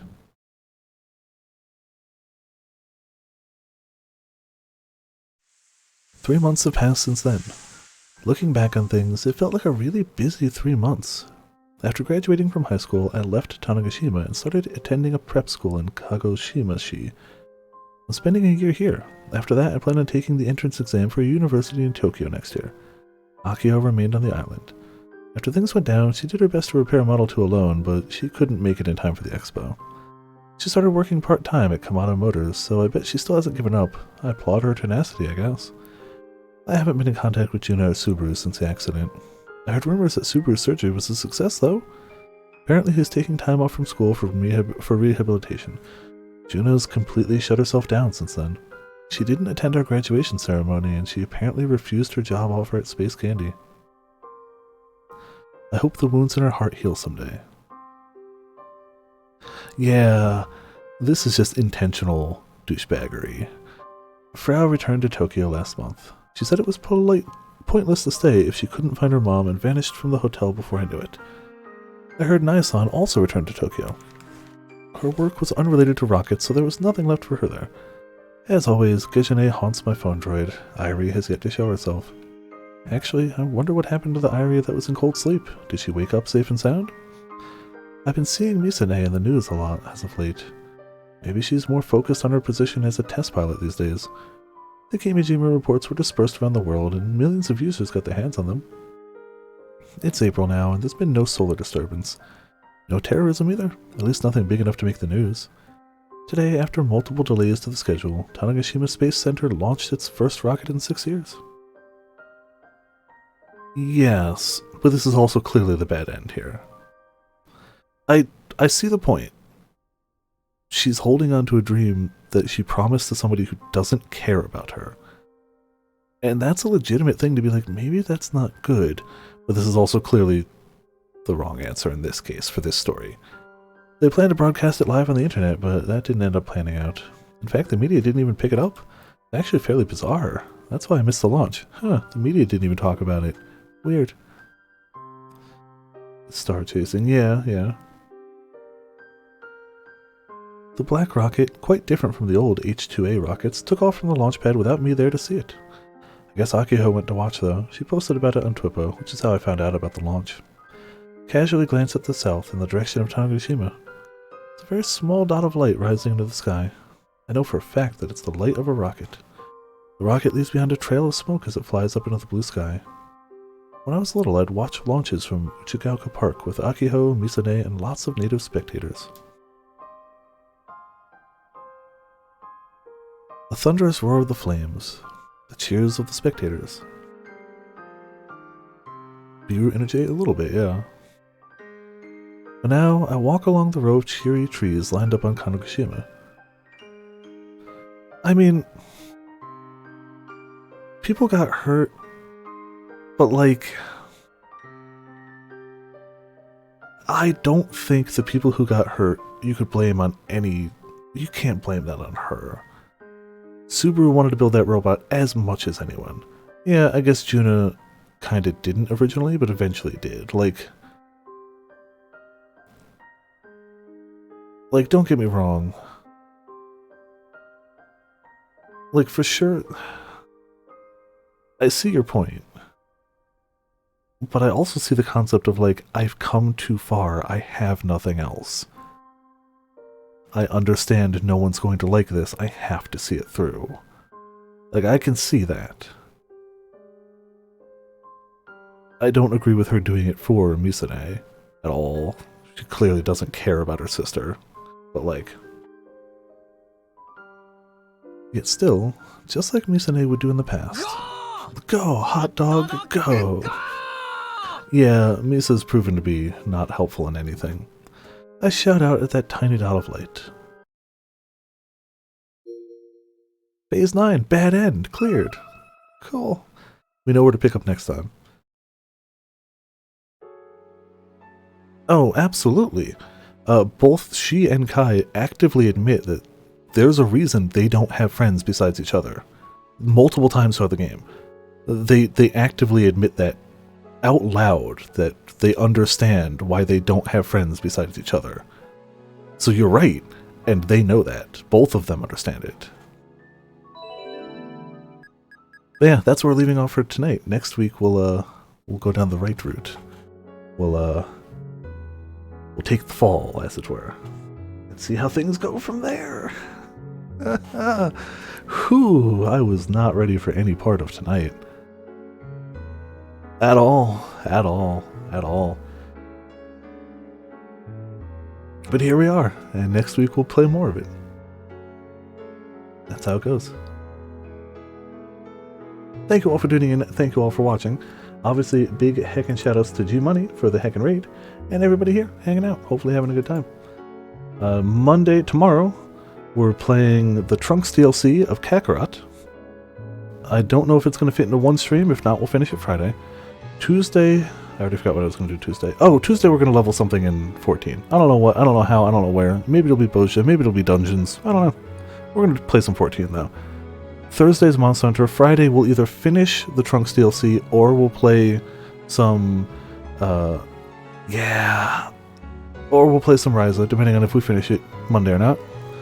I don't know about Saturday, and Sunday will be this. Saturday's kind of up in the air. We'll figure something out for Saturday.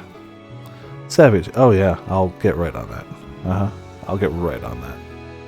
Oh, that does. I will have to make sure to log in early that day because it will be Savage Day, won't it?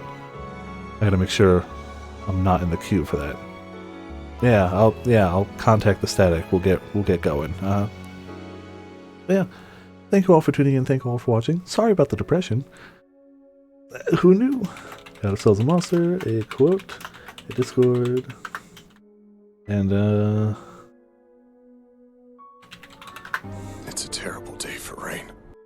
That's the only fitting quote for tonight.